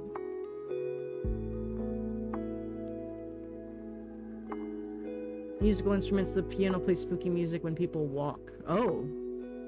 It only plays music when somebody enters the room. Nursery rhymes just so happen to solve later riddle. Ooh. So they find, like... Okay. Okay. So maybe in the library, because that's on the other end of the hallway.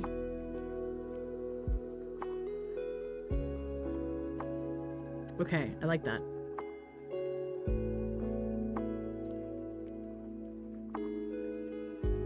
So at some point, while the players are looking around, they start to hear piano music. Creepy. Immediately creepy. And it's like a proximity thing. So once they turn down the hallway from the previous hall, once they turn down here, like right there, and start walking, they start hearing music from here. And then... Oh, ad break. Alright, I'm gonna be right back. I'm gonna go to the bathroom.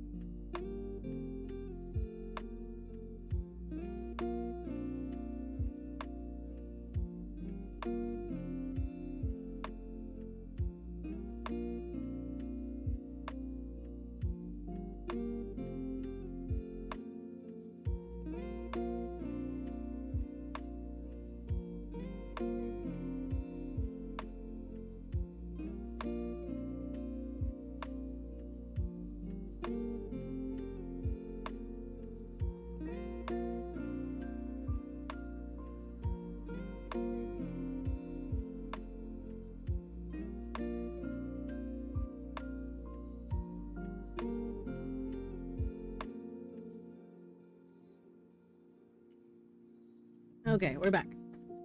The nursery rhymes could foretell an event or hint at a location. It's true. That's good. Oh boy, hang on.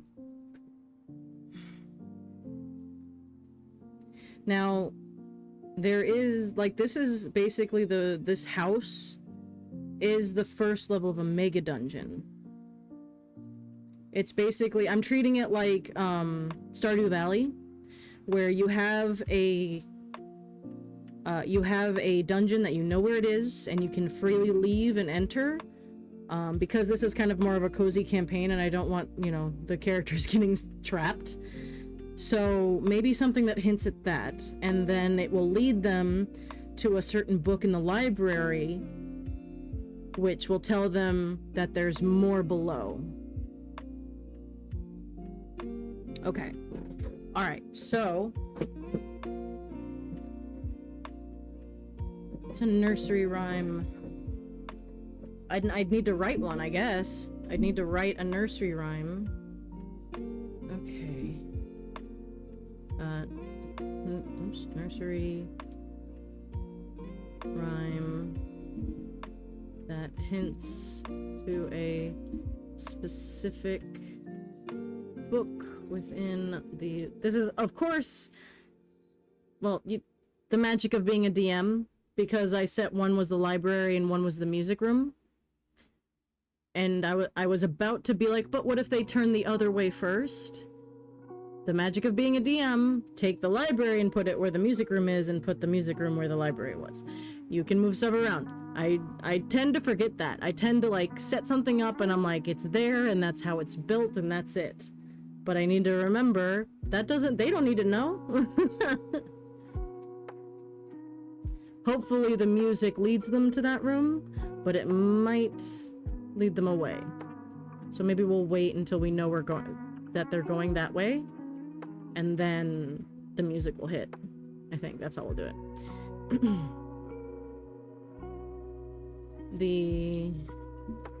The book tells of the existence of the rest of the dungeon reaching deep below the estate. Alright. So these Fae were given this estate to protect the entrance to a mega dungeon below that they built their house on top of. Because the Fae have been there before they got raptured, the Fae had been there for thousands and thousands of years. So there's plenty of time for them to, like, your random Fae wizard, to build a crazy dungeon below. So that's there. So we need to figure out the nature of the rest of the dungeon, of course, which, whatever, that'll come with time. And then the fact it leads to a entrance to Galdor's version of the Underdark is called the Evershade, and it's basically the bottom of the tree, of the canopy of the tree.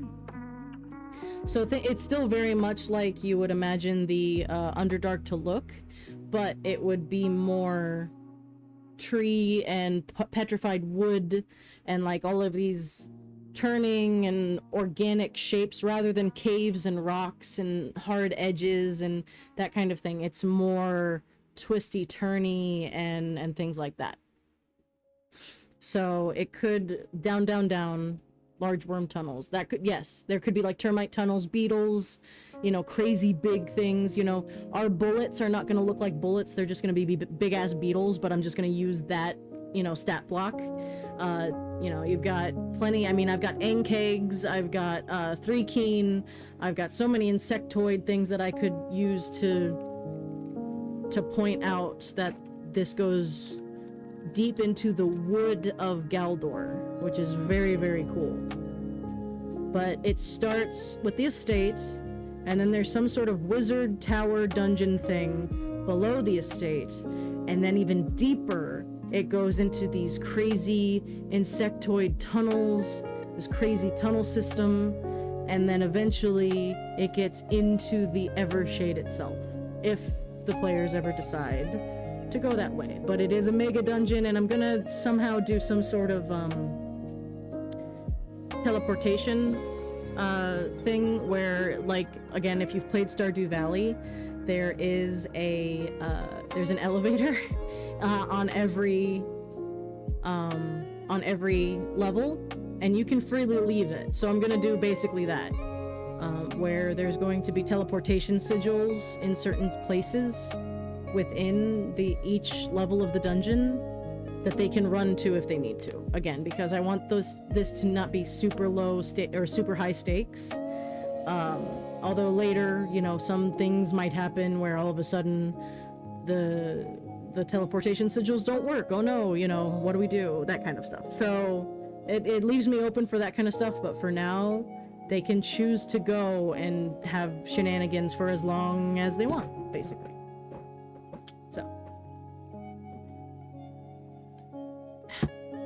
So fun. Alright, so I need a nursery rhyme that hints to a book. So, what's a nursery rhyme that we can reference that I can just kind of rewrite the words to? Some of them are creepy, which is helpful.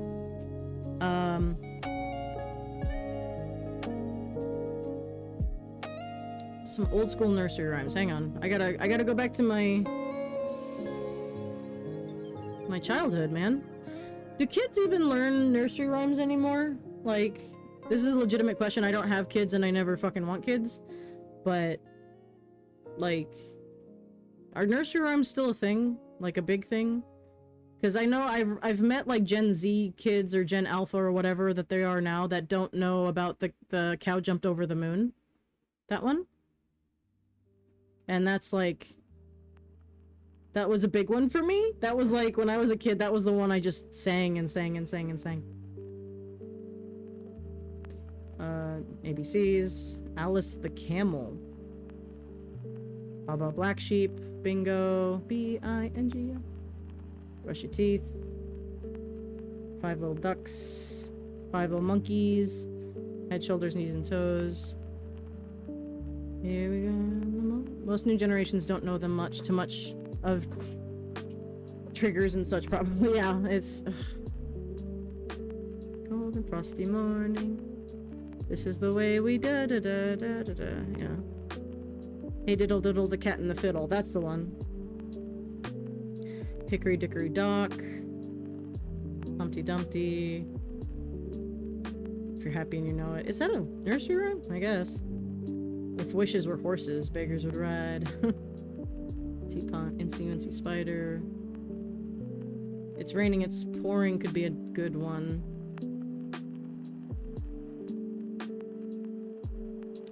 Alright, how do I reference the Evershade? Old MacDonald had a farm, yeah. Little Miss Muffet, that's a good one.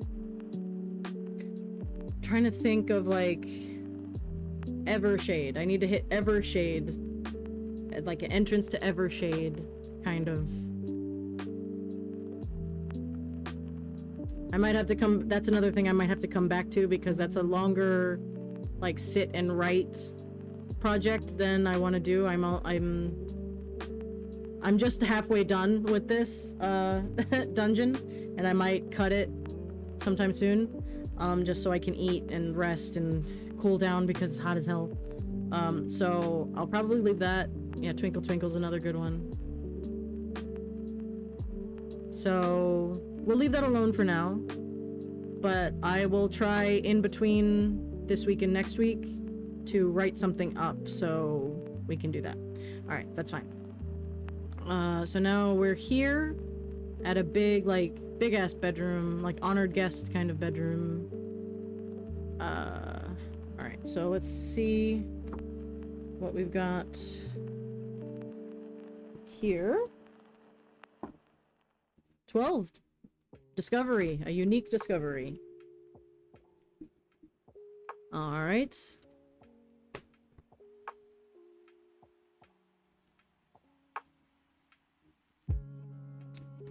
Let's see here. Dressing of some sort. Junk or debris. Alright. Thrilling. Alright. I might just, like, quick hit the next... Oh! Husband's home. Hi, babe! So I might just hit these pretty quick.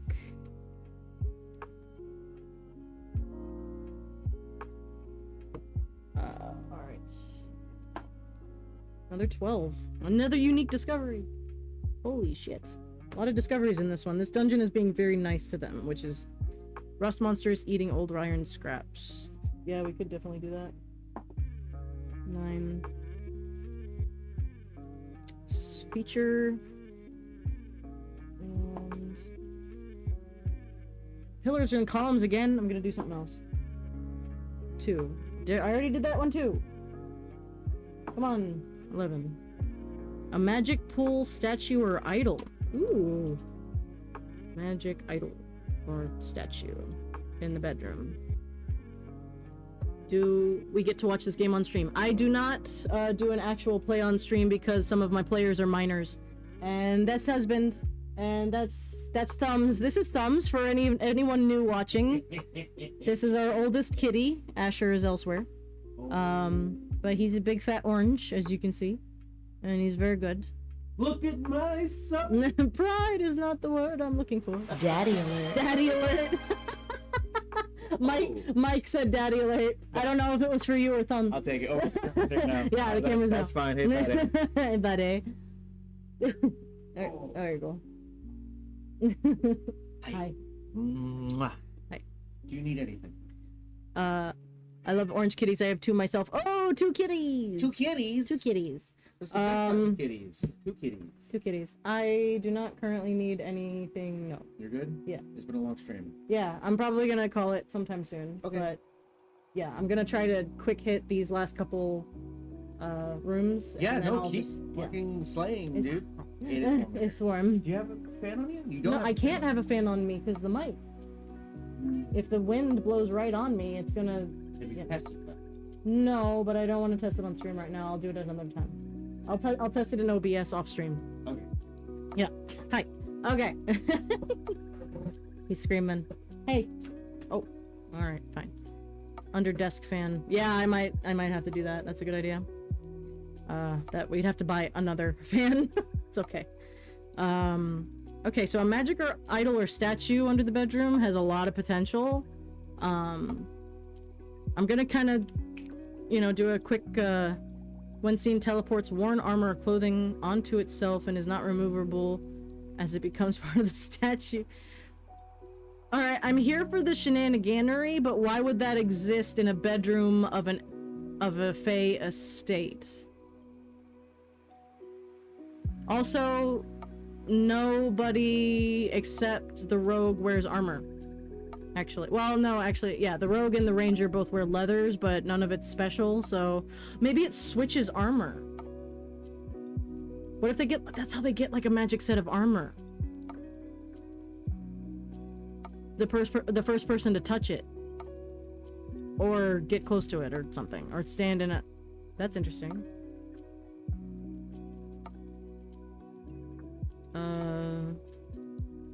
Proximity switches armor with person. Magic armor. I was thinking switching clothing armor. Yeah, but again, I don't know how they would get that back, and they need every single like thing that they get because they're still pretty low level. I think they're only level, yeah, they're only level 2. They're not really. The statue's wearing a robe. Oh no. Switches bodies. Oh no no no. Okay, the robe is funny. Shit. The robe is funny enough that I kind of want it. They're gonna be so mad. But it won't matter. I mean, they walk out, then back in, it switches again. Okay, that's the statue. That's really, really funny. I'm really hoping it's my wizard, because A, it won't matter that she's wearing a robe. Yes. No, it's fine. I just used it. Yeah. It's just an illusion of armor. Like seeming. Okay. I love the idea of the. I really do, because she's not wearing clothes yet. And not naked. She's wearing just like a loincloth because she's a Gyna Sphinx. Have the statue wearing a towel as the last Fae came out of the shower. She's already. I really hope it's Nubia, because that would be really funny. Or a towel. I might. Oh god, I don't know which one I'm gonna. I don't know which one's funnier. They're gonna be mad at me. Just a hat. I might.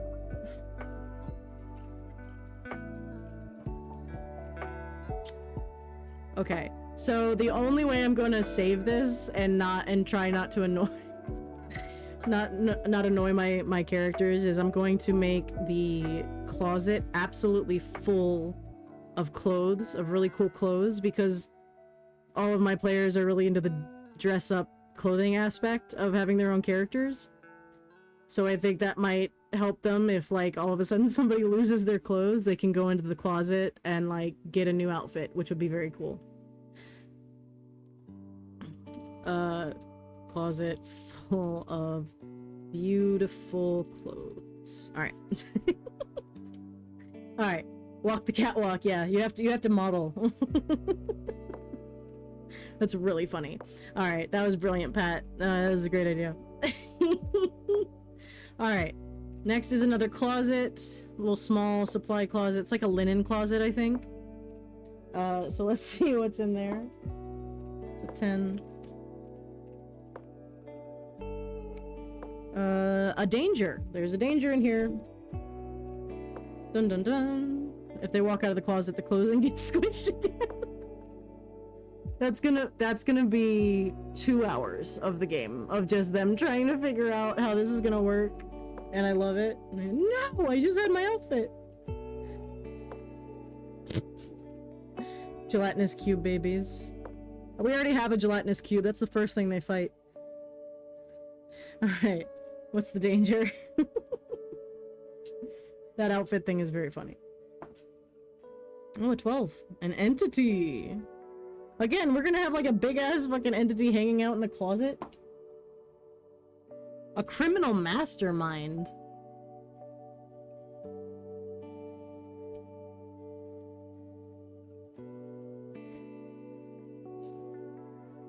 That doesn't make any sense. I don't know if I can make that work.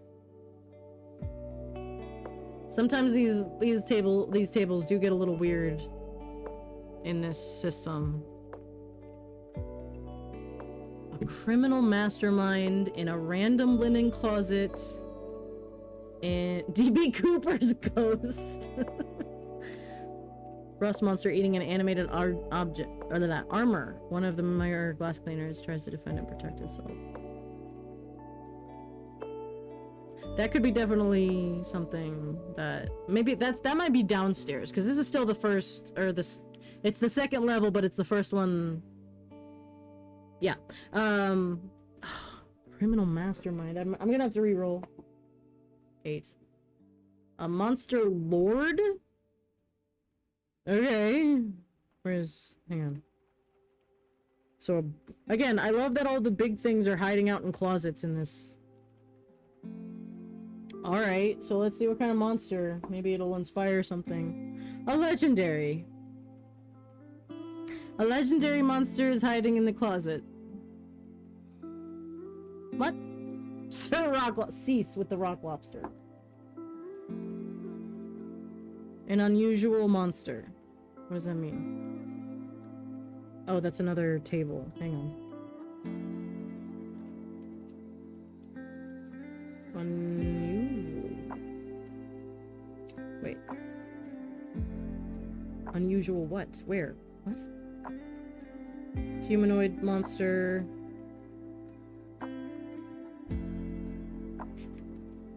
A mold monster. Ugh.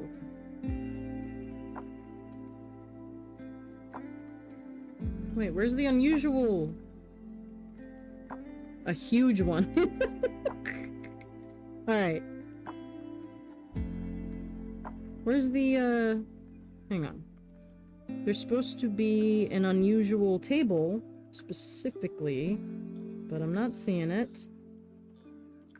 That's unnatural. Unusual is what I'm looking for. I don't know if I'm gonna do a mold monster necessarily. That'd be better in the bathroom.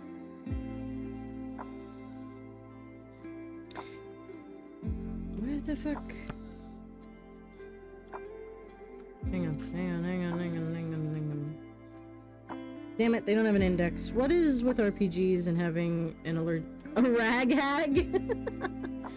Oh, I kind of... Oh, god damn it, I miss it. An ant nest. Ugh. The rag hag is funny. God damn it, that's brilliant. Oh. Hang on. I'm trying to find this table still, and it's, like, not... Magic type, number appearing, oddity. Where is unusual? Where's the unusual?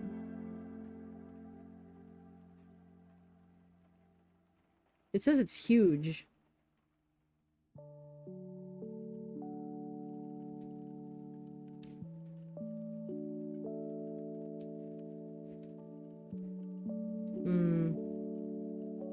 Alright.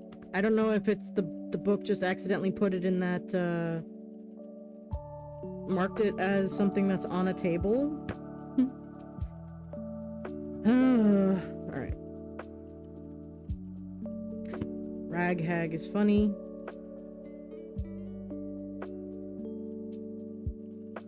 What would a rag hag... Is it wearing a hat of confusion, which makes it think it's a real being? Like an awakened pile of rags for no reason.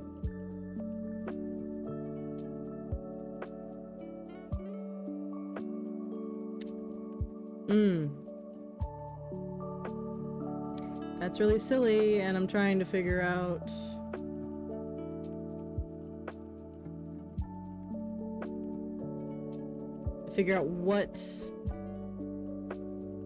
what that looks like and what that means for the players. Alright, I'm gonna keep that. I'm gonna keep going. I'm just gonna get this down so I have my outline, because I am gonna end it here soon.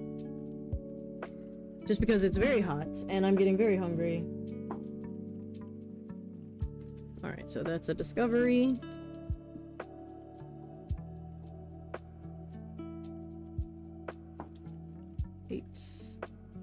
That's a discovery and a danger.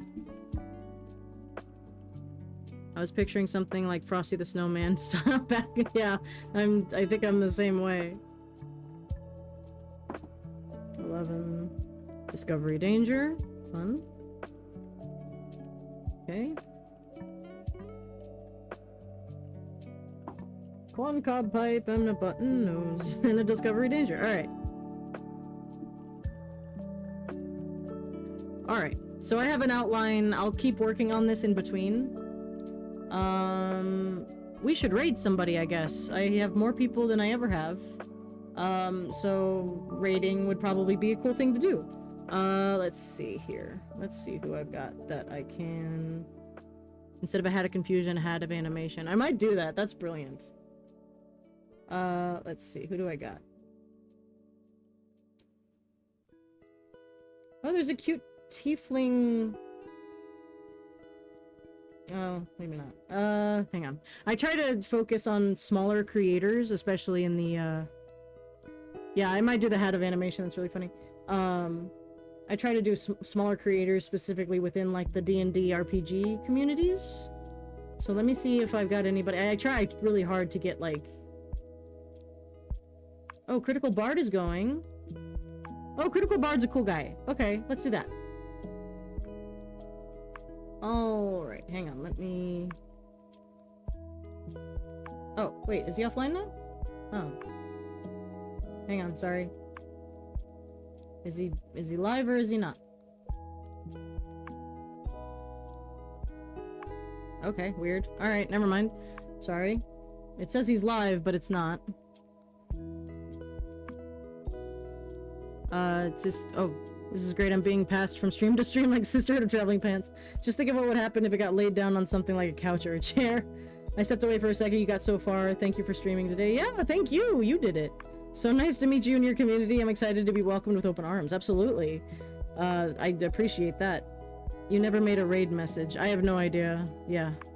Captain Robert? Sorry. Hang on. I have a, Yeah, I have no idea how to do the raid message thing. But thank you all, so much. Holy crap. 2 raids in the same day. I never expected. And so, big raids too. Good lord. So, I stream every Wednesday for now. I hope to add more time in between, but there's a lot of life things happening. Tales of Initiative is about to start. Okay, alright. But yeah, I greatly appreciate you guys so much for coming and hanging out and being so cool and enjoying what's going on here. The craziness that it is. And... Oh, Concerned Whale is also going, and he's world building. Let's see. Do you guys want more world building, or like, do you want a somebody else? I have a guide the raid channel point thing as well. Thank you, Pat. I appreciate that very much. Let's see. Sorry, there's just I don't know everybody's schedules yet, and all right. So hang on. Let's see if I can get this to cooperate now. D&D boy band. I've been enjoying getting world building ideas. Okay, I'm gonna do world building in that case. Add com raid for my oh, okay, hey, you did it. Okay. So I just put raid over there in that chat. Oh. Cool. Okay. I'm learning how Twitch works still. Okay. So who did I say was doing world building? Hang on, wait. I think it was Concerned Whale. Where did he go?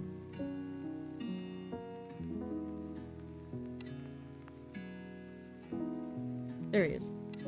Here we go, here we go, here we go. Alright, 1 second.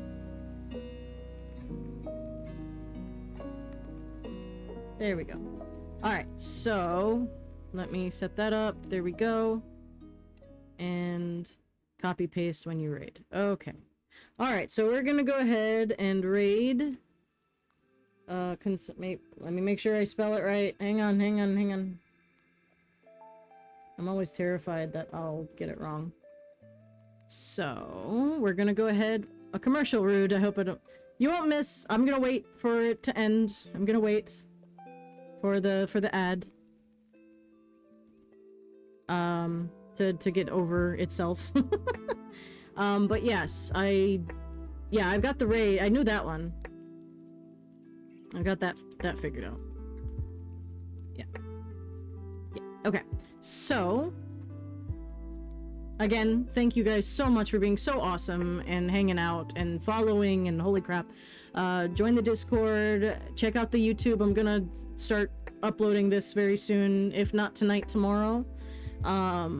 Yeah, this was the very successful, a very successful stream, and I greatly appreciate you guys, and we're gonna go ahead and raid Concerned Whale, and I hope you guys have a great day, and I will see you next week, and talk to me in between on the Discord.